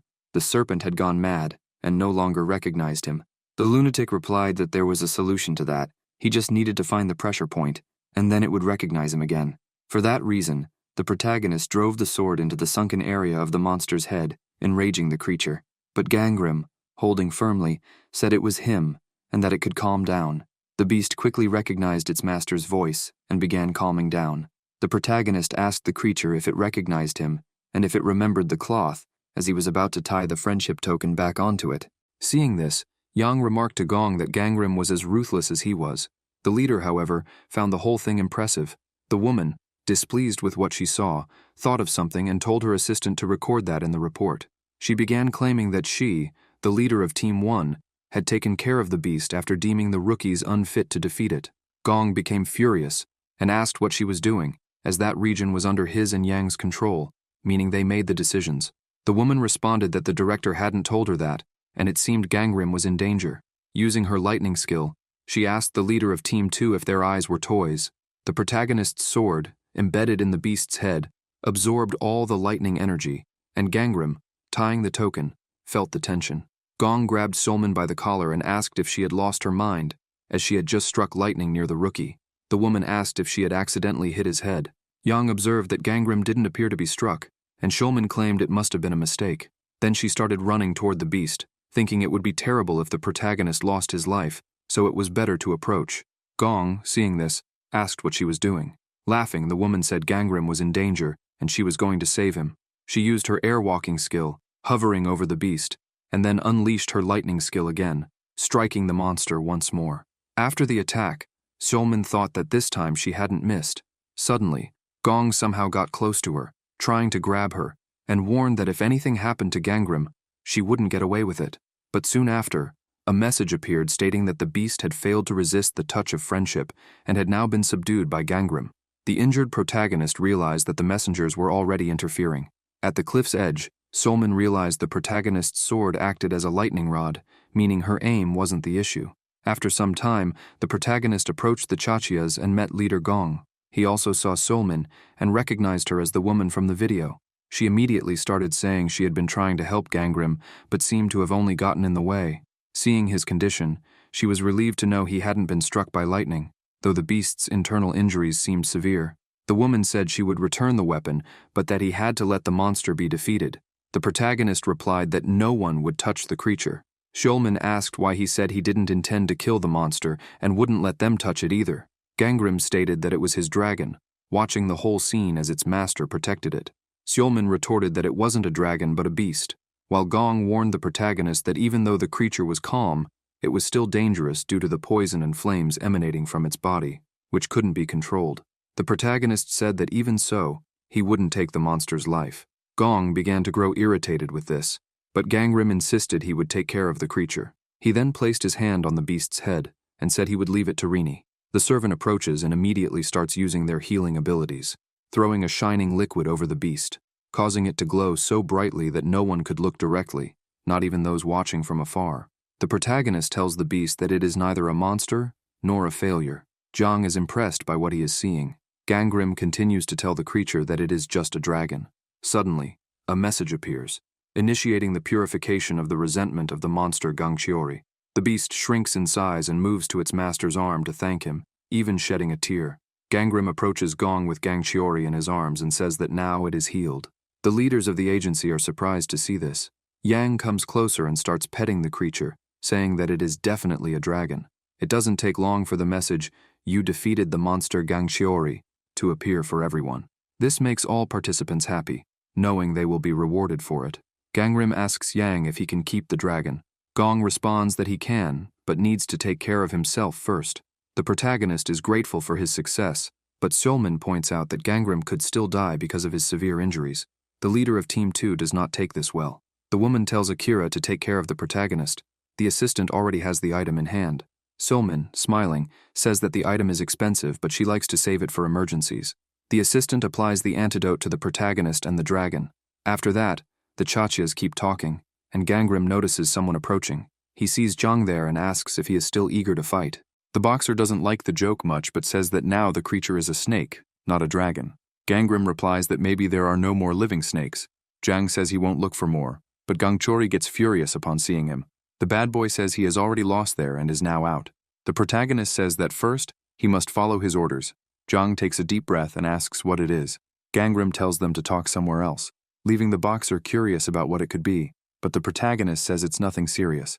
The bad boy, worried, keeps saying it doesn't seem like nothing serious, and that they should talk right there. Even so, he ends up following the protagonist, and after they talk, Jang finds it impossible to believe what he just heard. But the protagonist confirms it and says that if Jang doesn't want to do it, the bad boy responds that he will do it anyway, because he is excited to work together. A message appears saying that the fates of Gangrim and Jang are being intertwined, and that the protagonist's distorted fate has been corrected once again. After this agreement, Gangrim's destiny class is now secondary human category. After they leave, the protagonist goes to rest, and upon sleeping, he wakes up with something heavy on his chest, immediately thinking it might be sleep paralysis. He feels a lot of pain, and admits he thought he had gotten used to sleep paralysis and nightmares, but now he can't even move. However, after a while, things start to return to normal when Rini climbs onto his chest. Seeing the creature there, the protagonist doesn't like it and tries to remove it, but as he does so, Rini activates its purification ability, causing a light to shine on its master's head, who asks why it is doing that. After this, Gangrim notices that the daylight is already strong, so he quickly gets up, realizing it's late. Meanwhile, Rini lifts its master's shirt, revealing a wound. The protagonist notices that the servant is purifying remnants of venomous energy from his body. After Rini finishes, Gangrim thanks it, petting the creature. Then he gets up and says that, having slept all day, he must be well rested. He looks under the bed to see what is making a strange noise. The black and red dragon is there. It is a tertiary class phantasmal dragon, possessing venom, fire, and water energy. It is more aggressive than other dragons, and has high attack power. Gangrim doesn't understand why the creature is there, as he remembers sending it back to the spiritual realm, and also recalls how aggressive it was near Jang. But now, holding it, he thinks he might have summoned it while sleeping, so he asks it to stay calm, and begins thinking of a name. The protagonist looks closely at the creature and calls it Yorn, saying it is now time to feed both it and Rini. They head straight to the dining hall, where other people are present. While Gangrim and his creatures ate, he thought that now he would have to pay double for all that food. Suddenly, Gojun appeared and asked how he was and what the dragon's name was. The protagonist said it was called Yorn. The lunatic, extending his arm to avoid the creature biting him, asked if that wasn't a snake's name. Gangrim replied that now it was a dragon's name. Yorn wasn't pleased with Gojun being nearby. Still, the crazy writer asked the protagonist if he hadn't taken something else too. Gangrim didn't answer, as he was carefully thinking about what to say, knowing the lunatic was right, and it wasn't just Yorn the protagonist had taken away. When the protagonist and Jang were discussing the mission he would assign, Gangrim told the boxer to go to the second region to fetch something.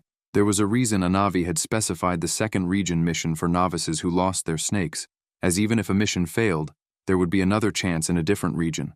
In this case, the entire mission would have to be redone, but it wouldn't be too difficult. Gojun asked the protagonist why he had done that. Gangrim replied that Jang seemed very useful, but the writer said there were guys like him in other regions too, and began to get excited, asking if the boxer had become someone amazing in the future. The protagonist countered, asking if he still thought he was a regressor. The lunatic said yes, as he truly looked like the main character in the Viper Room with the way he defended the beast, placed the token on its head, and calmed it, declaring it a dragon. After seeing all that, he reflected a bit. The protagonist asked what he had reflected on. Gojun said he was falling short. Gangram knew the writer had done more foolish things than he could count, but he still said he had been a great help against Gangcheori. The lunatic changed his mood and told the protagonist he was talking about helping him, as at that rate, he was just weak. While they were talking and the writer was already unhappy, Shin appeared and sensed something was wrong. After saying what he thought, Gojun said he was leaving since he'd rested enough and would return to work. After all that, the protagonist thought that lunatic was still pursuing his writing career. Shin, passing Gojun, asked Gangram if he was okay, noticing the writer was avoiding the girl, but he soon replied that he was fine. Shin asked the protagonist if the lunatic had done anything strange, as many people had failed because of him and the atmosphere was tense, with suspicion also directed at Zhang. The protagonist told the girl not to worry about the boxer, as he wasn't a bad person, but after saying that, he noticed they both met at the door. Gangram stayed alert to catch anything unusual, but soon Zhang approached, greeting the protagonist, who said that was Shin. The girl said she was Gangram's group partner. The boxer sat down and introduced himself, saying he was from the 3rd region, but after he sat, the atmosphere turned awkward, and no one said anything else. Shin got up and told them to have a good meal. The protagonist, surprised, still said goodbye. Watching her leave, he admitted he thought there would be more conversation. Zhang asked the protagonist if she was his girlfriend. He replied no, and asked how old he was. Smiling, the boxer told Gangram he was younger. The protagonist then asked why he kept mispronouncing his name. Zhang explained that his name was very hard to say, so he got confused. But to be honest, he told the protagonist he'd seemed familiar from the beginning, which left Gangram startled. The boxer said that's why he thought he was someone he had picked a fight with some time ago, and the same went for Shin, as he had the feeling he would work with her in the future. What he was trying to say was a type of déjà vu, feeling like he knew them from somewhere, which made the protagonist cautious, asking if it was something like destiny. Zhang said that kind of expression was a bit embarrassing, but he'd always had the feeling they would become comrades. Gangram started wondering if it was a coincidence that he felt that way, as it made him think he was steering the future in the right direction. The boxer told the protagonist he thought he was a lone wolf, but it seemed he had many friends, which made him want to get close to everyone except Gojun, as he had wiped out all the snakes in the Viper Room, and he abhorred him for it, asking how someone could take the life of something they'd sworn to protect. Gangram said he figured he would hate the lunatic, but he asks not to keep picking fights with him or anything like that. The protagonist, seeing that reaction, is sure the boxer will get along well with Shin and the priest. Moreover, he's the same age as Aum and Gyul, so everything should work out. Zhang says he had something to say, but in that case, it was a proposal. After they talked, the boxer left the cafeteria and was surprised. He began to be chased and had to flee as best he could, breaking doors and running as fast as he could to more isolated places. People didn't understand anything, just hearing all that commotion. Finally, he ended up in the training room, already injured. Exhausted, he asks Bomb why she was attacking him. The girl says she couldn't accept him. Zhang asks why she should accept him or not, as he was with Gangram. Bomb says she's the master's #1 disciple, but her guardian god didn't like him much. The god had said that Zhang had no ethics or morals to just show up and try to take Gangram away from them, as they wanted to form Olympus's army. The girl says she overheard them talking and heard him telling the protagonist to accept the Peach Garden Oath. The boxer's god was part of Shuhan's army. Zhang says that if her god liked the protagonist so much, why didn't they recruit him earlier, and that there was no reason for her to be mad at him. Bomb says the master didn't care about those things and asks why he didn't just give up. It would be easier. The boxer says he won't give up. Gyul asks if he understood the situation he was in and says they were only being patient because they thought he couldn't handle an intense fight. She also tells Bomb that she's the #1 disciple and says she'll handle the fight. The archer continues, telling Zhang that he must be weak, considering he crawled to their district after failing his mission. The boxer starts to get confused and asks if they just wanted to fight, as they seemed pretty weak. They both point their weapons at the bad boy and ask if he wants to try. But before they begin the fight, Gangram shows up and asks what's going on, and if they're fighting, as not long ago they were fine when they introduced themselves. Gyul says Zhang caused the commotion, while Bomb says their guardian god told them to make sure the boxer gave up. Upon hearing this, the protagonist asks if the guardian god really made them fight, and if Zeus was still trying to sponsor him. The protagonist asks Zhang if his god wanted the same. The bad boy says yes. Gangram starts thinking and doesn't take long to decide what to do, Then, he says he'll accept sponsorship from the side that wins that fight. Everyone goes crazy hearing that, until the protagonist says there's one condition: their opponent will be him, and if he wins, they'll have to give up. While Gangram unsheathes his sword, he says he'll need compensation from their guardian gods, requiring at least a phantasmal class item. The sisters, as well as Zhang, activate free communication to speak with the deities, and their orders are clear. With the gods' sponsorship, you can borrow their powers, but must follow their divine revelations. However, not all orders are revelations.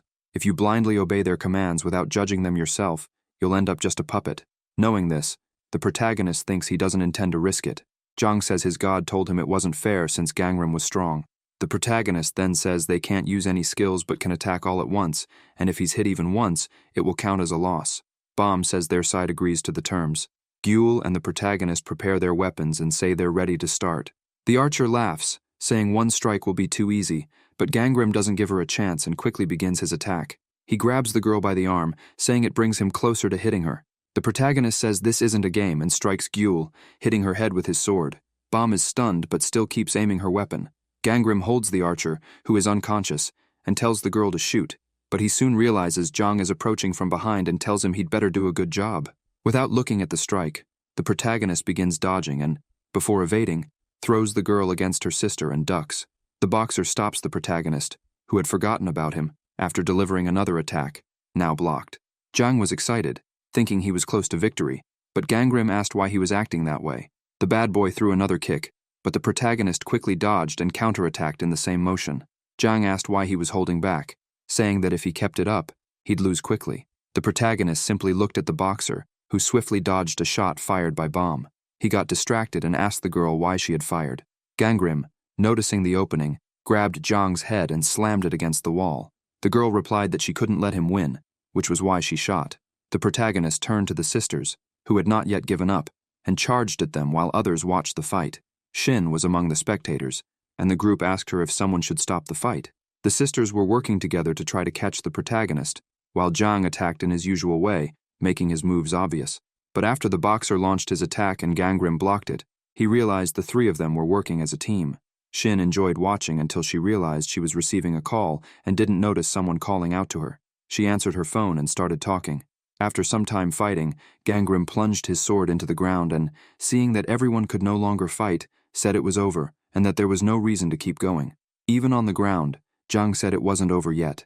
The protagonist approached and asked if they were going to trail him for another week. If it were like training, it was fine, but fighting because of orders from gods wasn't cool. In fact, he was quite furious, saying it would have been better if they simply didn't get along, but instead, they acted like they were fine with each other and suddenly became enemies because of deities. Gangram said once again he didn't like it. Gyul tried to explain that it was the guardian god who had requested it, but the protagonist then asked if the deity told her to take Bomb's life, would she do it? The girl was stunned, as she hadn't thought about that. The protagonist said they all needed to make their own decisions instead of doing what others commanded. After those words, Zhang said nothing more. Bomb, however, said they gave up and started apologizing to the boxer for attacking him so suddenly and for what she had said to him. Gyul also apologized, saying he was a good fighter. Awkwardly, Zhang said it was fine and that he hadn't exactly been a saint either. Jahan appeared at the door, called out to everyone, and asked if he could come in and heal them. The protagonist left the room and listened to them talking about how the fight had gone. He was pleased to know the sisters were getting along with Zhang after forming a team since, in the beginning, they had been fighting against each other. But in the end, they worked together. This made Gangram happy, as the fight had served as a push for them to bond. As the protagonist walked, Shin asked if he had planned this from the start since it was a good way to make friends through fights. The protagonist was surprised to see the girl there. She said she had called the priest because she realized they were fighting seriously. Gangram thanked her for the help and asked if she was uncomfortable with Zhang's arrival. Shin said it was fine, and that, strangely, he seemed familiar. The protagonist was now on alert, knowing that even the plant tamer felt the same, just like the boxer had told him in the cafeteria. Gangram said it was good because Zhang was a nice guy, but he started thinking positively about it, knowing at least they wouldn't take different paths if he disappeared. Meanwhile, Akira told her leader that the rookies who had failed in the third region had started their challenges in the first region. Shulman said she didn't have high hopes for it, but since Gangram passed easily, she might be wrong. She also said Zhang was good, but had gone to the second region. Akira asked if the leader was giving up on Gangram. The woman said no, and in fact, she wanted him even more. Smiling, Shulman said there was another excellent rookie in the second region, and earlier, she had tried to contact them. She opened the message window and saw that the rookie had already replied and accepted her offer. Shulman started laughing loudly and said she was wondering how the team leader, Gong, would react once he found out. After a while, a Navi announced that the seventh portal was open and that once they cleared that demonic realm, they could leave, as promised. However, it would be challenging, as it was the final room, and they couldn't leave before clearing everything, just like the last time. But seeing how they were, perhaps she worried for no reason. The Chechia bids farewell, saying she hoped to see them again. After the announcement, some had already started entering the room, while other groups were still talking, planning. Gyul asks why they weren't entering already. Zhang says he was waiting for the priest, and Shin had also said she needed to check something beforehand. Bom says she had a feeling Johan was with Gojun. The boxer doesn't like hearing that at all. Gangram is descending the stairs, and soon the group calls him, saying the portal was open. But the protagonist says he'll enter later, as he had things to do first. Zhang asks what he was going to do. Gangram says it's a secret. Bom asks if it would be better for them to wait. The protagonist says he won't take long and that they could go ahead. The girl tells him to hurry then, and notices that the master seemed very excited, but soon the protagonist changes his mood and continues walking toward his goal. Soon he finds what he needed and feels happy, waiting for the response. Shin approaches and says she heard the last portal opened, so she asks if he wasn't going to enter.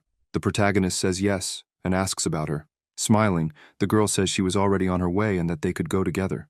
Gangram says she could go ahead because he had something to do first, but as they started walking, the protagonist asks Shin if she had something to say. She says that, thinking about it, she didn't have his phone number and had already gotten everyone else's contact. Then, she shows her phone to Gangram, asking if she could get his number. The protagonist even starts moving toward the phone but stops halfway. Awkwardly, the girl says he wasn't going to share it because he intended never to see her again once they left. The protagonist says nothing and simply keeps walking. This made Shin furious, and she shouts, asking if that's why he kept his distance from them. This made the protagonist thoughtful, because that was exactly why he was keeping his distance. Gangram didn't intend to see them again after they left, because it would be the only way to keep them safe when Beck came after him.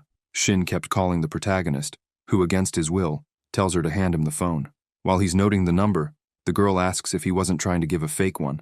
Gangram starts smiling and hands her the phone, saying it was real. Shin, with a serious expression, says she trusts him and will call as soon as they leave. After that, they went their separate ways, and the protagonist thinks there won't be a next time. Gangram went to the training room and began testing Rini and Yorn's abilities. During training, the dragon's flame bomb skill leveled up to secondary ghost rank. The protagonist also tested the servant's magnetic horn skill on the weapons he was using. 4 days later, the creatures were exhausted after the long training. Gangram unsummons them and says they had done a great job and could rest now. He lies down on the floor and says he now needs to rush to the demon realm. Suddenly, a message appears saying that an item from the Father of Gods and Humans and another item from the Hero of a Life Without Possessions had arrived. Still on the floor, the protagonist says they finally arrived, but he was wondering how good those items were to have been delayed.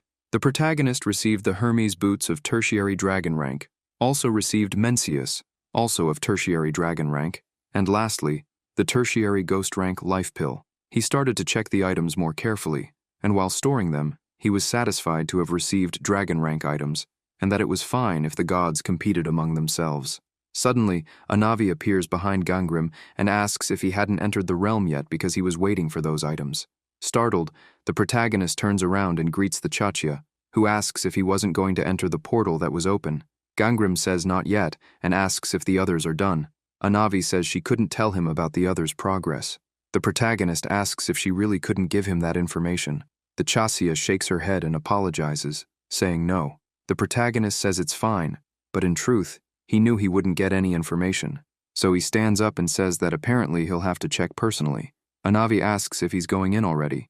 Gangram starts to smile and says he'll do that after training his spiritual animals and that he'll rest a bit too. In his past life, once people started leaving the training centers, the media went crazy about it. Back then, Shin completed the demon realm on the 3rd morning, but now there were no news, even after 4 days. In his room, the protagonist didn't know why there were still no updates, so he wondered if no one had completed it. There was a message on his phone saying to respond once he finished the demon realm. Gangram thinks that after Shin's group finishes the raid, that's when he'll be able to enter. But suddenly an arrow crosses his room and stops beside his head. He stands paralyzed seeing that, but soon realizes it was from the time-space messenger, an arrow made with spiritual power that could send messages regardless of location. When he opens the message, he is stunned by it. He was paralyzed, seeing Shin seriously injured. After seeing her condition in the message, he remembers how she lost her life in the past, and now he's bewildered by not being there with her. Ganggrim begins to remember the girl saying she would see him later, and that she wanted to keep in touch with him even after they left, because she needed people she could trust. The protagonist also remembers Shin in his past life, her saying she liked him, even without him knowing the reason. There was a day when the girl asked why he hadn't used his ability to steal destinies. Ganggrim was speechless when Shin approached more, saying she liked that, because he hadn't chosen the path of the weak, even in a situation where it would have been easy to do so. It was from there that the protagonist gave his number to the girl, even though he knew he hadn't used his ability because he didn't want to, and that even made him think Shin might have been sarcastic, or maybe she was trying to make him pay for his eye. While he was giving the number, the girl asked how much time was left to finish the Serpent's Hall, because she was waiting for them to do the last room together. The protagonist even thought the girl was trying to use his ability, 24 hours, and upon reaching the 7th level, the part of the body where the bracelet was tied would be amputated. After learning this, Ganggrim told Shin they needed to find the item within 7 days, or they would lose their limbs. The girl said they needed to hurry then. The protagonist had the bracelet on his pinky finger, and mentioned that apparently, the more karma one had, the more significant the part of the body where it was placed. The girl told Ganggrim she thought he was a better person, the less karma he had. Smiling, she said it meant he was human. The protagonist asked how she could still be smiling. Shin replied that she wanted to be a good person like him regardless of her fate, but now she thought it might be too late, considering the bracelets. However, perhaps she just needed to be a person from that moment on. Upon hearing that, the protagonist wondered if the girl was being honest and not pretending to be good, but genuinely trusted him. Yet Ganggrim couldn't believe it, as he constantly questioned who would want to be his partner, thinking all he could do was bring misfortune to others. Even with the girl, he thought he might be deceived again, and that no one could be honest. While they were in the room, Shin heard the sound of drums, but the protagonist was mentally conflicted. The girl, seeing Ganggrim about to be attacked, shouted to get his attention, as several spirits were trying to attack him. However, the protagonist couldn't focus, thinking the girl was like everyone else. He only snapped out of it when Shin grabbed his arm. Then he realized he was being attacked after the girl risked her life to save him. That's when he realized what she said was true. Even while injured, the girl could still fight back. She ran to another room to escape the spirits, leaving them behind in the previous room. Seeing that they were heading in another direction, Shin said she would have run faster if she had known they wouldn't follow them elsewhere. The protagonist mentioned that the fate message windows he could see didn't say anything about that. The girl found it strange and asked if he was blaming himself, saying that just by naming the monsters and their abilities, he had already helped a lot. Ganggrim was distraught and said he couldn't be useful, as she had gotten hurt again because of him. He recalled that in the room of the Forest of Swords, she had even lost an eye to an assassin while trying to protect him. Crying, the protagonist said she was much better than him, so why did she keep dragging someone like him along? This left Shin startled, but she quickly said it was just as she had mentioned. Before the protagonist could regain the rest of his memories, Yorn bit his hand, causing him to wake up as he was paralyzed after seeing the message still in front of him. The creatures were trying to get their master's attention in every way possible until, even while paralyzed, he said he needed to save Shin. But his guardian god told him not to, and asked if he had already forgotten the reason he had stayed behind, warning that if he entered, he would only cause more problems. The protagonist begins to think that his fate is one that puts others' lives at risk, so he was certain it was better for the girl if he did nothing, as Shin was strong enough. Ganggrim recalls his past life, when she helped him stand up, saying she had already told him she liked how he fought against his own destiny, and that he could always help her next time. Nevertheless, the protagonist enters the room of sealed skeletons. After he enters, the gods start commenting on his arrival. Ganggrim asks the deities if they know where Shin is, but the gods ask why he is late. Yorn was acting strange, and all of this intrigued the entities, who questioned his reasons for asking where the girl was. Perhaps they might tell him if he accepted one of them as his guardian deity. The entities said that even so, he should worry about himself. Ganggrim used his sword to see the bracelet on his neck. There were bracelets on his neck, wrists, and ankles. The gods, seeing the protagonist's reaction, remarked that he was very calm, but even so, they told him to say goodbye to his head if he didn't clear the place in 7 days. The protagonist began buttoning his shirt and asked the entities again if they didn't know where Shin was. The gods replied that she could be in several places and started trying to cause confusion, saying she might be to the east or north. Seeing that he wouldn't get any help, Gangrim decided he would have to look for her personally and opened the map, which had a current exploration rate of 0%. The protagonist began searching everywhere. With Rini's help, he scoured each room, leaving nothing unchecked. He found a room with signs of a struggle and noticed an item on the ground. The protagonist picked it up and deduced that it might belong to Father Johann. He continued exploring the area and realized that the arrows and marks on the walls likely belonged to Baum and Gyul, leading him to wonder if Shin was with them. The protagonist didn't stay idle and resumed his search. The gods were impressed by his ability to notice all this, but wondered if he wasn't going to look for the medal. After Gangrim walked a bit further, the deities said he was now in danger upon reaching a room. The protagonist stood still, observing the place, while the gods kept warning him of the danger. Seeing doors everywhere, Gangrim remarked that he might need to go through all of them, but before proceeding, he noticed a mark on the ground. Examining it more closely, he thought the group might have left it to show where they had been, but if the X marked paths they hadn't taken, then there should be a different mark on one of those doors. After inspecting all the doors, the protagonist noticed no other marks and began to wonder if he was mistaken. The gods started saying he had been deceived by Shin. This gave Gangrim an idea. He began climbing to where the throne was. The deities even thought the protagonist might sit on the throne, but instead he climbed on top of it and noticed a different mark, saying it was what he had been looking for. He quickly opened the ceiling and ascended to that place. His creatures were the first to pass through, but when Gangrim saw the chaos of the area, he realized he wasn't alone. He drew his sword and told Yorn and Rini to prepare, as he could hear the sound of approaching demons. It didn't take long for the room to be filled with those spirits. The dragon begins using its fire abilities to attack. Even so, there were demons that passed through the fire and went straight for the attack, but the protagonist was prepared. Just like his creatures, Rini, using her abilities, was trapping the demons inside water bubbles. Gangrim, while fighting a spirit, says that it was worth training Yorn and the deer. He also notices there were many of those spirits, but none were particularly strong, until he notices Baum. She was in demon form and had just fired at him. Blocking the bullet, he deduces that it was just a shadow demon. He then goes on the offensive, but the spirit could activate abilities, and after firing its perfect aim skill again, the bullet that had already passed the protagonist starts returning toward him, grazing his arm, and soon the message appears that attacks will always hit the target. Gangrim realizes that besides Baum, Gyul was also in spirit form. Seeing this, he thinks that finding them like that didn't make him happy at all. In the room of sawn skeletons, there is only one type of monster, a primary human-rank shadow thief that can copy human abilities. This monster can replicate the appearance and abilities of those who enter the demonic realm, but cannot copy things like personalities or beliefs. The protagonist thinks that shooting randomly like that wasn't something the real Gyul would do. They were dodging various arrows fired by the spirit until they managed to get closer. About to attack, Gangrim thinks there was a good side to getting rid of that demon and strikes, successfully defeating it. Automatically, the arrows embedded in his body begin to disappear. This excited the protagonist, but the spirit of Baum was still ready to fire. She uses the barrage ability, creating multiple weapons all aimed at the protagonist.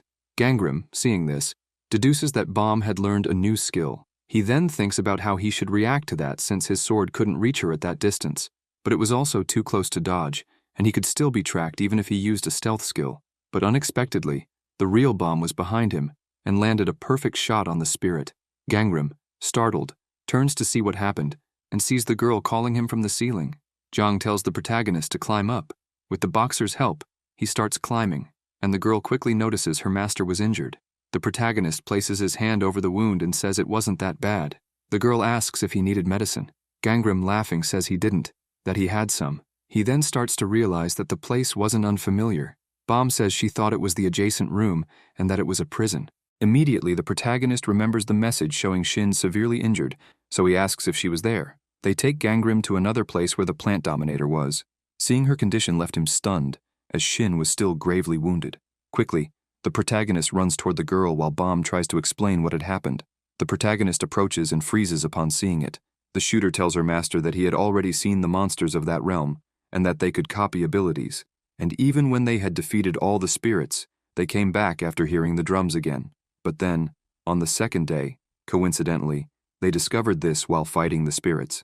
Zhang, after managing to wound the demons, realized that the damage inflicted on the original also affected the shadows, and Shin's wounds were not caused by the monsters.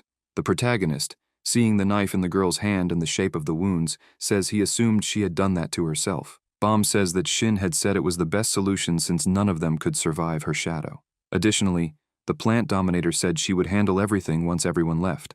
Bomb, crying, asks her master to stop her because she was too kind. While Gangrim used his potions, he says Shin was not kind and had actually lost her mind. Bomb says she knew they shouldn't have done it and should have stopped her somehow. The protagonist asks how ordinary people could stop someone who had lost their reason. He then places his hand on the girl's head and asks if she had found the metal. Bomb replies that she found some, but Shin, Gyul, and the priest still hadn't. While they were talking, the plant dominator began to react. The shooter was surprised to see that. Gangrim asks her if she could leave him alone because he needed to talk to Shin. Then he uses more healing potions until she wakes up. The dominator is startled to see the protagonist and asks what he was doing. Gangrim says they needed to talk. She says she understood she could already put away the medicine. Grabbing the dagger, she recovers, stabs the weapon into her leg, and says the others would be in danger. Shin pulls out the knife and prepares to stab it into her leg again. Gangrim drops the potion bottle and grabs the knife, saying he had said they were supposed to talk. The girl was astonished to see how he had stopped the weapon and began to get irritated, telling him to let go. The protagonist tells her to let go first because they still had some time until the next drum.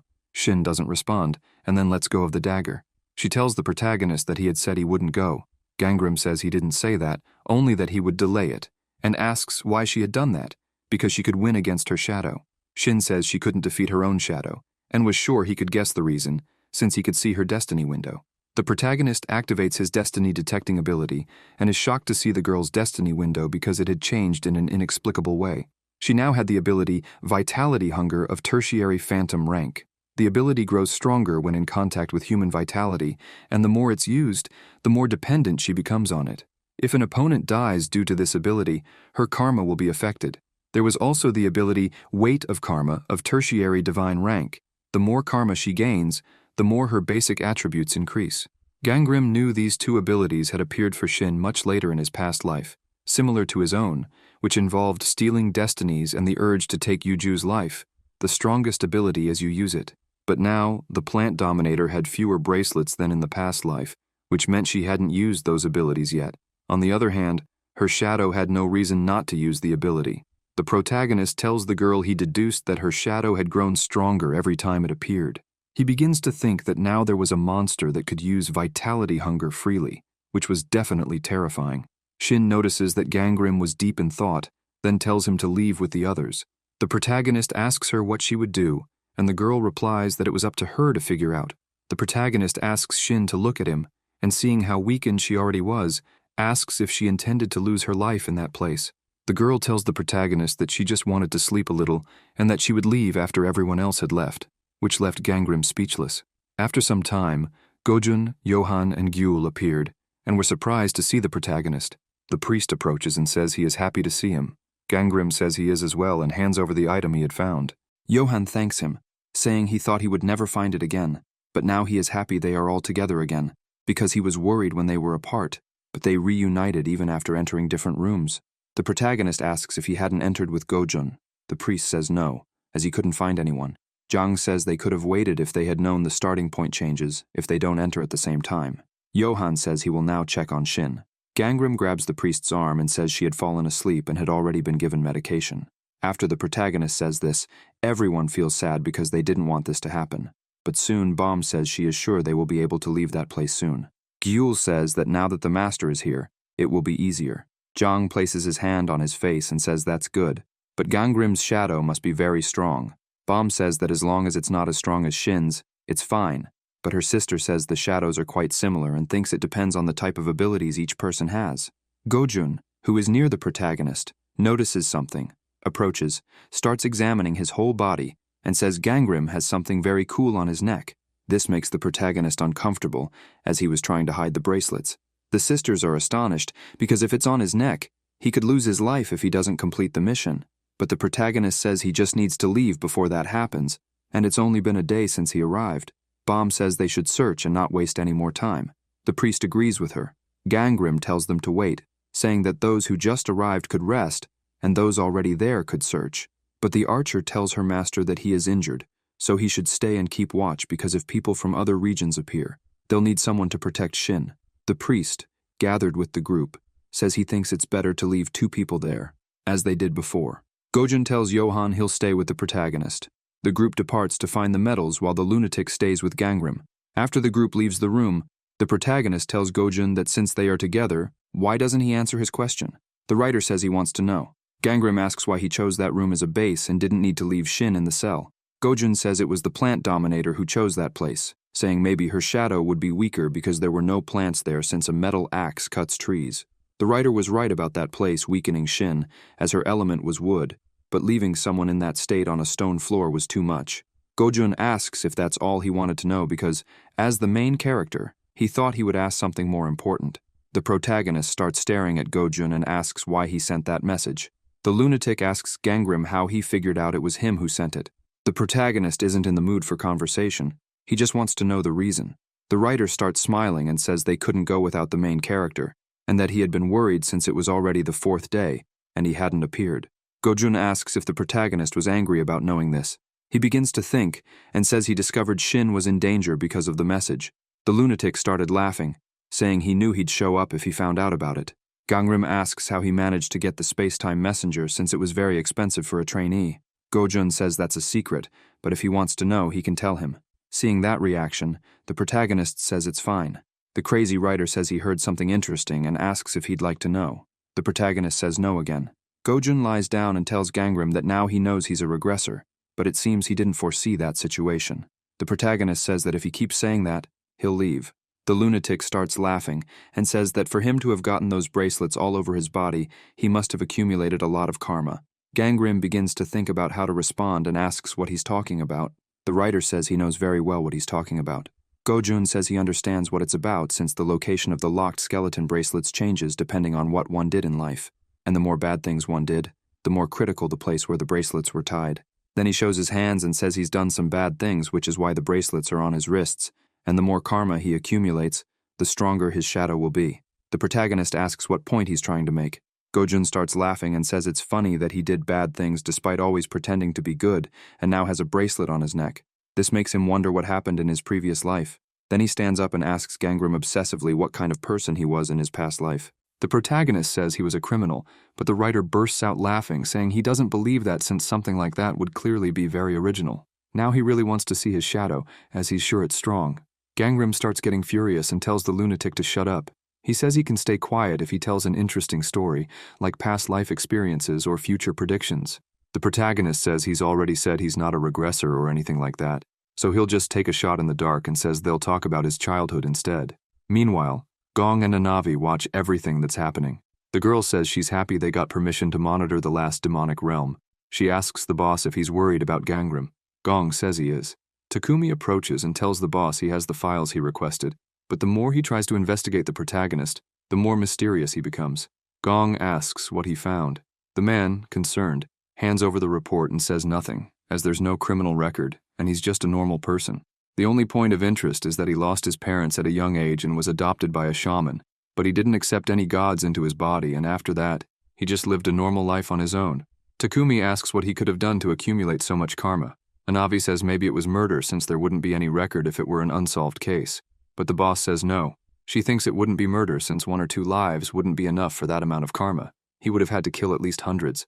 This leaves the bosses terrified. Gong says he couldn't imagine what Gangnam had done, but it must not have been anything good. Takumi, terrified, asks the boss why he would recruit a guy like that to the team. But Gong asks his subordinate why he thought the director made them include karma in the last demonic realm. Takumi says it was to check the karma they had and get rid of those with serious personality issues. The boss says that if that were the case, they would have done it right away, as they even accepted a killer as a trainee. So it wasn't about personality, and the protection agency was putting the trainees' lives at risk to make them stronger. Therefore, risking all that and testing karma in the last room was to prove they weren't just criminals. Meanwhile, a group from another region finds the room where Gangnam and Gojun were. The boss, seeing this, says those two were stronger than the others. The group advanced, saying they would take those guys' lives to avoid fighting the same shadows again. Gong, watching the fight, says they were quite useful. Gangnam and Gojun easily defeated that group despite being outnumbered. 6 days after the opening of the room with serrated skeletons, the bracelets were already starting to tighten, and Gyul's ear was beginning to be torn off. She was in a lot of pain, and the protagonist was watching it. Zhang was also in pain, and the same thing was happening to his finger. Gangram asks if they were really okay. Seeing that his friends might have problems, the protagonist says it could be serious, so he hands over painkillers and tells them to take them, as it would be bad if the skin healed incorrectly. They should also use healing medications. While the protagonist was applying the painkiller to the girl, she says she still hadn't found Shin's medal or his, so they couldn't leave. After doing this, Gangram says he'll check the other rooms while they stay there, but Gyul and Zhang insist on going with him. The protagonist tells Rini to keep an eye on them and promises to return before the next drumbeat. He starts walking through the rooms and thinks he would have already found the medals if they were in the same place as in his past life. But upon entering another room, he notices some leftover shadows, and since the number of times they run from shadows has been increasing daily, he was ready for combat. He knew the enemies regenerate, and that there was no need to waste energy in a room they had already checked. The protagonist was fighting calmly against those shadows. The gods began to comment that Gangram was now stronger and easily taking them down, but they were also afraid because they didn't know how strong his shadow was. While the protagonist fought, listening to the gods, he admits this was something he also feared, as he still hadn't seen his shadow. After defeating all the spirits, he finds the item he needed, approaches it, and recognizes it as the same color Shin had in his past life. He then tries to take the medal, which is protected by a barrier, allowing only the owner to touch it, and to the protagonist's surprise, he is able to pick it up. This frustrates him, as he had hoped it was Shin's. He then remarks that he only had luck with bad things, but messages appear telling him he had met the conditions for completion and that the training would end as soon as he left with the medal. Gangram realizes someone else is there, so he activates his ability, sharpening his senses, and hears people saying to get up because there was someone else there. The protagonist immediately recognizes the voice and goes to the room to check. Opening the door, he finds a group of people. Yui breathes a sigh of relief and says it was Gangram, asking where he had been since no one had seen him. He is invited to join their group. The protagonist, feeling awkward, says he was actually just looking for Shin's medal and wanted to know if anyone had seen it. The group didn't know that the plant dominator was still around and hadn't seen the medal either. Jun, who was part of the group, says that Sangwon had seen a medal and marked its location on the map. The magnate doesn't say anything but thinks for a moment and throws the map to the protagonist, saying he only knew where the medal room was. Gangram thanks him for the item, and his verification rate for the demon realm changes. He asks why everyone was gravely injured, and if they had encountered people from another region. Liang says no, and that it was actually a shadow, but it was very strong and unlike other shadows. It would change completely when a body appeared. The group explains that the shadow acted like a beast when it saw someone, and after staying near a body for a while, it would use the same abilities as the lifeless person. Hearing that, the protagonist already knew it was his shadow. The group says they hadn't seen it on the first day and thought it had appeared after a few days. The magnate says it was on the fourth night and that it had marks all over its body, making it unmistakable. Sungwon was astonished when he saw the protagonist's bracelets and asked when he had entered that room, noting that Gangram had bracelets on both ankles and wrists. Gangram pulls back his arm, not letting the magnate see, but even so, he insists on seeing his neck. The protagonist doesn't respond, so Sungwon starts shouting, asking if he wasn't listening. The group began asking what the problem was and if he was suggesting that the shadow belonged to Gangram. Riko says it couldn't be, but the magnate kept insisting it was, as the protagonist had bracelets all over his body, just like that shadow. So if he also had one on his neck, it would confirm it. The group started to get scared and then asked the protagonist to show his neck to clear up any doubts. Gangram says that even if he has a bracelet on his neck, there's no guarantee the shadow is his. The magnate tells him to shut up and show it already, saying it was up to them to decide. The group began pressuring Gangram, saying it wasn't hard to show his neck, and asked if he also had the type of ability to take others' abilities. The protagonist said nothing, and Sungwon began wondering why he was so silent. The group started to believe the shadow really was Gangram's, since he wouldn't say anything. They questioned why Gangram would take lives to steal abilities. Feng tells everyone to calm down, or the protagonist wouldn't respond amidst all the accusations. Trembling, he says everyone was scared, so he should just show his neck. Gangram activates his hermit ability, turning invisible, leaving everyone terrified. The magnate notices the door is open and points it out to the group, then yells for them to catch him, saying they needed to capture the original. As they run, Sungwon says Gangram couldn't have gone far. After everyone leaves the room, the protagonist appears beside the door and, reflecting on everything that had happened, admits he knew things would turn out this way. That's how people reacted in his past life when they discovered his ability, but he hadn't expected things to escalate so quickly. Maybe they felt more betrayed because they thought he was a good person. So imagine how your friends will feel when they find out about this ability. Gangrim didn't know if they would accept it without a second thought, as they did in his past life, or if they would feel betrayed and angry for him hiding it from them. In the past, Shin had said she liked him because he didn't choose the path of the weak, even in situations where it would have been easy. The protagonist wonders what that Shin from his past life would think of him now, knowing he used fate stealing. Gangrim returns to the room where his group was. Bom and Jang were still waiting for him and asked why he was delayed. He says he met some people and found out where Shin's medal was. They open the map and say they were already planning to search for it. The protagonist starts running, tells them to follow him, and decides he will reveal everything to them once they leave the demon realm. It doesn't take long for them to reach the room where the medal was. Jang, looking around, asks if they had left. The girl says the place looks like a greenhouse, though it's quite large. Gangrim says they don't have time and need to find the medal. While searching, the gods comment that the place is indeed big, and that it would take a while to find it, suggesting it might be interesting if people from the second region appeared there. The protagonist grows irritated with these deities, who wouldn't stop talking, as they wanted to see their reactions upon finding the medal. But it doesn't take long for the girl to announce she found Shin's medal in a tree. She says it's inside a hole. The protagonist remarks that now they just need to bring Shin here to retrieve it. But the drums start beating, and Bom panics, saying it happened too quickly. Jang notes that the intervals are getting shorter. It doesn't take long before the shadows of the girl and Jang appear. The boxer notices them too, and comments that at least there aren't many of those shadows, so it should be quick. But soon, the protagonist realizes that Shin's shadow is also there, recognizing it by the red bracelet on its left arm. Gangrim, seeing the shadow of the plant dominator, notices her leg is injured and wonders why the shadow is falling alone. While the others fight, the protagonist approaches and remembers what Shin had done, stabbing a dagger into her leg, concluding she's still injuring herself when the drums sound. He prepares to attack the shadow to reach Shin as quickly as possible. Another shadow appears from behind, activating the Healing Hands ability. It's the shadow of the priest, healing the girl's spirit. The protagonist is paralyzed watching this, and as this unfolds, a message announces a concentration of earth energy in the surrounding area, with the ability's effects enhanced by environmental factors. Now, Shin's shadow is stronger, and when Gangrim hears the word environmental, he realizes the place is empowering her further. It doesn't take long before the plant dominator's shadow uses the tree leaf method ability to attack the protagonist nearby. He starts yelling for everyone to run, and begins cutting down the plants heading his way. Gangrim does everything he can, as the ability is not only strong, but now even more so. However, it doesn't take long before the shadow disarms him. He hears the girl calling for him and yells for them to run. Bom tells him to watch his back, but it's too late. Without him noticing, a plant pierces his leg. The shadow, perched on a branch, approaches, coming dangerously close to Gangrim, who appears resigned. When she extended her hand to put an end to the protagonist, he raised his head and began striking everything in front of him. Even though he hit all those branches and freed his leg, the shadow of the girl managed to escape. Gangrim didn't expect that. Turning around, he saw the shadow activating the Vitality Thirst skill, causing the attributes of the Shadow Thief monster to increase. Jang and Bom went to the protagonist to ask if he was still okay despite being injured. Gangrim said he was fine. Meanwhile, the priest's shadow approached the others and began healing them. The girl said she didn't know shadows could heal. The protagonist said it seemed they could, depending on the skill. The boxer said they should get rid of the priest's shadow first. Gangrim said no, as it was already too late.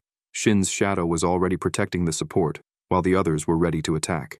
The protagonist started cutting the branches being created, and said he had an idea, but they needed to run because they wouldn't be able to defeat them. Back in the room they were using as a base, everyone was being healed by the priest, and after healing the protagonist, he asked if the problem was his shadow and what they were going to do. Then, he suggested that maybe he needed to hurt himself like Shin, but Gangrim immediately said no, and suggested they leave as soon as possible, since shadows could only copy those in the demon realm. Therefore, everyone needed to leave. However, Gyul asked about Shin's medal, saying he wasn't willing to leave her alone. The Dominator told the protagonist he had made the right decision, but he stood up and said no way, as he would defeat her shadow. This surprised her. Gangrim told her to follow him. Shin looked at the protagonist, took the dagger, and said she wasn't doubting his abilities. The protagonist stopped her from hurting herself and said she didn't need to do that, as he had an idea. Then, he asked her to drop the weapon. The Dominator asked what the idea was. Gangrim began explaining what he was going to do. In the room where the medal was, all the group's shadows surrounded Shin's shadow. but they suddenly began disappearing one by one until only Shin's shadow remained. The protagonist, along with the girl, was at the door of the room watching everything, and he said it seemed everyone left safely since the shadows were gone. Gangram said he should have also made Gojun leave but didn't know where he had gone. Shin said she would stab herself if there were any problems. The protagonist took the knife from her hand and said she didn't need to do that. While drawing his sword, he said he knew she thought he couldn't defeat that shadow. Shin thought about what Gangram had said, then grabbed his arm and said she did believe in him and that they would get out of that place together. The protagonist was surprised by her reaction, then started smiling at the girl and went on the attack, saying he would end it as quickly as possible, and activated his hermit ability. Becoming invisible, he went straight to attack the shadow standing in the middle of the room. The spirit began looking for the protagonist, who was invisible. She looked around, and even though she couldn't see him, she managed to block an attack from behind. Gangram became invisible again and landed another attack from behind. This made the shadow angry, and she began using her skills to create plants. The protagonist tried attacking again, but now the branches were protecting the shadow. Seeing this, he admitted he already knew she would use the leaf method for protection and began retreating. The shadow quickly attacks, creating branches to try to hit the protagonist, who manages to dodge by climbing a tree. He uses the achievement points to increase his agility to 30, which allows him to move more quickly between the branches, which kept appearing trying to hit him. Even so, he manages to escape the tangle of branches. Gangram begins walking toward the shadow and faces it. The spirit starts to smile upon seeing him. He says he was even getting nervous, so he activates the flame manipulation skill and also summons Yorn, ordering him to activate the fiery bomb skill. After firing the fire attack at the shadow, the protagonist admits that things were going well. He manages to hit it directly, burning it intensely. Using his skill, he starts cutting the branches, while the dragon sets everything on fire. The spirit starts to lose its strength until it falls, already practically defeated. The protagonist, seeing that, is pleased to have defeated the shadow. Now he just needed to wait for it to disappear and collect Shin's medal, but he quickly realizes he's being attacked from behind, so he turns around and manages to defend, deducing that it could be people from the second region. A group of people starts entering, saying they had found Gangram. They were running, saying they would earn 500 million if they captured him. The protagonist is surprised to learn there was a reward, so he asks which region they were from.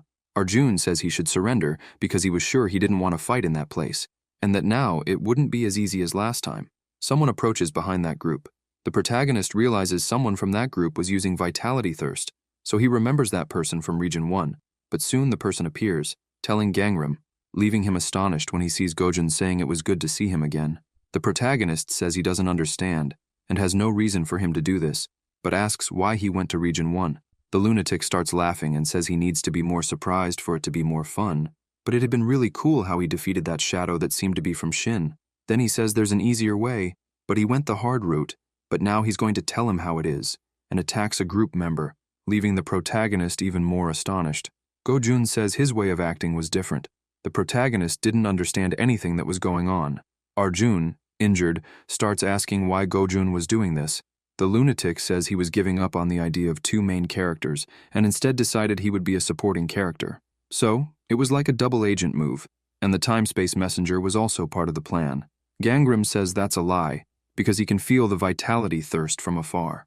Gojun asks if he had noticed, and the group starts to get scared seeing the way the crazy writer was acting. He turns to the people from Region 1 and tells the protagonist that if it were him who made Shin get hurt during the mission, he would face him. Seeing that, the protagonist says that meant Gojun completes, saying that he was no longer on Region 1's side. The group immediately starts attacking, calling him a traitor, but Gangram and the lunatic easily defeat those people. Gojun calls the protagonist to see him use his decomposition skill on Arjun, and after taking his life, throws him to the ground like he was nothing. Gangram is shocked by that, just like the other members of the group. The crazy writer, laughing, says he needed to finish the job properly if he wanted to use his skill. The protagonist asks where he had heard that from. Gojun approaches and tells him not to worry about the small details, as a skill that steals others' destinies just wanted to see how it worked. The protagonist says he wouldn't use it. While they were arguing, the drums started beating again, and the shadows began to appear. Gojun says that now it was getting fun. A shadow appears, but it was no problem, as he would get rid of it quickly. But before doing anything, the shadow started to attack, taking Ravi's life, who couldn't defend himself. The lunatic, seeing that spirit, says it must be Gangram's, and he was right. The shadow went directly for him to defeat him, and delivers an attack that, even though he defended, sent him flying. crashing into a wall, leaving him gravely injured. The protagonist couldn't believe that Gojun was defeated with a single attack, and despite not being able to see the red lines due to the smoke, Gangnam instinctively felt that this was his shadow. While he was paralyzed, he hears a voice telling him to wake up and steal Gojun's destiny, as there was no other way for him to defeat his own shadow, which was already pointing at the lunatic to steal his destiny. Gangnam starts to remember when the group he had met began talking about his shadow, so he recognizes that he needs to steal the destiny before the shadow. He quickly activates the Steal Destiny skill, stealing all the destinies within the area, and was already preparing to defeat that spirit.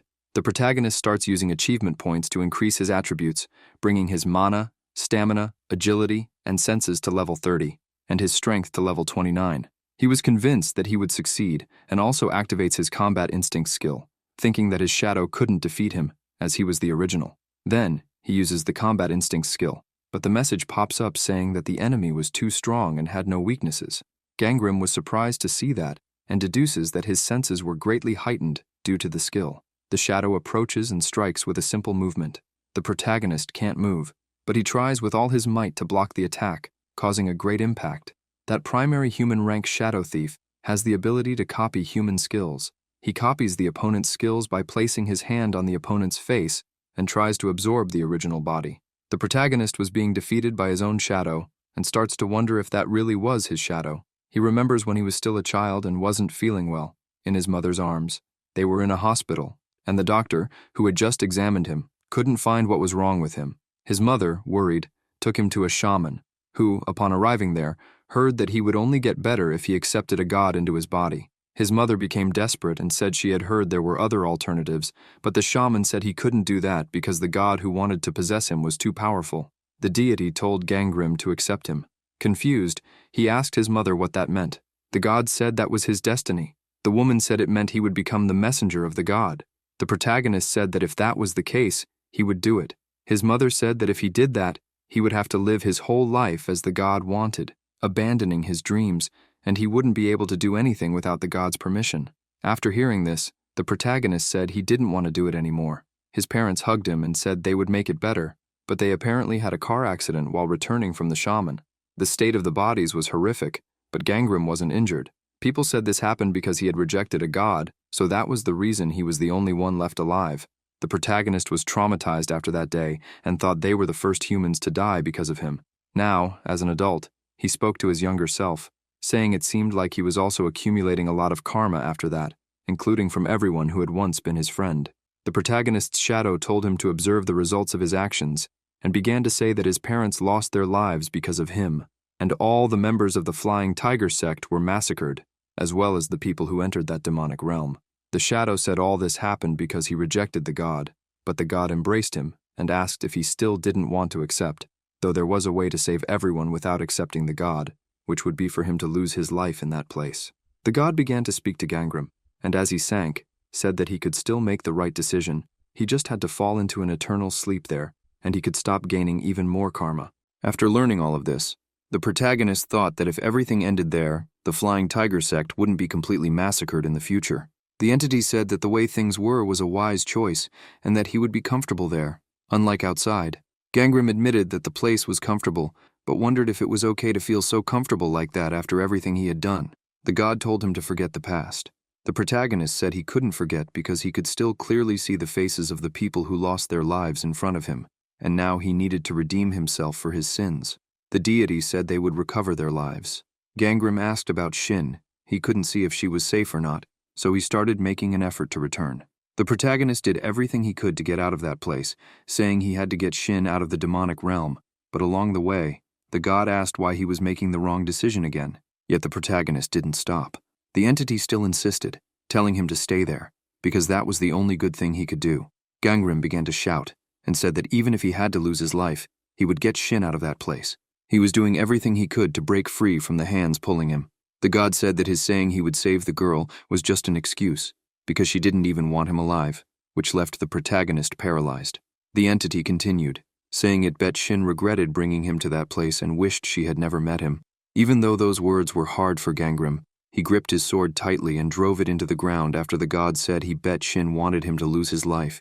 The protagonist said that even so he needed to leave there, The entity said that only pain awaited him outside. Gangrim pulled his sword out and said he didn't care. The god asked if he would regret it, but the protagonist replied that this wouldn't happen. The entity asked why he was choosing that. The protagonist struck the shadow and said he had given his word to Shin that they would leave that place together. Gangrim delivered the final blow, shattering the place he was in. Shin was desperate, attacking the energy field where the protagonist was. It didn't take long for her to start pulling him out. The gods were surprised to see Gangrim, who was astonished by everything happening, and the girl relieved to have managed to help. The entities thought the protagonist had been defeated by the time he was being attacked.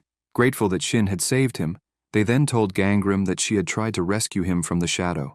The protagonist feels happy to know this after everything he had heard when he was about to be defeated. The girl began asking the Fate Hunter if he could move, but soon the protagonist was paralyzed by what he saw. Shin, smiling, said he had scared her, but he froze upon seeing the girl's arm amputated. Gangrim tried to do something, and the plant dominator explained that she was doing her best to free him from the shadow, but the protagonist grabbed her arm and asked why she had left.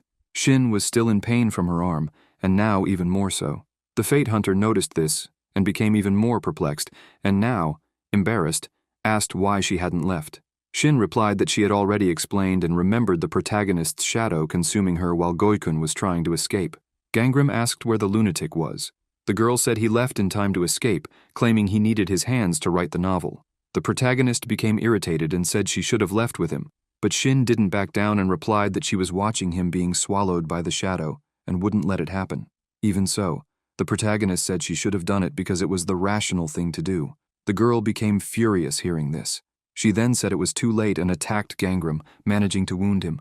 But he was paralyzed by this because he didn't expect the Dominator to hurt him that way. The gods were against the protagonist because he was yelling at the person who had just saved his life. She continued holding that sword even after losing her hand. Remembering everything the girl had done, the entities said she wasn't just anyone. She kept stabbing the shadow until she fainted, then woke up and kept stabbing. Suddenly, Shin collapsed in front of Gangrim, who quickly caught her. Seeing her hand, he began to feel angry at himself because he was taking out his frustration. Then he said, "There's no time to complain now." Seeing the Dominator's condition, the protagonist said that at least he thought everything was over. He then picked her up to leave, but soon a shadow began to appear behind him, and a voice told him to return. Gangrim was startled because it was his shadow again, but it said it didn't want to hurt him, but if he didn't return, it would attack. Then he activated the Create Beast skill. Several wolves began running toward the protagonist, who placed the girl on his back and, with one arm, prepared for combat. But even so, he was frightened because he didn't know what to do. He soon began to feel more confident and thought that now he needed to ensure he could defeat the shadow once and for all. He summoned Rini and Yorn, placed Shin on the ground and asked the creatures to protect her. He quickly returned to combat, easily defeating those beasts.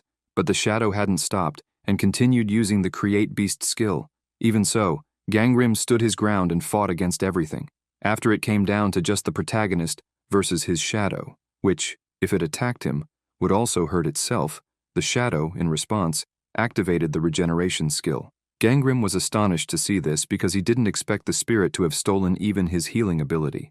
An entity appeared and asked the protagonist why he insisted on resisting, as it would only worsen his karma. It began summoning more beasts, and the god continued asking why he was trying to do something while being attacked by the shadow.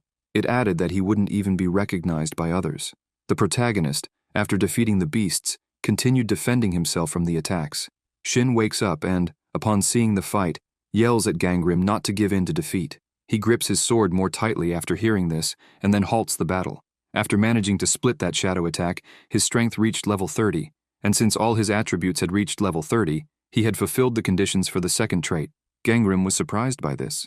A light began to emerge in front of him, unlocking the zodiac. Upon seeing this, the protagonist realized he would now achieve victory, but the god continued to intimidate him, asking if he still had hope. Gangrim was surprised that the voice persisted even after time had stopped. The god spoke again to the protagonist and told him to look at his pathetic sign, which was a rat, but a message appeared stating that a new ability related to the sign could be chosen. The entity said that the rat was the weakest sign of all the zodiacs and that gaining a related ability would not make him stronger.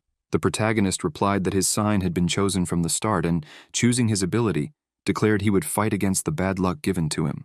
Before finishing his sentence, he gained the ability, Cry of the Cornered Rat, and concluded by saying this was what he did best. While the shadow summoned more beasts, the god told the protagonist he would not be able to escape with such a weak ability. Gangrim did not defend himself from the beast's attack and allowed them to bite his body. As he was attacked, he smiled at what was happening. The god began to wonder about the reason behind that laughter. The protagonist's HP dropped below 10%. The ability Cry of the Cornered Rat was a primary human rank skill that made him stronger in the face of danger, but it carried an immense penalty. Gangrim launched an attack and said that the rat might be the weakest of the zodiac animals, but there was nothing scarier than a cornered rat. The protagonist nearly struck the shadow, even frightening it. The entity told the protagonist that he would end up defeated anyway, but Gangrim reminded it that he had already spoken, then activated the Combat Instincts ability, and said that even if he lost the fight, he wanted to make sure Shin got out of there. He then managed to land a blow on the shadow. However, the god said that a simple rat struggling would not change anything, as the spirit counterattacked and transformed into a dragon after activating Draconic Transformation. Immediately, a message appeared that the rat felt fear facing the dragon. The entity controlling the shadow said that even a human with dragon abilities was useless in a fight. About to attack, it asked the protagonist what he would do now and whether he thought he could win with a rat. But Gangrim was undeterred and said he was just grabbing the flashiest thing from his arsenal. Yet for a dragon to appear there was incredibly lucky, as he had the generational Dominion Blade, a weapon that becomes stronger when facing a dragon. Ready for the fight, he told the god that it would have been better to choose a rat. A message soon appeared that the dragon had been detected, and the attack power of the generational Dominion Blade increased immensely. Gangrim said this happened because it was a dragon-slaying sword. After delivering the attack, the protagonist began to collapse as the Cry of the Cornered Rat ability deactivated, and from afar, Shin could see the protagonist defeating the shadow. He received extra rewards for defeating a stronger opponent, and Gangrim's fate rank rose from secondary human to primary human, and then to tertiary phantom. However, the protagonist was now severely weakened and still on the ground. The entity spoke again. It asked if he wanted to live, as all he had to do was accept it, and it would give him life. The protagonist said he knew he was hallucinating. He then began to wonder if this was how he would be defeated, and if he had known, he would have taken his own life to avoid going through all of this.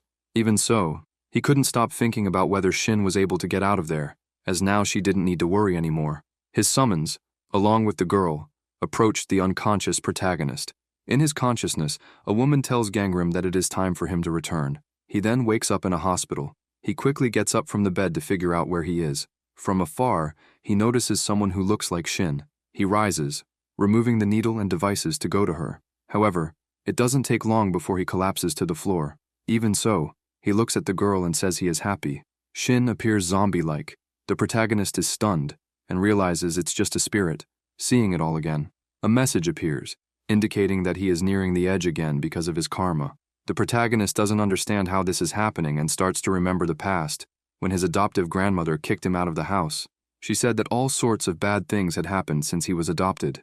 No one wanted to take him in after the accident occurred. Even though he wanted a new family, people blamed him for everything that happened, saying it was because he had rejected a god. But to Gangrim, the reason they were suffering was because they were rejecting him. Soon, his dream changes, and he finds himself going to a place where some people are helping him. As he enters, the protagonist feels something different about the place, as if there is a barrier there. He is even surprised that the voice has stopped. A woman approaches and asks if he is Gangrim, introducing herself as Hwagyo. The protagonist is fearful of her because she keeps staring at him. She asks others why he looks so disappointed, then tells the protagonist they were performing a ritual to make him accept a god, but she thinks he doesn't want to do it. Gangrim nods as if agreeing with her. She kneels and says he doesn't have to accept it, but the entity desiring him is too strong to protect him fully, so it wants him to become its disciple until he learns to defend himself. Hwagyo tries to take the protagonist's hand, but he pulls away, saying she will also get hurt. The woman laughs and says he is underestimating her, that a god is protecting her, so he shouldn't worry. It might hurt now, but things will improve one day, and good people will surround him, and he will be happy. Gangrim recalls that the woman performed a ritual to suppress divine energy, and while he was with her, he stopped seeing spirits. Even though he doesn't fully understand what is happening, he learns that accumulating karma and nearing the edge causes people to see and hear things they shouldn't. Crossing the edge means losing your life. While the protagonist is on the ground, the entity approaches and urges him to come closer. He remains lying there until he wakes up. He is in a hospital bed with his summons, wondering if it was all a dream. The nurse in the room tells him it wasn't a dream, as he had been unconscious for a month, but would collapse if he kept moving. He asks about Shin. Nami turns and responds that she is fine. The protagonist breathes a sigh of relief, saying it's a relief, and the nurse tells him to wait while she calls someone in charge. She congratulates him on his recovery, but meanwhile he sees spirits around the room. The test results are good. After all, awakened ones recover faster than ordinary people. What concerns him is his destiny window. Gangram begins to see his destiny, now ranked as a tertiary ghost with a fire attribute. He is impressed to see he has leveled up twice. He starts to think it must be because he swapped destinies with Shin, but now he wonders how they managed to escape that realm. Suddenly, Sungtae enters the room along with Gong, who asks Gangram why he didn't mention his ability to steal others' destinies. The protagonist now realizes it is time to tell the truth. The leader wants to know why he hid the ability. The protagonist starts laughing and says the reason was that he was worried about the reaction, just like that one. The man says he would then calm down and asks if Gangram had ever taken someone's life with the intention of stealing their fate. The protagonist responds no. Gong wanted to know if, unintentionally, he had ever defeated someone. The Fate Hunter starts thinking and says that in self-defense, yes, but all of them had signed a contract agreeing to the possibility of injuries and death when fighting against other trainees or monsters, so he hadn't done it for no reason.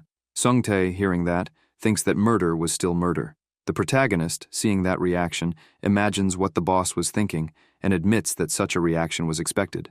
Then, he asks what would happen and if he would be punished. Gong begins to congratulate Gangram for receiving the most excellent marks among trainees from all regions. Sungtae is startled and asks the team leader if he was going to allow someone so dangerous. The man tells his subordinate to shut up and says he had an offer for the protagonist, who immediately wanted to know what it was. The boss says he was offering an official position on the second team of the Fate Protection Agency. Gangram is surprised by that, and while still thinking, Gong is already trying to shake the trainee's hand to seal the deal. But the protagonist apologizes and says he had no intention of accepting that offer. Sungtae gets irritated and says it was a golden opportunity, but Gong calls him, and with a look, makes him stop talking. Then, he turns back to Gangram, saying he understood that he had made an offer too quickly to someone who had just recovered. So, he asks him to rest for a few days, and then contact the number he was handing over, as he was sure he would first want to see his family and get some fresh air. And he begins to leave the room, telling the protagonist to go to the training hall once discharged, because there was something he needed to know before being released from the training center, and winks at Gangram, saying they would see each other later. The Fate Hunter finds that strange and alone starts wondering if it was a good choice to work for the agency. They probably already knew about his fate detector. The protagonist begins to see Sungtae's fate, which had a tertiary dragon rank. Then, he admits that if they knew about this ability, they would do anything to convince him to work for them. And, after putting on his clothes, he thinks he first needed to find Shin. Then, he goes to a room near his to find the girl. Seeing her lying down, he approaches. Getting closer, he thinks about being quiet so as not to wake her, and also looks at her amputated arm. The protagonist still hadn't processed this event because, to him, it could have been avoided. Suddenly, a message appears, saying a murderous aura was being detected in Shin's fate. Then he doesn't understand why, since, in his past life, the girl never emanated such a strong energy. Soon, he activates the Fate Guide item, which was quickly strengthened by the barrier's power, and begins to imagine Shin had improved and that they had left the hospital. But his head starts to hurt badly. The girl was gravely injured and thought Gangram wouldn't show up. Her shadow said it was there for her because it couldn't understand what was happening after Gangram had left her like that. Then, why was she trying to help him? The protagonist was seeing something as if he were witnessing Shin's future. Even in a critical state, the girl said not to lay a finger on Gangram. The woman says it was a shame, and the protagonist then sees her losing her life to a fatal blow. That leaves him stunned. After returning to reality, he is surprised to see that unfamiliar place and that Shin would lose her life again to protect him. Then he starts grabbing that item and saying he couldn't stop it with just that and needed to figure out exactly what was happening. But soon the object takes him to another place, the day of his family's accident, and he hears himself saying he wouldn't run away. From a distance, he could see his despair as he tried to help his parents escape. But alone he couldn't help, and his mother says she was sure there would be some adults nearby to help, so he should call them. Smiling, she asks if he could do that. Gangram runs off saying he would go after someone and to wait for his return. While running, he passed by his side and, even though he knew it was his past, tried to hold his arm to avoid leaving his parents alone. But now he couldn't do that, and the child passed by him calling for help. The protagonist is impressed by all of this and starts to regret once again that this had happened. until he hears his mother telling his father that it was a good thing they managed to convince him in time, but they were worried about how he would manage alone. The protagonist, seeing the car catch fire, hears his parents worried about him because he was going to be alone. And before the explosion happened, his mother says she was sure everything would be fine. Crying because of the situation, now the protagonist knows that his parents knew what would happen, that the car would explode. But he is soon startled when he looks towards the car. Beck was there, pointing a sword at him. The woman was ready for combat. Gangnam then turns off the Destiny Guide item and starts to wonder what Beck was doing there, and also begins to doubt if that accident had been normal, and that, if it hadn't been for that woman attacking the car, the protagonist begins to get angry, and thinks that maybe she was the one who took Shin's life in that future, which left him even more perplexed with the situation. Still next to the Dominator, he starts hearing her saying something, then realizes he would wake up soon. Quickly, the protagonist leaves the room. Outside, he could hear someone saying they knew they could find him there. He quickly puts the item in his pocket. Seolmin, with a bouquet of flowers, begins to approach, saying hello to the protagonist, who is surprised to see the team leader. The woman, smiling, says she had come to visit him but couldn't find him, and also that he cared a lot about Shin, as he had already gone to visit her right after waking up, but it also seemed like the girl cared about him. Seolmin says she was surprised when they left the demon realm because the Dominator had lost an arm and was all hurt, but still managed to carry him. Then she starts smiling, and says she wouldn't interrupt them, and would leave as soon as she said what she needed, as she wanted to know if he didn't want to work for the protection agency, but for Team 1 instead of Team 2. The protagonist responds that he has no intention of working for the agency, but the woman says that, if he worked, he could bring Shin's arm back. This left Gangnam surprised. He then asks how this was possible. Seolmin says she couldn't tell, but it was something she could do as soon as he joined the group. The protagonist starts to wonder if the team leader could fix the Dominator's arm so quickly, but they knew that omnipotent gods who could regenerate lost limbs would exist in a few years. But at the moment, they didn't exist, though he still knew a way to recover the girl's arm using items, but it could take a long time. The protagonist then asks how many years he would have to work. Seolmin says 1 year would be enough, but more would be better, and that normally he would have to start immediately, but she would give him a few months to prepare, but only if he gave her an answer right then. Gangnam starts thinking carefully about his choice and says it was okay, but without him seeing, Shin opens the door and says the protagonist would reject that offer and that Gangnam wouldn't work for the agency. He was shocked to see the girl saying that, as it was crazy to use her arm as bait to try to employ someone. Seolmin takes the bouquet from the protagonist's hand and gives it to Shin, asking if she also wanted to work with them, as she would love to have her on board. The Dominator refuses, saying their values didn't align. The team leader throws the flowers away and says it's a shame, but hands over 2 cards before leaving and asks them to call if they change their mind. Both watch the woman leave the building, and Shin tells the protagonist not to even think about accepting anything because of his arm, as that responsibility was hers. Gangnam is left without an answer, but soon says he would have said yes, even if it weren't for the arm. But the girl grabs his shoulder and says he was terrible at lying, so it was better not to try. The protagonist removes the girl's hand from his shoulder and asks why she had sacrificed herself to save him, since they weren't close and had only known each other for a few months. Shin, surprised, says it was because it seemed like he was in danger. Gangnam says that doesn't matter. The Dominator starts to think and soon says she didn't know, but seeing how the protagonist was, she admits she cared about him. If you enjoyed this video, subscribe to the channel, hit the bell icon, and like the video. Thank you.